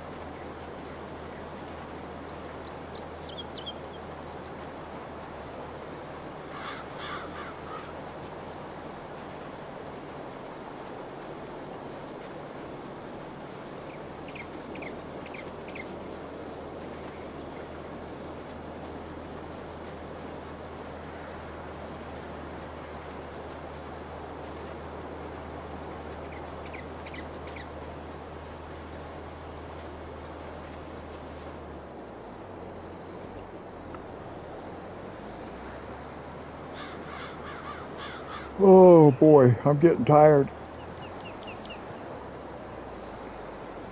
Oh.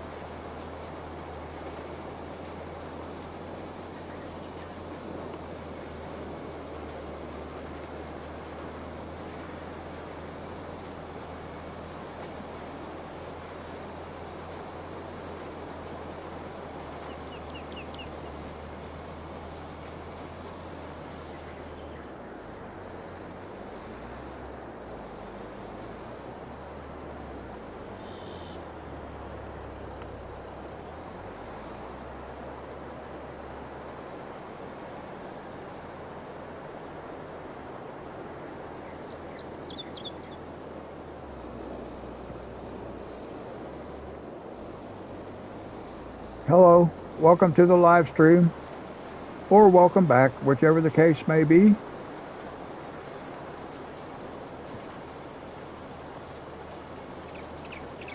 We are plowing, or not plowing, I finished plowing this field.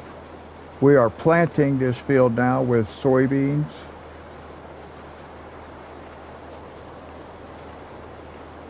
And this will be that's the last process that has to be done.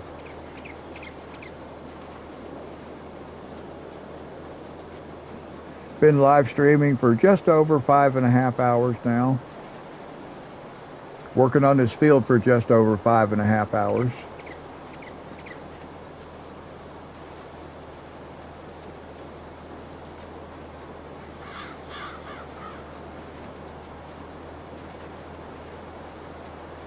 I want to see how long it would take to do this field if I did everything myself.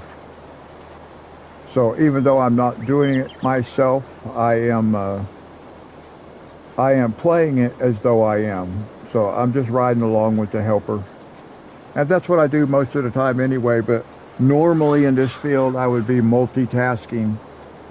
I would have, we would be done already, because while I had the helper plowing, I would have also had a helper running this seeder. So this would have been done already. But I was wanting to find out how long would it actually take if I did all of it myself. And this is the only way I can find out, is just to use one helper at a time.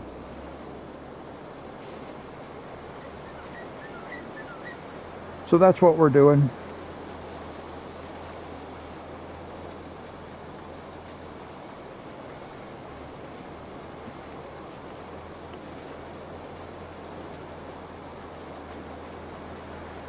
And I have things I got to get done today.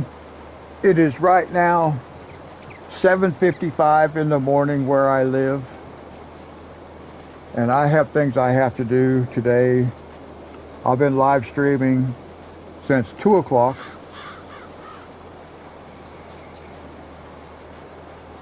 This morning. So we're almost to hit the 6-hour mark.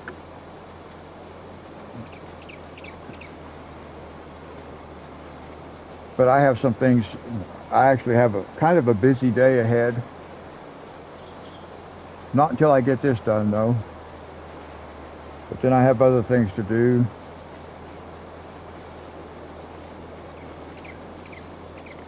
And one of my other daughters, I live with one of my daughters here and my grandchildren.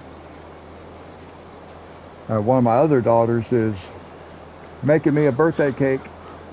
I'm going to be bringing it over today. My birthday was actually yesterday. Her boyfriend's birthday is today. So we are going to share a cake. That'll be nice. Now, we're going to come around on this side and get lined up. And then we'll connect everything when we work this side back over to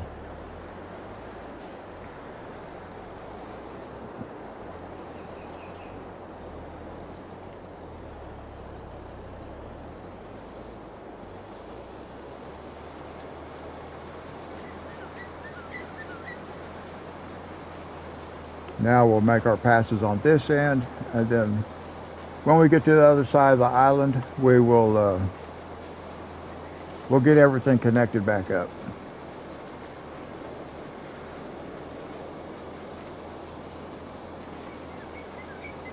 And if you've watched any of my live streams when I've been working on this field before, I used to do it kind of like this direction.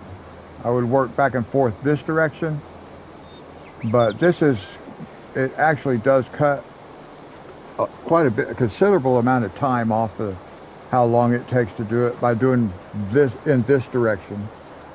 So from now on, I will be working in the lengthwise, because it's less turning. The helper doesn't have to turn around as many times.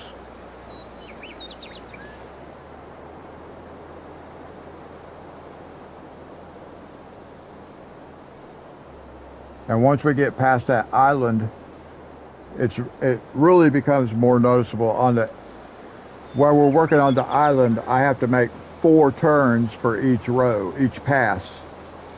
Whereas once I get away from the island, I'm only making 2 turns and I'm covering the full length of the field. It's much better.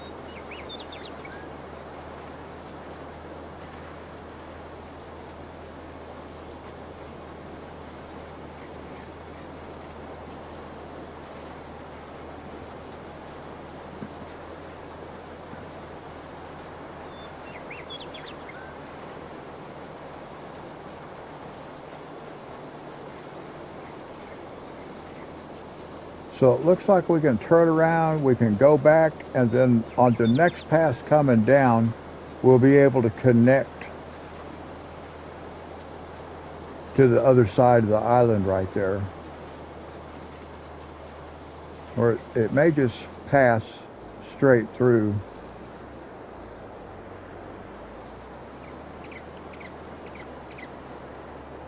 Did I miss something right there? I think it did.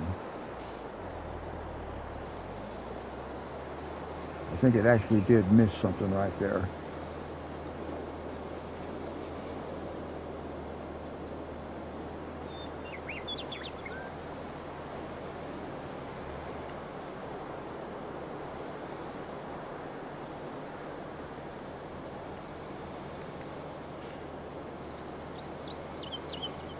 There we go.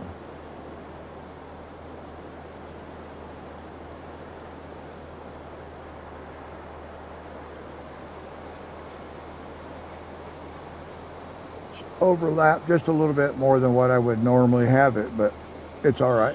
That was a little bit tricky getting it positioned in there where it missed that spot. So next time I need to do 2 headland rows around the island instead of just 1. I only had to do 1 with the plow, but the plow is 3 meters wider than this.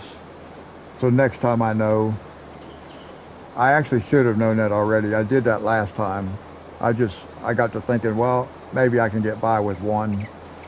For the most part, I was able to, except that one spot, but I want to eliminate that one spot.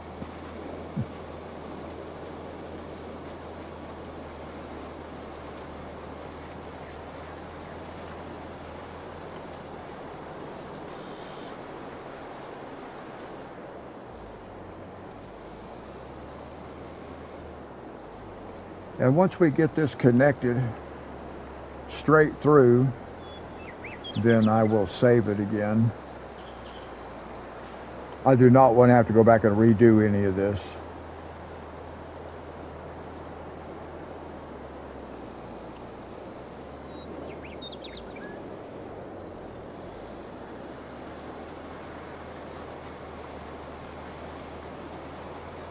But hopefully I can go straight through this time and be connected with the other side. I might have to reposition it a little bit. I don't know yet. From here it looks like it will connect. And hopefully it does.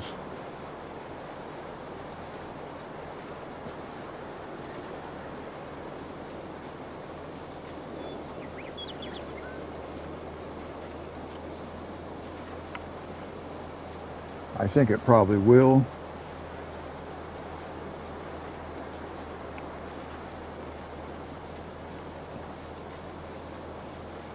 Yep, it's going to be fine.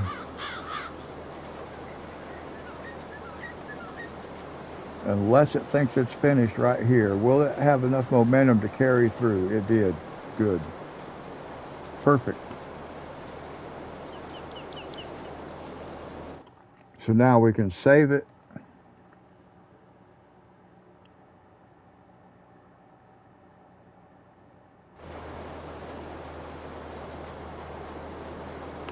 Now, if something happens, I won't have to go around that island again.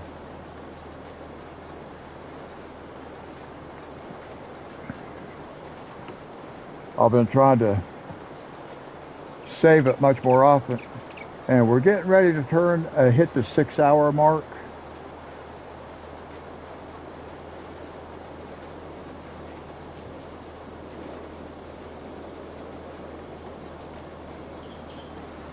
We've probably got a few more minutes left before we hit the 6-hour mark.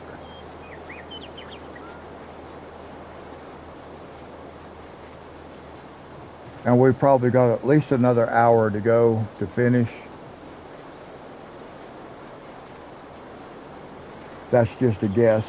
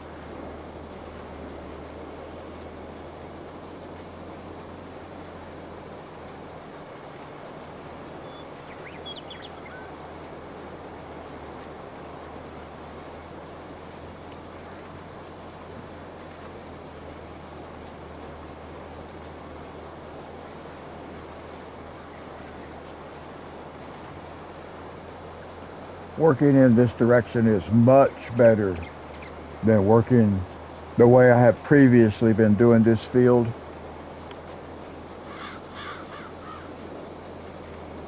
So I kind of figured out where to start at and everything like that. There'll be a couple places where I'll have to help it. It's going to skip stuff just because of the curvature of the edges of the field. It's going to make it miss some stuff, and I'll have to go back and catch it, and that's okay.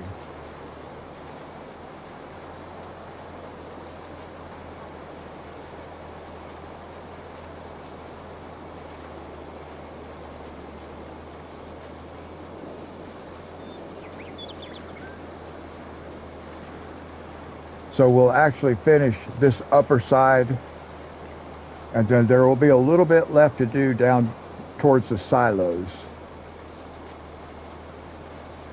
that we'll have to catch at the end.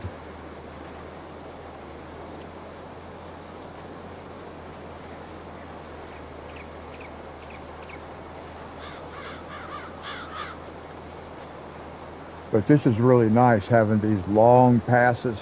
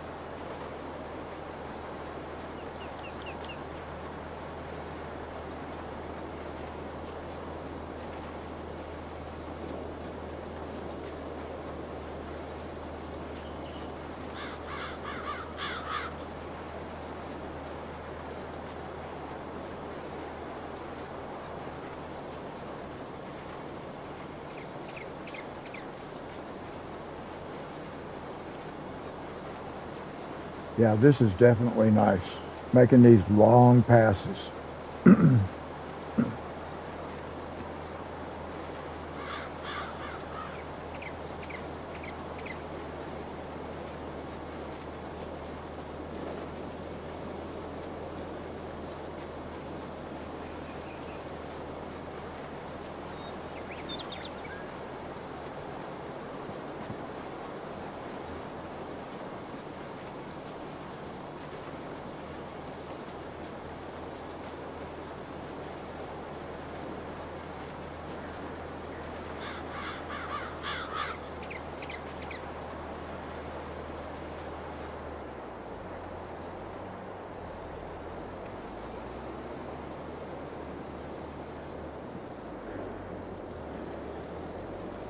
I always need to change the camera angle just so I can make sure it starts at the right spot.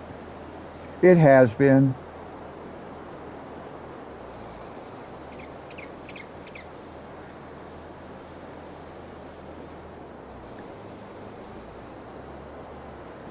I had a person in chat earlier, and it just threw up a bunch of messages on my TV screen.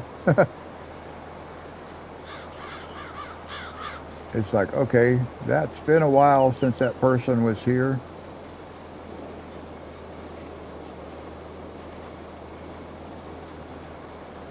It's always kind of funny when it does that.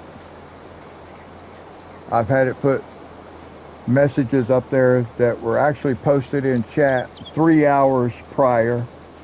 They finally show up on the TV screen, because it's supposed to be showing me on my TV screen whatever happens in chat, so that I don't have to, so I can see it, you know. I mean, I can see it anyway because I have my laptop right here, so I'm actually watching the live stream on YouTube at the same time as I'm actually recording the live stream. But it's supposed to show me the messages. It's supposed to show me any activity. Like if somebody enters the room, it's supposed to show me. If they leave, it's supposed to show me not who it is. It just tells me how many people. Like right now it says 2 watching. One of those is me, one is somebody else. But that will it'll show me on the TV screen. It's supposed to show me the messages also, whatever is typed into the chat, but that doesn't work correctly.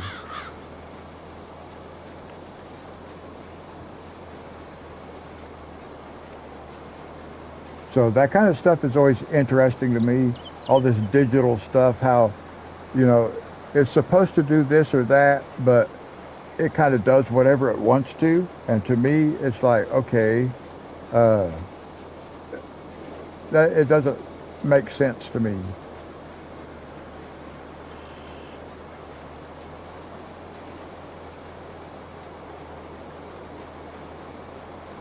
But that's how it is. But anyway, those messages popped up on my TV screen, and I thought somebody new had come into chat, and then I was looking, and it's like, hey, I've seen those messages before. Sure enough.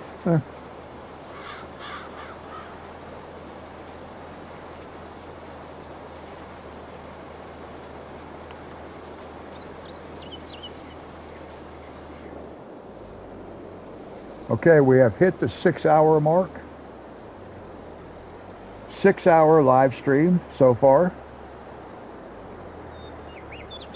We have not been working on this field for quite 6 hours. We have about 4 more minutes, and that will hit the 6-hour mark that we've actually been working on this field. Because I did a couple other things prior to starting this field. So it was 8 minutes past the hour when I actually started. But the live stream has been 6 hours. And I figure we probably got an hour to finish. Is my guess. Probably about an hour.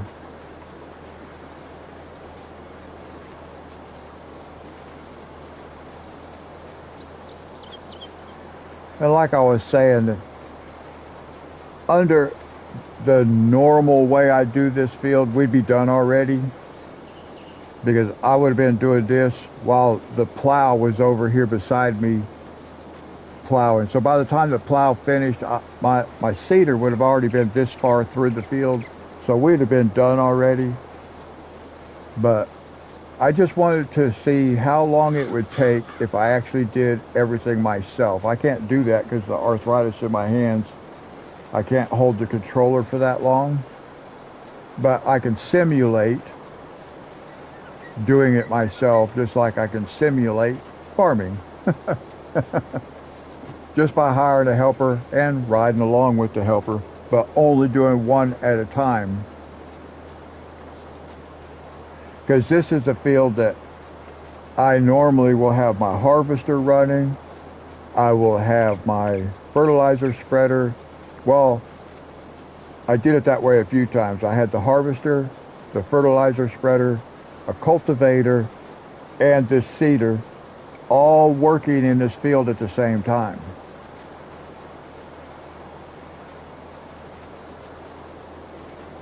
But that can be a lot, especially if they need help. So you have to really pay attention.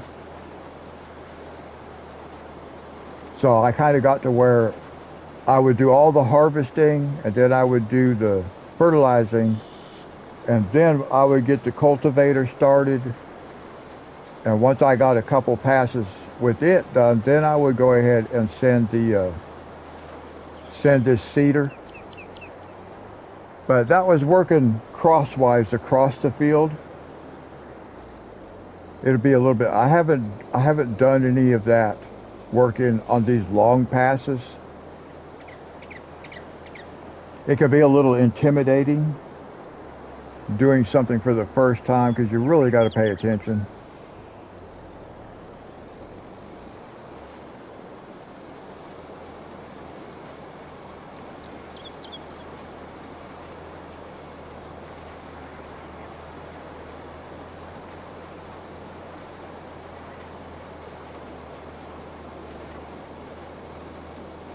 So now we have 6 hours working on this field. Just over 6 hours for the live stream, but 6 hours of actual work on this field because I started harvesting this field at 8 minutes past 9.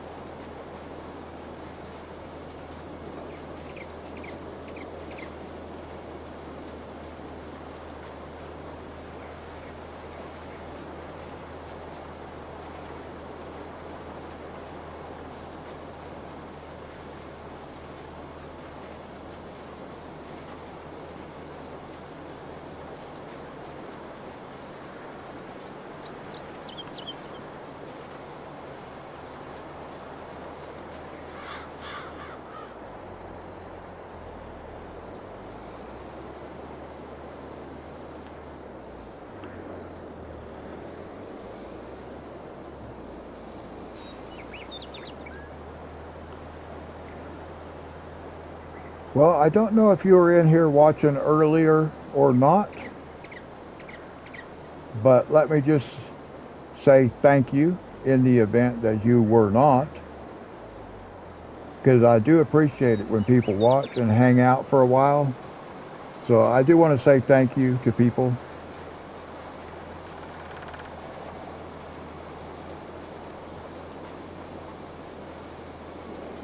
I don't want to just take it for granted, because I know you could be watching something else.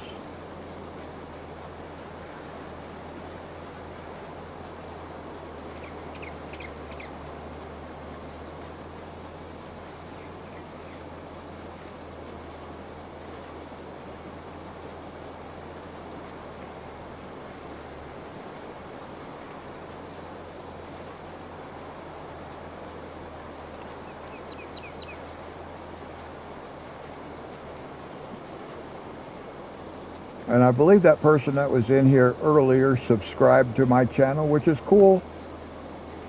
They told me they did, so I have no reason to believe they did not.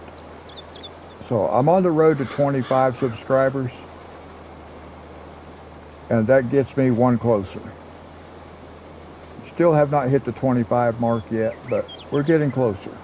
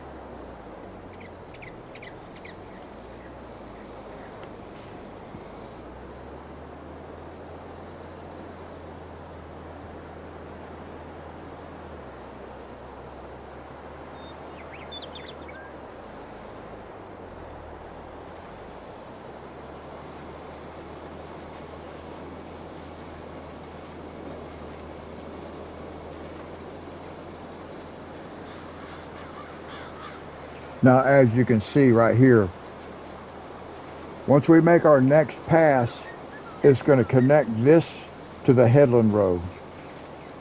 So we're going to have that section of the field back there still is going to have to be completed.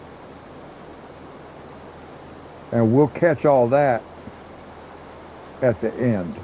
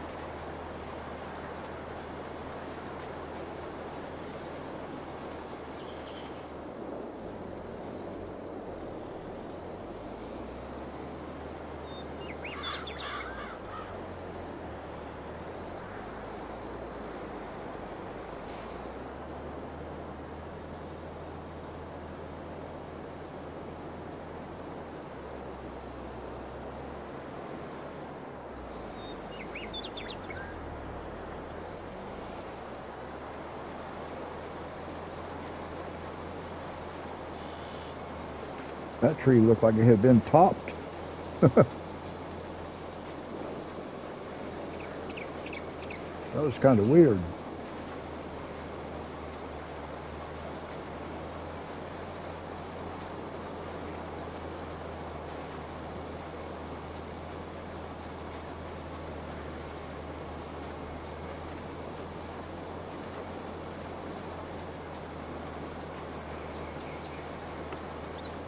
Let's pop the map back up for a second. All right, we've got more than half done. We're good. That's really nice.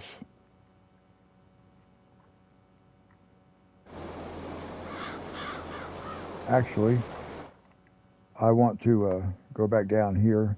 I'm going to go ahead and save it. Since I got the menu open, I might as well. There we go.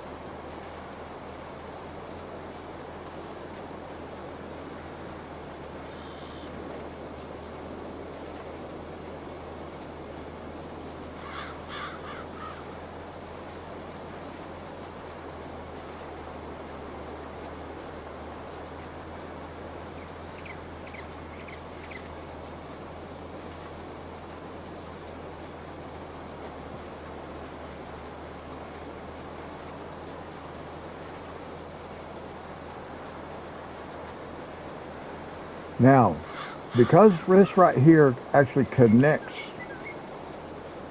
the planted part where I did that headland row, it would do this end down here. It would finish this end and think it was done because there's that disconnect between the two ends of the field now.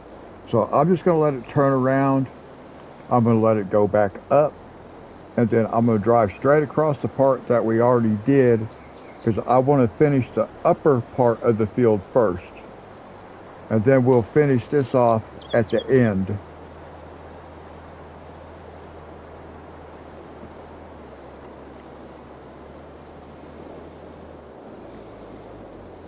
And we'll just have this one little section down here to finish off at the end.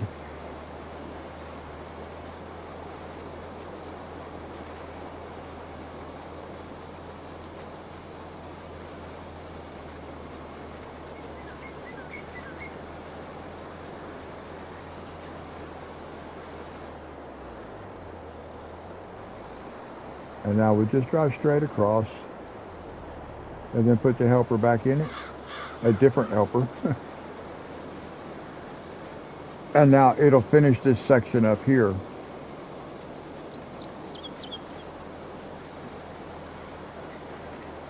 We'll actually have to do the same thing when it comes back down, because I think it's going to take more than one pass to finish. It might catch all that right there with one pass. We'll see. It may not. The plow did good, but the plow was a little bit wider. I think this is going to leave itself isolated,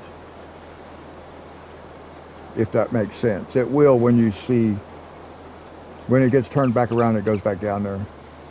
You'll see what I mean if it leaves itself isolated.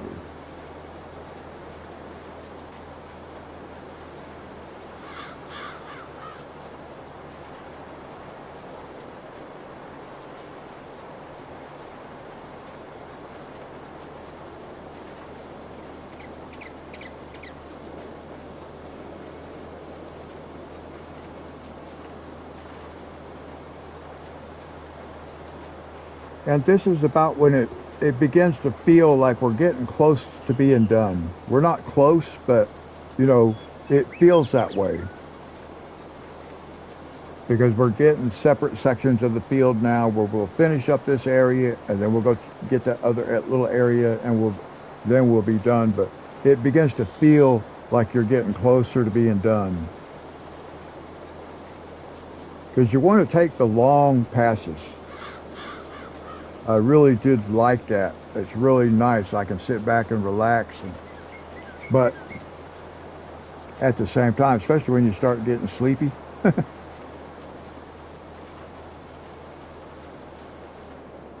then it's nice to, you get to certain places where it feels like you've made accomplishments. I guess that's what it really is. Because even though there's a good section of field that still has to be worked right there, because we're not going all the way down to the far end, it makes it feel like it's a smaller area. So it makes it feel like there's less to be done. But if you just look at it like this, there's still quite a bit here to do. And there is. But it feels like you're getting closer to being done. And that's always a nice feeling. I don't know if you can relate to that or not, but for me, that's how it is.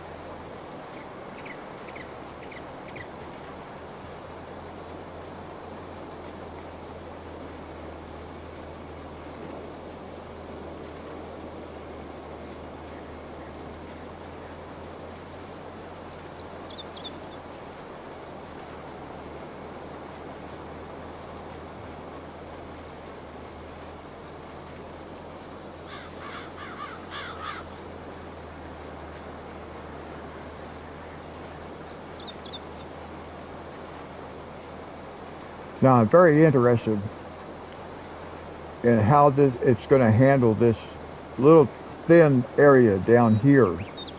If it covers the entire thing on this pass, if it gets all of it on this pass, it should back up to this point where they connect right here. But if there's a little bit left down there that it can't catch with this pass, it's going to turn around, it'll catch that area, and then it's going to think it's finished. And it looks like it might catch it all. I just can't quite tell. It got all of it. So now it may back up. It might think it's finished. But I'm thinking it will back up and continue, which is good. But because if it had left even one row undone, it would have turned around, caught that, and then said it was done, because it left itself isolated out there. Everything around it had already been done, so it would think it was finished. That worked out perfect.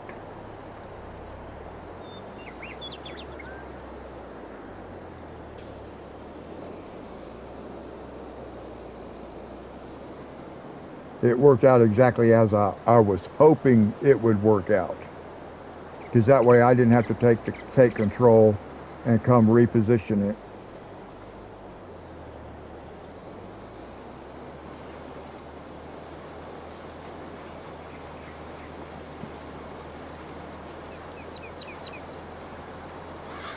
And now each of these passes get a little bit shorter,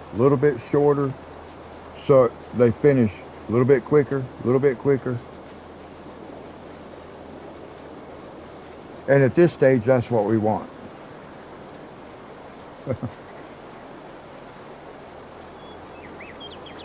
And we're still operating with the least number of turns as possible, because we're still making the longest passes that we can make.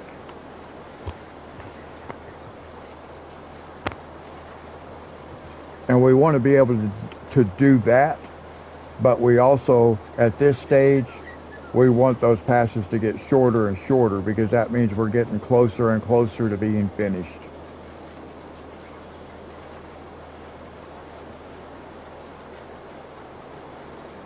At least that's how it is for me after streaming for, at this point, almost 6.5 hours.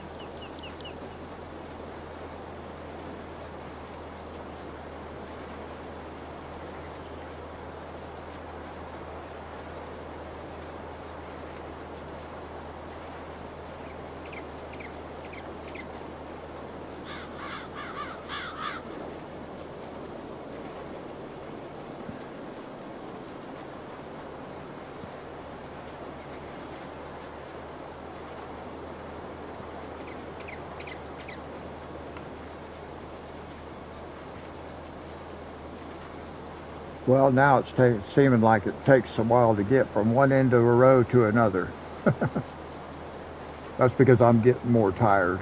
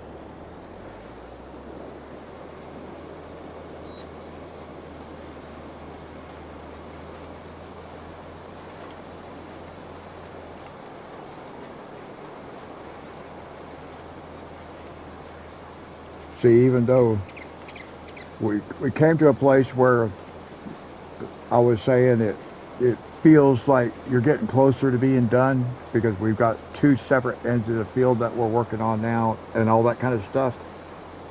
It's still a lot that has to be done as far time wise.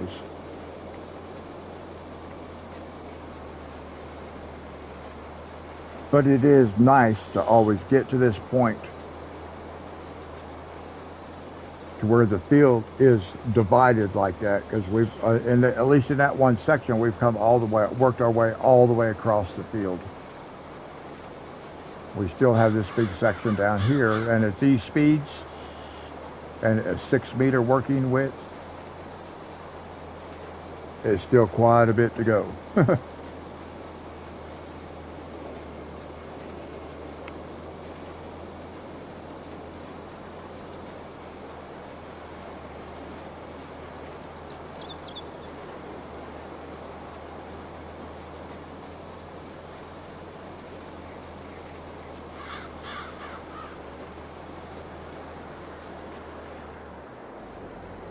But I'm sure that part of it is just the fact that I'm getting tired.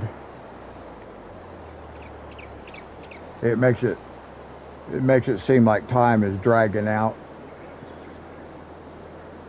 Of course, we know it really isn't, but it just seems that way.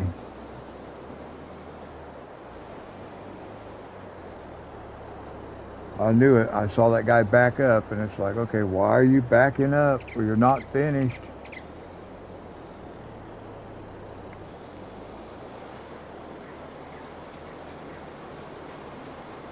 And see, that's the kind of thing I don't really understand. Is sitting there looking at the work that it needs to do, and it just backs up away from it and says, oh, I'm done. So as far as I'm concerned, in my opinion, the helpers worked better in FS19 than they do in FS22. And I hope they actually do better in FS25.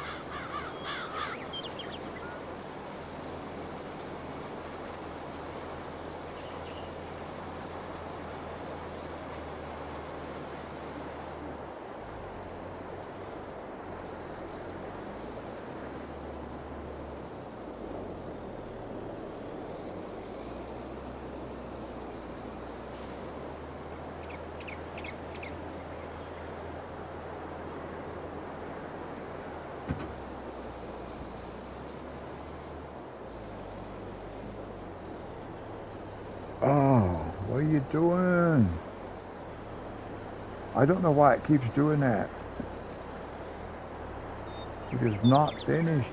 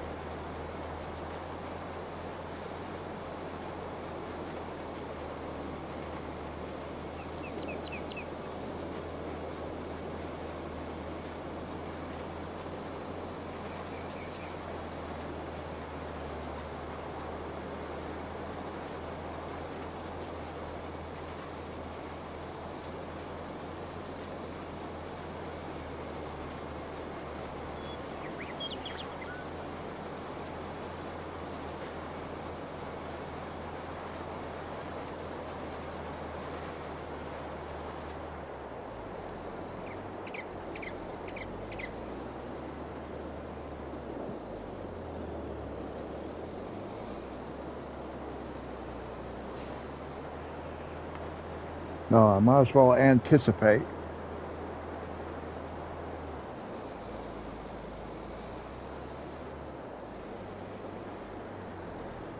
Yep. I just don't know why it does that.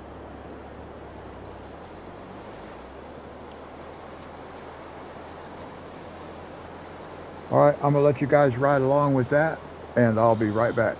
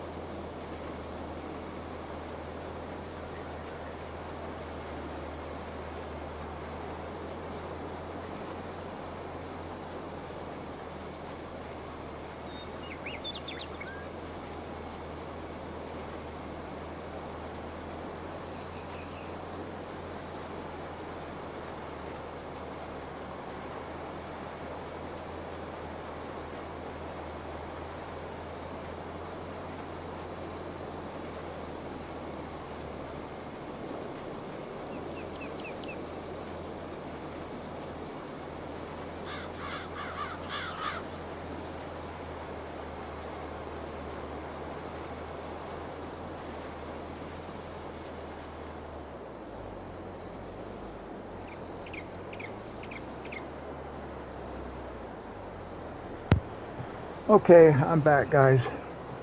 And I'm back just in time. That was pretty good timing. Because I will probably have to help this guy again. Yep. I don't understand that. That just does not make sense to me. And I'm going to have to do this every time, all the way down this side of the field here, until we're done. Apparently. It's not going to figure out that it's not done.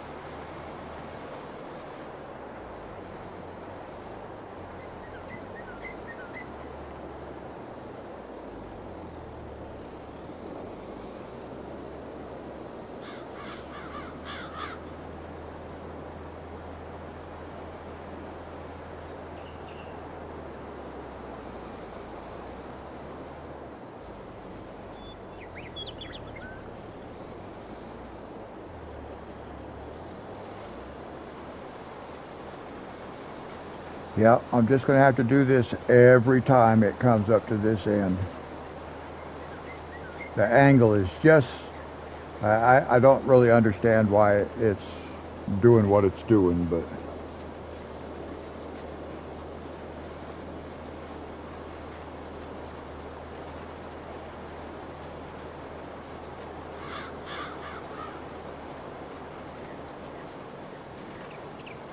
so that part's a little bit annoying.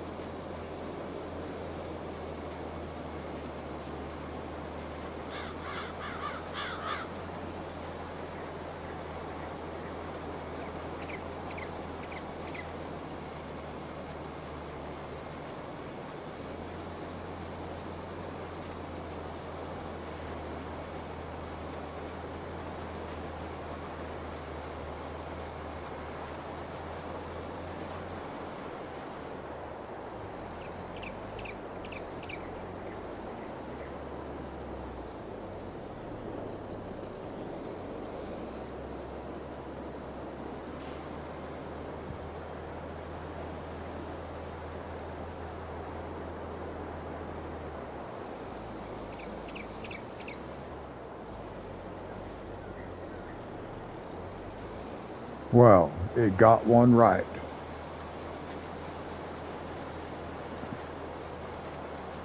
The alignment is not right, but at least it kept working.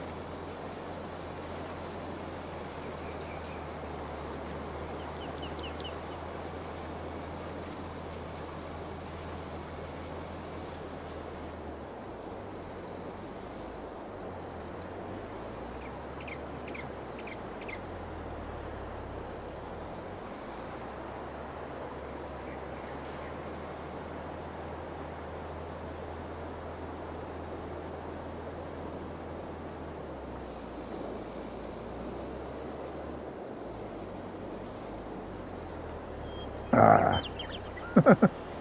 Well, at least it did it right once. Well, it wasn't lined up right, but it at least kept working. But now the passes are getting shorter and shorter.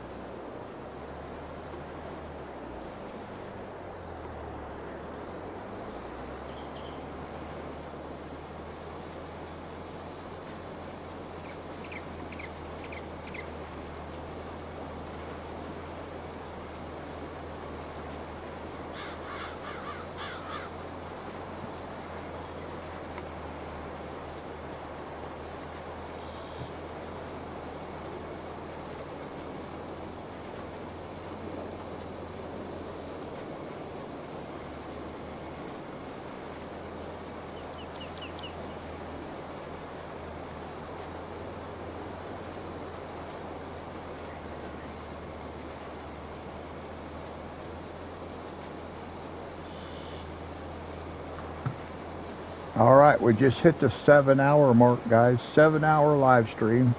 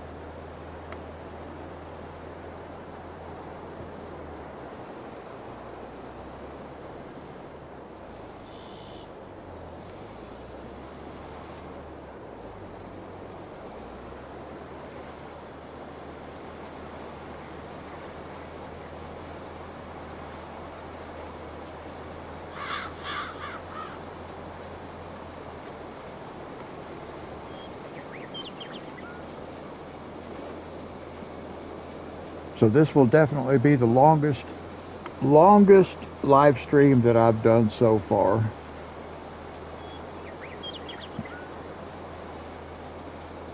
I think the longest one I did prior to this was 7 hours and 3 minutes. But I did that one on purpose because I actually was wanting to set a new record for longest live stream that I've done. And I deliberately kept finding things to do just to make it stretch out to 7 hours. And it ended up being 7 hours and 3 minutes. I think it was 7 hours and 3 minutes.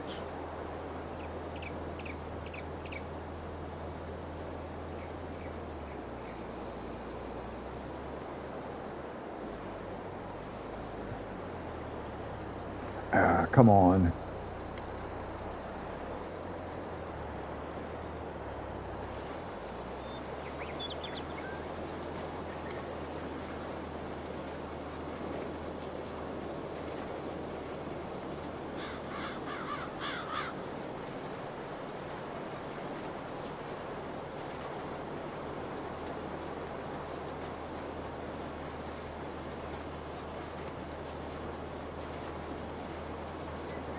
And now we just hit the 7 hour mark for working on this field.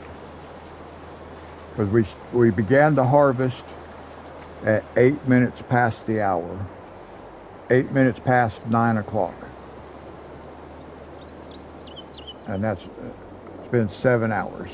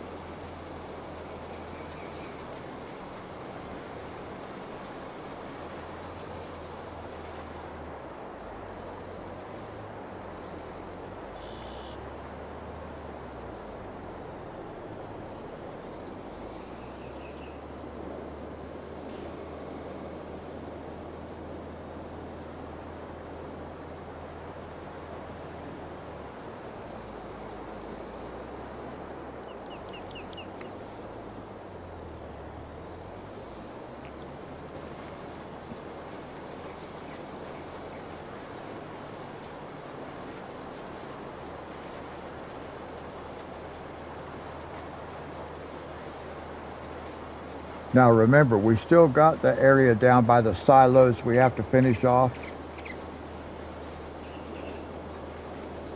So once we get this done, there's still a little bit more work to be done.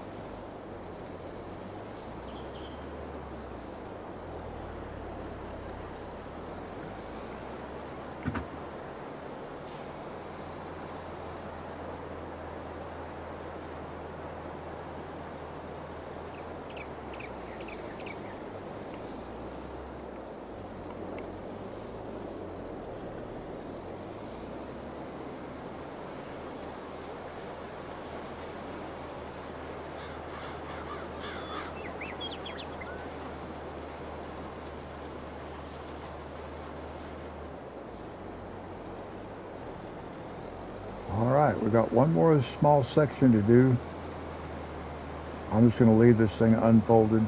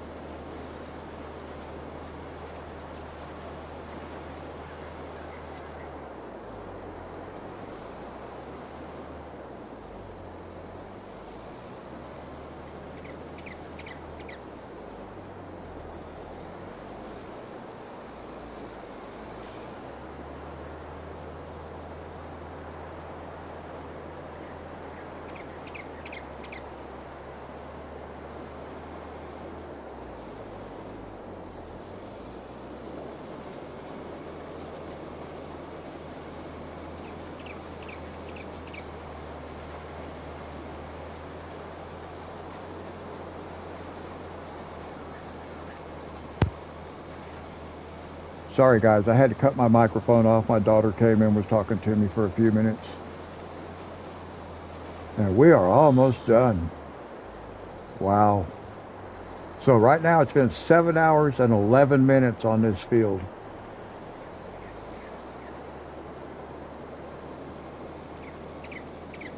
And that is what I wanted to find out. How long would it take me to do this field if I did all of it by myself? Of course, I had to simulate doing it by myself by letting the helper do it and me just riding along. No multitasking, only one helper at a time.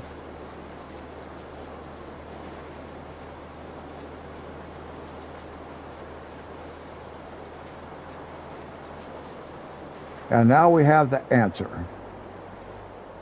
Looks like it's going to be 7 hours and 12 minutes.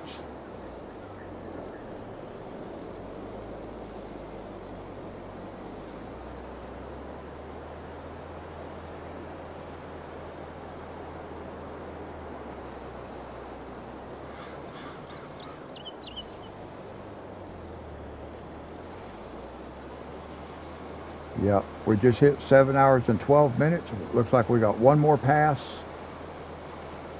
There may be just a touch. It might be one row wider than a full pass. I might want to reposition this guy down there. See if we can cover the whole thing with one pass.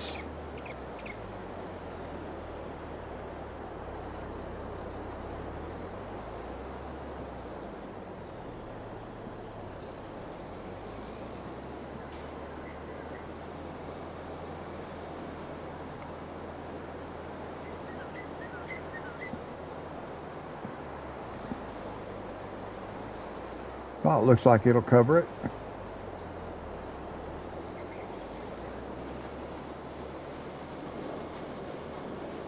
So there we go. Actually 7 hours and 13 minutes.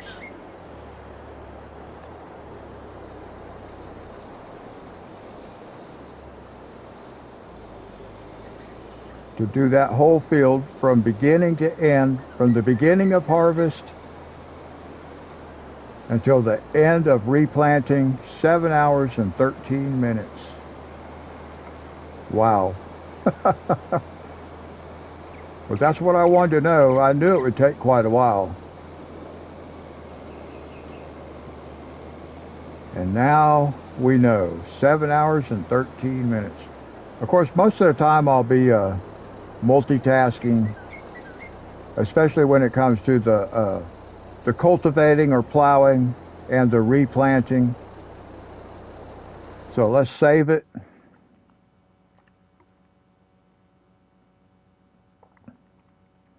So this is a new record for the longest live stream, and I found out what I wanted to find out.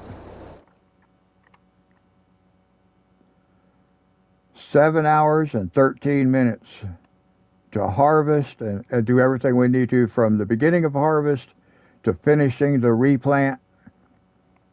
And that's what I wanted to know. Next episode, we'll take care of these fields. And then we'll probably do this one also. We'll probably sleep and take care of this one. Yeah, I think I can sleep one day. These two fields should be okay for one more month. And that will get this one ready. So we'll have those 3 fields for the next episode. So that'll be cool. So,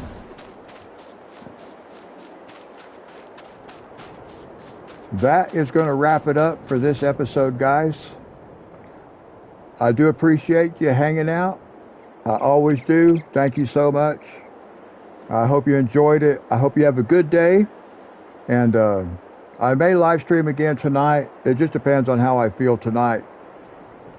But I'm kind of excited. I'm really pleased to be able to have accomplished that field the way I did. So that's going to wrap it up. I will catch you guys in the next one. Until then, God bless.